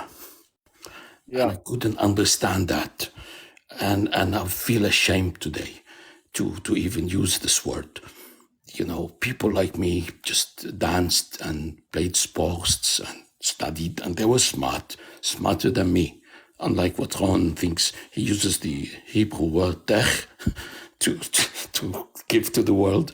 There are a lot of people, exactly what this Algerian brother said. There are smart people everywhere. Maybe the Indians and Pakistanis are there to be given some credit because they are working in the Silicon Valley, and like them, maybe in 50 years, another group of people will be doing that. I respect the United States prowess in terms of technology and all that, and especially I use the iPhone to convey my thoughts and words to you. And I thank you, Mr. Barnes, for allowing us to be here, express our thoughts. I condemn all kinds of violence, but I think if an oppressed group locked like rats in an open air, not so open, but a big concentration camp, don't expect them to be sending you roses at any given time. Thank you for your time. Thank you very much. Yeah, that's good stuff. Thank you very much, Wolfman, or whatever your first name is. Really, I'm sure it's not Wolfman. There was someone who got dropped off accidentally. So, Magic, you're going to be next after this person comes back up because he got dropped. Let me bring him back up, and it was an accidental thing. So, just in fairness. So, Salah, your floor is yours. Hey, guy. Hey, Chip. How are you? Thirsty. Yeah, I can hear you. Cool, man. So I was actually I saw you on. I wanted to come and check up on you, brother, and see how you're doing. But I've heard some of the people speakers and all of that, especially Barbie. So she gave me a lot of topics to talk about, basically. And can you put me on the big screen because I noted a couple of things and I would like to address them. So electing H group was the fault of the Palestinians. Does that mean that we have to hold Israel guilty for electing Netanyahu, who is I don't know, a genocidal maniac who's trying to unalive as many people as possible to stay in his position? Almost every single Israeli leader that came to power has used the Palestinian blood in order to gain place, in order to be part of the leadership of Israel. In the GoPro cameras of H group is also very funny because all what we've seen from the GoPro cameras that H group has or H group members those who fell in the battle on the 7th of October, all what we've seen was edited and cut. Like we've seen 45 minutes from at least a few hundred hours of filming. What does that mean? It means they've shown us exactly and only what they wanted us to see, and that puts a very big question mark. Besides that, we're talking about the how do you call it? We're talking about two parties. We're talking H group from one side, plus all the other resistance groups in Gaza. And on the other side, we have Israel and the Israeli state. H group that is accused of T attacks on Israel has requested internationally a third-party independent investigation, which Israel refused, and that makes us put 100 question marks on Israel and Israel's behavior. And what did they do? Why they've done this? Please feel free to stop me if you want to address any of the points, Chip. I don't know. Well, no, yeah, I will say something, and that is I agree with you 100%. Whoever they elect to govern somebody, they can't blame the militant group. The people who, if they did vote for the H group, they probably weren't expecting something like this to happen the way that it happened. Hmm. But they probably do agree that the status quo under what the PA was doing was probably not taking them anywhere closer to what their ultimate goal is. But as far as, the age group going out, Barbie's argument is that they were going out intentionally trying to create like a horror show. Even if they did do some of that, and this is if Barbie's still listening, Barbie, if you live in the United States, which I do, you harken back to the Revolutionary War, which is how we gained our freedom from the British occupation. This is not talked about in our history books, but the properties like the plantations and the homes that the British basically took from the colonists, the colonists went in and did horrible things to the people in terms of those who took their properties, and they used all sorts of horrendous tactics to try to basically terrorize the British to say, get the F out. It was part of the set of unconventional tactics that, while horrific and you could say condemnable, it's part of a struggle when you have no other ability to fight a conventional fight, a fair fight, because you just don't have the tools and equipment to do so. So Yeah. with that in context, obviously the H group has a right, unfortunately, because Israel has the dominating position. They're occupying and blockading. That's an act of war. It's not like everything was fine one day for the people on the other side of those issues for you to say, how dare you? The reason why they Exactly. how dare is because they're trying That's to liberate exactly the point. That's exactly the point, Chip. Because when, like, the closure itself and the blockade of the sea and the preventing of all the free access to Gaza Strip is an act of war. Therefore, what H Group has done was an act of resistance to that war announcement.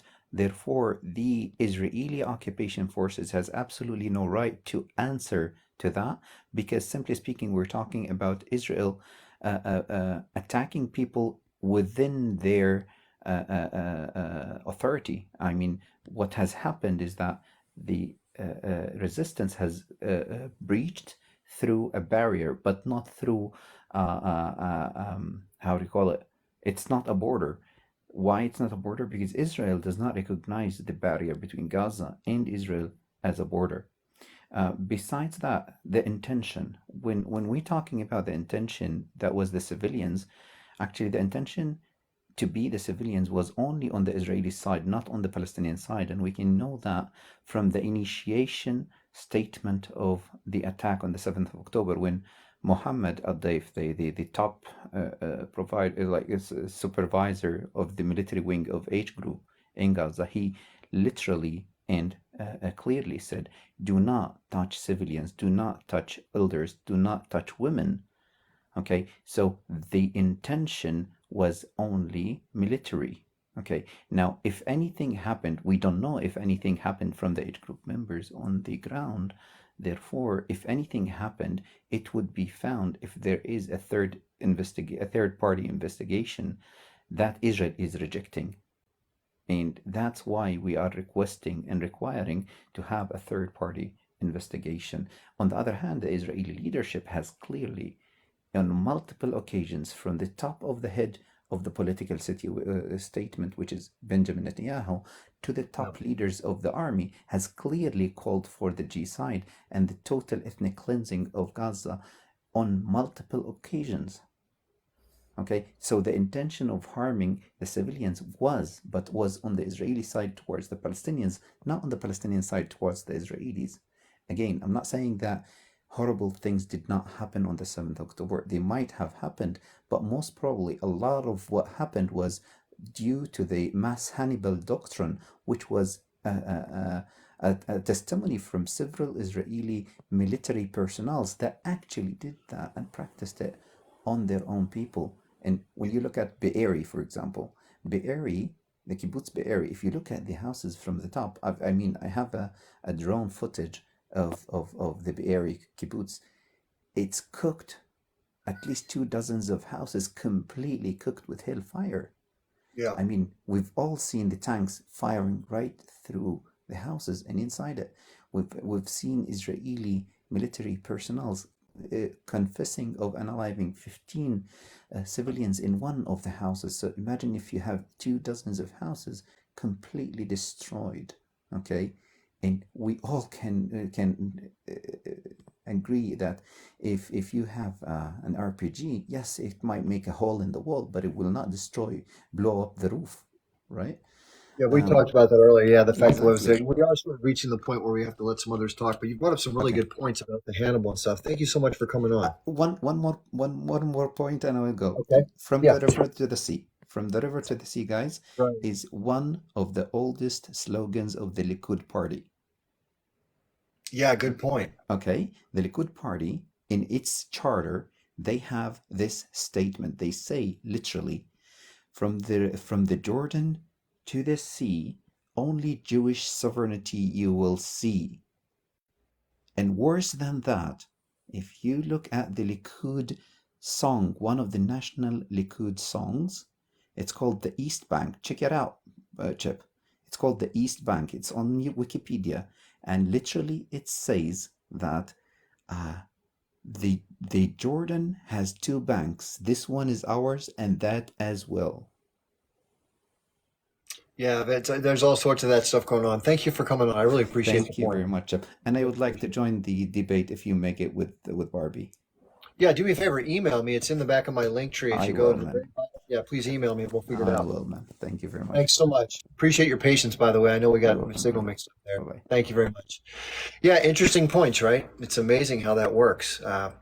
I did promise somebody in the comments that I would address one thing from the day of October 7th. So they brought up something. There's a journalist slash YouTuber, and he lives in France, but he's from the UK, named Owen Jones. And for those of you who don't follow him, he does a great job. He has all sorts of cool people on. He's like a Lex Friedman, but not as creepy, if I put it that way. But he's good. He gets a lot of good guests. So Owen did a segment where he talked about, he was one of the journalists who was able to see the screening of what the Israeli government wanted to show limited groups of people, some of their evidence for some of the atrocities from October the 7th. Now, I have no idea what was shown in that filming, but one of the ones that Owen did discuss on his YouTube channel was that there was GoPro footage from one of the H group fighters, that they were in one of these kibbutzes, and there was a bomb shelter, like most of these places have shelters, and there was a father and two kids. And supposedly, in front of the two kids, one of the H group members released a grenade into the shelter that unalived the father in front of the two kids. Now, I don't have video evidence of that, but I doubt Owen would lie about that. He's a pretty, as far as I know, he's about the straightest shooter you're going to find. So if that happened, yeah, that's terrible, right? I don't know whether the guy was armed. I don't know what the situation was, and Owen might be able to speak to it. He didn't tell details, but if that happened just to a civilian, that's terrible, right? That's the kind of thing that I would condemn. And again, I do believe that the H group leadership did not specifically tell their people, go do X, Y, and Z and just, havoc. I think what they said was, we have to go out and get some hostages, go out and do that. Now, I think that along the way, they ran into stuff they didn't expect, and chaos and mayhem. But as far as women, I doubt it. Babies, I doubt it. Elderly, I doubt it. Now, people of fighting age, I don't doubt it, especially those that are either armed. If they're civilians that are armed, which, by the way, if you don't know this, a lot of settlers and members of kibbutzim are armed by American money that's raised by the evangelical community. They literally buy weapons and ship them to Israel and give them to settlers and to people that live in these communities. So what if you go into a kibbutz and there's a guy with his son that are both pointing, M16s at you? Are you going to look at them as civilians or somebody you have to, who knows? I mean, I don't have evidence of that. That's part of the conjecture that's in the mix, right? So who knows? But it does kind of give some murkiness to the water that's not quite as clear as being put out in the media that, they're X, Y, and Z and they're barbarians, right? Who knows? I am upset that there are young people that got taken back. I think, infants should be off limits. I don't know how that came to be. I'm against that, of course, and I think everybody should be against that. I'm against anybody being taken hostage, but it's a conflict, and you can't oppress somebody indefinitely, ignore their desires to peacefully resolve it, give them shitty deals to sign and blame them for not, play the victim when you're the one doing the oppression, and then get outraged when they finally do something, anything to fight back. As much as whatever is alleged, if it's true, it's bad, I agree. But in terms of unaliving, if you end up unalived, whether you got done from 5 feet away or from 500 feet above the ground, it's the same outcome. So you can't claim on the one hand you're defending yourself because there's no more attacks. That would be defending yourself. You're going after the bad guys who you think perpetrated it. Okay, fair enough. All the other stuff, no. And the numbers are outrageous, right? And so you can't justify that. And telling your public that they're making people stay there is outrageous and untrue. Okay? Next person is Magical. I don't know what the rest of it is. You're on. Chip, Just a fantastic job of opening the dialogue to this whole thing. You've done just an awesome job of maintaining a balanced position, I think, in my eyes. And so I just wanted to impart to you all some information that I found. Dad is Yes. MIT. We go through a lot of this data and we look for cross correlations and stack data points to look for alignment and to look for patterns, right? So this is what I've found. And Chip, you can cut me off anytime. You can boot me anytime you want. I'm not going to boot So you. that's okay. Because I get hairy into these details and a lot of people don't like what I say. That's okay. I don't really care. It's the truth. Just as a heads up, though, if you can do it within about a 2-minute span, that's the only reason I would slow you down if it was a time thing. I'm not gonna cut you off. I promise. Oh yeah, hold me on that 2 minutes. I'm going to try to go as fast as I can. I'll keep an eye. So we program AI, uncensored AI, right? So locally, I can build you something AI, and you can have it so you don't have to be connected to the internet, and it operates just like Google.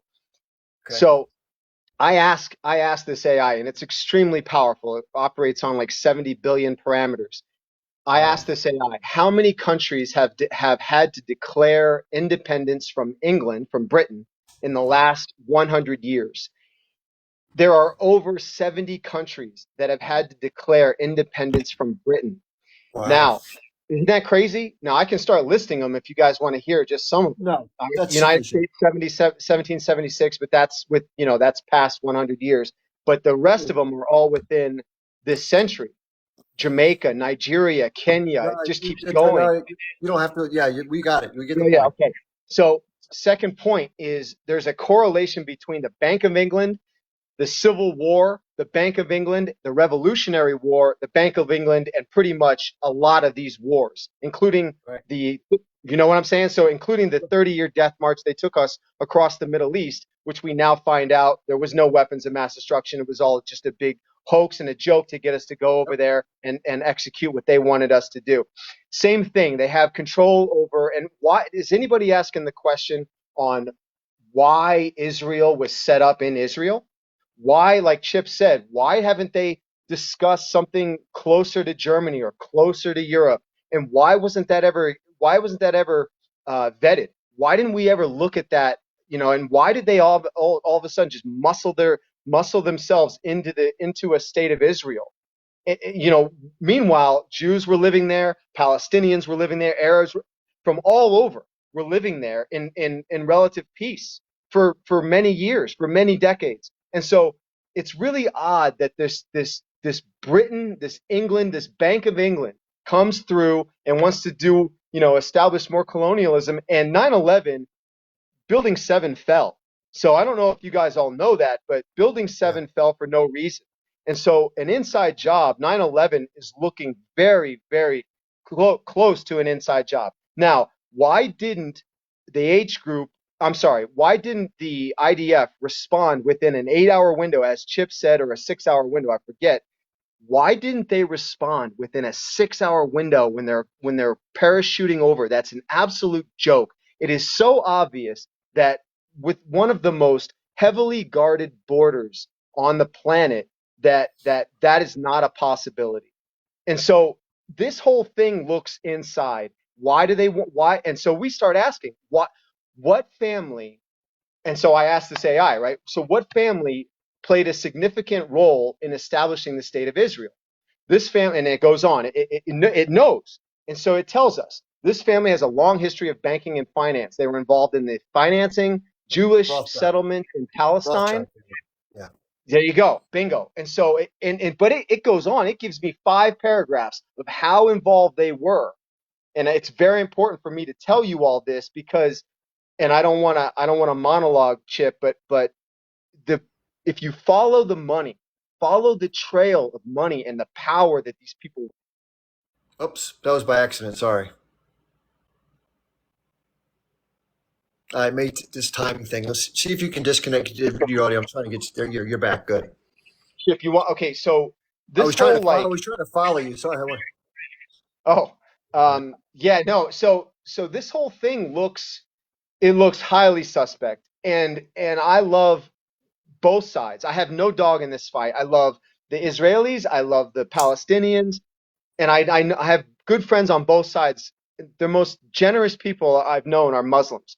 So it's like this whole thing for me is really a shock and awe of this power maneuvering among the people, these false flag operations to get us to escalate something into our own demise. It looks like they want to escalate us into a WW3 scenario where we eliminate each other. But that's just what that's all I'll say about that. Chip, I didn't want to monologue, but No, information. Well, it sounds like you have a lot of knowledge, and so here's what I'd like to do, if it's okay with you. Let's set up a time to talk on a recorded format, and we'll put it to the public. Because I think if you email me, which is at the bottom of my link in bio, you go to my main page. It says Linktree. Click on that, and you'll see my email at the bottom. It says email me. If you hit me with an email, we'll schedule a long form, podcast or whatever. We can talk about the whole thing. Can I answer only one thing about what we said, if we can? Just one second. Hold on, Ron. We have to go in order. Yeah, thanks a lot. I appreciate you being on here, and you follow me back, and we'll get it done, okay? Will do. Thank you. Appreciate it. Ron, we have a few people that are ahead. I'm happy to let you comment, but just make a note or something. I know it's kind of tough sometimes to remember. I mean, people mention like 6 things to me, and I try to remember at least 3 of them. Okay, we have Shaquille. Just to let you all know, my dog's out of dog food. I got to run down to the store in about 5 or 10 minutes. So I'll go till 7:45 after this person. Unfortunately, I can take it in the car, but the last time I did that, they cut it off. So I'm probably going to stop the live, maybe take like a 30-minute break, and probably around 8:30 tonight, I'm going to pick it back up. So for those of you who are getting stuck, I apologize. But I just got stuff I got to do. So I love doing this. It's fun. Okay, let's let Shaquille talk, please. If you're ready. Hey Chip, I'm ready. Thank you very, very much. You know what? My blood was boiling listening to that rabid Zionist Barbie. But then when I heard from the Wolfman, whoa, what a blessing! Wolfman, you're a blessing. It is absolutely fantastic.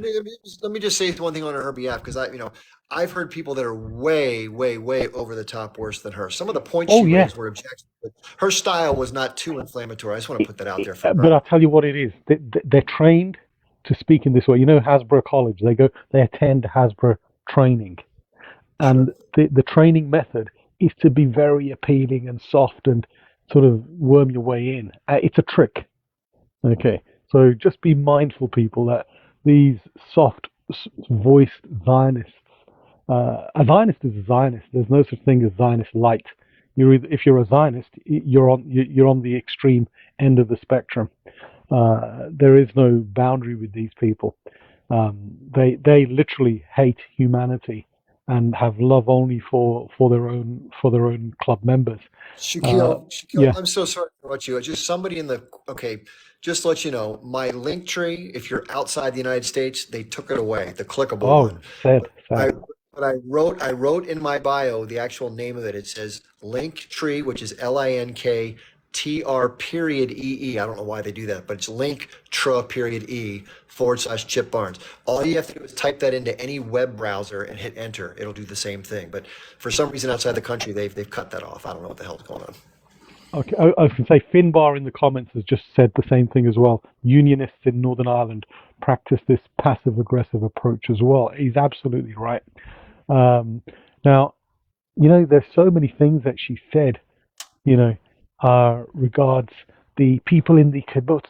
Everybody thinks these are spiritual, happy people. They're armed to the teeth. These kibbutz, they're no different from the settlers. And most of them are, especially the ones around Gaza, they're housing military families. So that's where they live. The military families, they're armed to the teeth. They're heavily, heavily armed. And, we've already seen the footage.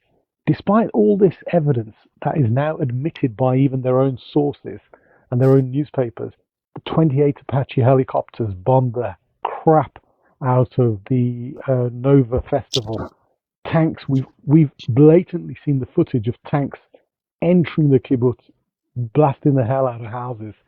And you, as a former soldier, you also know that the light arms that the H group were carrying cannot do the extensive damage that was done. Okay, you're looking at heavy artillery shells that do that sort of damage. and where everything is totally incinerated as well, because the hundreds of cars that were at the festival were incinerated. Unless H Group had a bloody Warthog or a Apache with Hellfire missiles, it would have been an impossibility for They them. did not have those weapons. Yeah. No, they had light arms, side arms and rifles and light RPGs, etc., which have got limited Please, capacity. I can't hear the lies. Please, I. Yeah, Ron, I'm listen, speaking. if you can't Yeah, take your turn, I'm gonna have to send you. I don't want to kick you off, but yeah, everyone's got to wait. If you have a pen and paper, What the hell? write down the things that you find objectionable, and then when you come on, you can talk about them. Okay? yeah. And there were so many things that she said, that are designed. What it is, they have people got to understand. I've had interaction with Zionists going back 25 years now, maybe at least 25 years. Okay, and they try the most incredible tricks. They are incredibly creative at befriending you. And anybody who's a former Zionist, like say for example Wolfman, I'm pretty certain, we now know he's a brother, he's an ally. He'll probably happily confirm this. I just hope Barbie was listening to the Wolfman, because that would make her choke on the lies that she was spewing.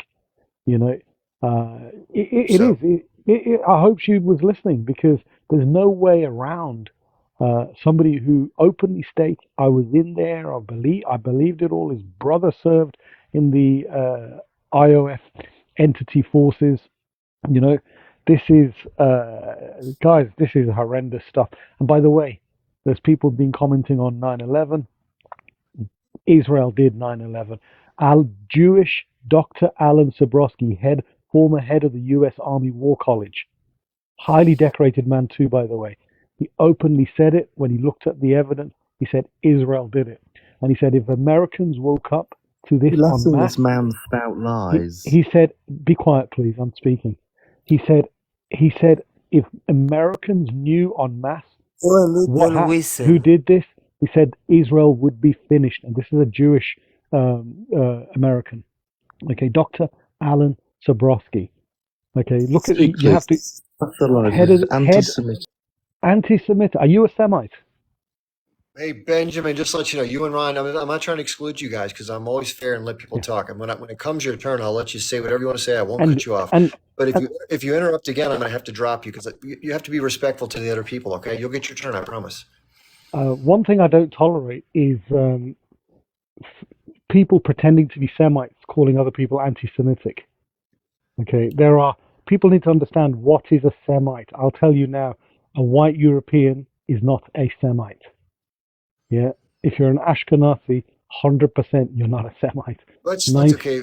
I Yeah. have to, unfortunately, I started to do this. Your information has been great. I just have so many people that are waiting. I got to give them a chance. But let me clarify that one point again. I don't think it's as germane to the conversation. I was dealing with Sophia Ryan on this issue, which was very painful.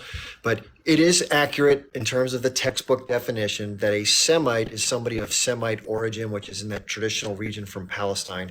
A lot of people who have since moved to Israel, and a lot of people who are in power now, including Netanyahu, Smotrich, and that guy Itamar Ben-Gvir, they're all from Europe. Their family lineage is from Poland, Lithuania, and Ukraine. Let's just leave it at that. But the term has been changed colloquially to mean someone who is against Jewish people. So correctly, yes, you can't be an anti-Semite because they're not Semites technically, but the term's been co-opted. So colloquially, people believe when you say somebody's anti-Semitic that they're anti-Jewish. Shaquille, I want to have you back up again. You've been great. I appreciate your body of knowledge. In fact, same Thanks, thing. brother. If you want to email me, feel free, and we'll figure something out. Okay. Well, Thank you you know very what? much. I'd love to join you in longer form conversations, and we Yeah, can have some exactly. great So email me. discussions. We'll set it up. Thanks a lot. Appreciate you. Okay, I'm going to get to you guys, Ron. We have a couple people ahead of you. We'll try to be quick. I know it's painful to wait. I've been there, done that. I know the feeling. Abba, Fema, I don't know your name exactly. Hi, Chief Abbas. Hi. 3. Hi. How are you? Good, thanks. Thank you so much for having this platform. I just definitely appreciate the dialogue and just hearing everyone's opinion about the matter. The term anti-Semitic was actually coined in 1800s, and that is a term that is now being loosely used. I just want to tell you a little bit about me and my family. I'm German, and my dad is African American. American. And so, of course, you know about the atrocities in America with slavery. So my family was promised land by our slave owner. Unfortunately, the slave owner's wife did not like our family, so she did not give us that land. Presently in Virginia, that land is a golf course. So is it possible to say that I can go back to that golf course and ask for my land back? I could fight for the land. However, what my family has done since the 1800s in America is use the resources of the land and learn how to integrate with those of the land in order to make for a better life here in America. Now, as you know, we still have systematic racism here in America, but it disheartens me to hear that one group of people cannot get along with another group of people and cannot bear to live around anyone unless it's someone of their own. And this just triggers me back to segregation, to the 60s. I didn't experience it, but my family did. And so for you to be, not you, Chip, but for those that are saying we just need our own state with our own people, I think that what one needs to do is just take a look around how similar we are. So within my family, my daughter is Ashkenazi. Her dad is of Jewish descent. He's white. And my family is made up of Jewish people. I converted. I was Catholic. I'm now Muslim.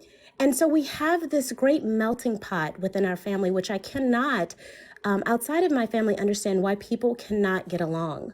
So I do live in a Jewish area, and I do speak with Jewish people. And what was told to me by one Jewish mom, because we were in toddler time, why are you speaking to me? I'm so surprised that you spoke to me.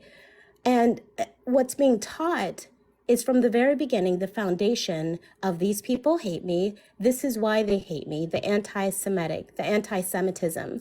And if we can erase or try to deal with that trauma that they have been dealt with, and we've all gone through traumatic experiences. However, I think that there's a trauma that really needs to be dealt with. And there's a fear that they don't like me. They would want to kill me.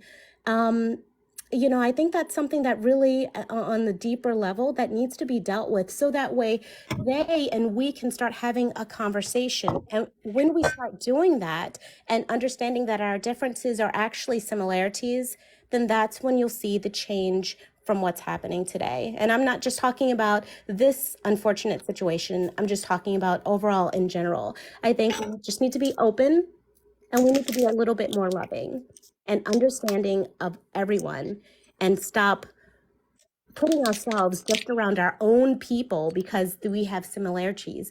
Branch out, understand people, get to know people, and then we can stop all of this chaos that's happening. And that's Those are good points. Those are great points. Thank you so much for coming up and sharing that, and good luck with your family. I totally agree. And I think if you ask the average Palestinian, and I've talked to people about this yesterday, I was at the Palestinian March, as I was at the pro-Israel March, just to let you know, I try to go and learn from everybody. And I was somebody said to me particularly, we have no problem with anybody, their religion, their ethnicity, we could care less. You know, our religion tells us to be respectful of others, much like was just said by the previous person that came on. And therefore, it's not about the people. When they say from the river to the sea, people told me multiple times yesterday, and we heard somebody always saying that the people in the Likud party have something different from the other way around, which is not as bad. It doesn't mean to remove people who are Jewish. It means to remove the delineation of the colonist movement, the settler colonial movement, such that people can live in whatever relative harmony that was there prior to the creation of that state. It doesn't mean to unalive everybody and to mass genocide everybody into the ocean or whatever, which is what it's often attributed to, just like anti-Semite is now considered anti-Jewish versus what it would really mean as far as Semitic origin. That term has been told to be, even Elon Musk said, if you say it on Twitter, you get kicked off. But it doesn't mean that. It's been ascribed that meaning by others who want it to mean that for their own reasons. Now, people may disagree with that, but all the people that I've talked to who have been talking about that, that's what the phrase means. So they don't have any hatred in their heart for people who are Jewish. They just don't. They don't. Okay, we got Healing Star and then Ron, and then I got to go get the dog's food after Ron comes on. I'm going to restart the live at around 8:30, 8:45, but I just can't. I got to get the dog food. Chip. Thanks for having me on. I think as an American citizen, one of the biggest things is the cognitive dissonance that exists and the emotional juxtaposition created when we realize just how in depth the brainwashing and indoctrination and whitewashing of history is, right? Like, we can even look at the United Nations, this body that is supposed to be, you know, the peacekeepers of the world, the teeth, the enforcers, and the protectors against genocide. But, you know, Mohammed Abdulaziz Salam, who was a permanent representative to Yemen, wrote a letter to the United Nations in 1988 talking about the Israeli terrorism and occupation of Palestinians. And it talked about the oppression, it talked about the violence. It was a communique from the Arab League of Nations. And, you know, it was then sent to the UN in 1988. And this was after the UN Resolution 3379 in 1975 that actually declared Zionism as a racist organization. And it actually says there's a common imperialist origin, and it most severely condemned Zionism as a threat to world peace and security, and called upon all countries to oppose this imperialist ideology. And so as an American citizen, to sit and see President Biden say he's a self-proclaimed Zionist and, you know, we're not going to do a damn thing other than stand with Israel regardless of what is happening. It's, you know, it's horrifying and it's disgusting. And, you know, looking into, you know, the tax It's horrifying implications, with right? the actions that happened on the 7th of October. Sorry, Benjamin, I gave you fair warning. I got to let you go, my friend. I don't want to do that to anybody, but unfortunately, when you speak up like that, I guess gotta do it. So, anyway, if you're waiting to take your turn, guys, listen. I'm trying to be fair to everybody. I'm not trying Absolute to disgrace. You let people speak when they. Just listen. You're being somebody who's being rude. I've noticed one thing, by the way. Let you know this. This is fair. I watch a lot of lives, okay, and I don't say this I don't say this out of quiet. The people that tend to interrupt and overtalk people and be very boisterous and rude and disrespectful are all on the Israeli side. Now, are there some people who may be on other people's lives I haven't seen? Perhaps. But I don't know what is Listen to this. where they think that they have absolute, complete knowledge of everything in the world that's ever happened. And it's just absurd. You don't have the right to come here and do all that stuff. So just listen, be polite and wait your turn like everybody else. You don't have to jump in. Just, you know, if you disagree, that's fine. Just wait your turn to say it. Okay. Let me get back to the person who was They're talking. spouting lies, and they're not. She talks about this whitewashing of history. It's an absolute spouting lies what she's doing. Listen, you may Absolute disagree. disgrace. Okay, that's fine. Benjamin, I think it's interesting that Listen. I'm very fair to people. Okay, if you're still listening, Benjamin, I never want to kick anybody else off. But if you're that obstinate and you're that rude and you just can't, for whatever reason, because you think you're that important and your point of view is that right, you can't wait your turn, I got to let you go, man. Listen, everyone's been fair. This guy, Ron, who's been waiting, has been very patient. I appreciate that, Ron. Let's please continue. Yeah, so I was just gonna say it's horrifying to see like this UN resolution. It is on the UN website for all to see. It's UN Resolution 3379, and I encourage everyone to go and look and to read it on their own, and to go into the UN website and their document history, because there's 1,100 pages of documents to the UN about what's going on in Palestine. So please don't, no one take my word for it. Go look yourself, because when you really realize the depravity of what's been going on since 1948, it's horrifying. But thank you for having me, and thank you for letting me speak. Absolutely. Now, just to let you know, thank you so much for coming up. I really appreciate you. Now, just to let you know, this person, Ron, is going to be next. And when he comes on, I gotta go get my dog some food because I'm out of food and the store closes in about 30 minutes. So what I'm going to do is this. There are 8 people in the queue. I just took a screenshot. What I'm going to do is I'm going to be back on close to 9 p.m. tonight. I promise you that I will bring you up first in the order that you came on here, but I do have to take a short break to do those things. So Ron, please say your piece, then we're going to move on. Temporarily, I should say. We'll be back. Your dog is amazing. Beagle I have also. Sorry? Is it- Your dog is amazing. Beagle, no? I have also Beagle.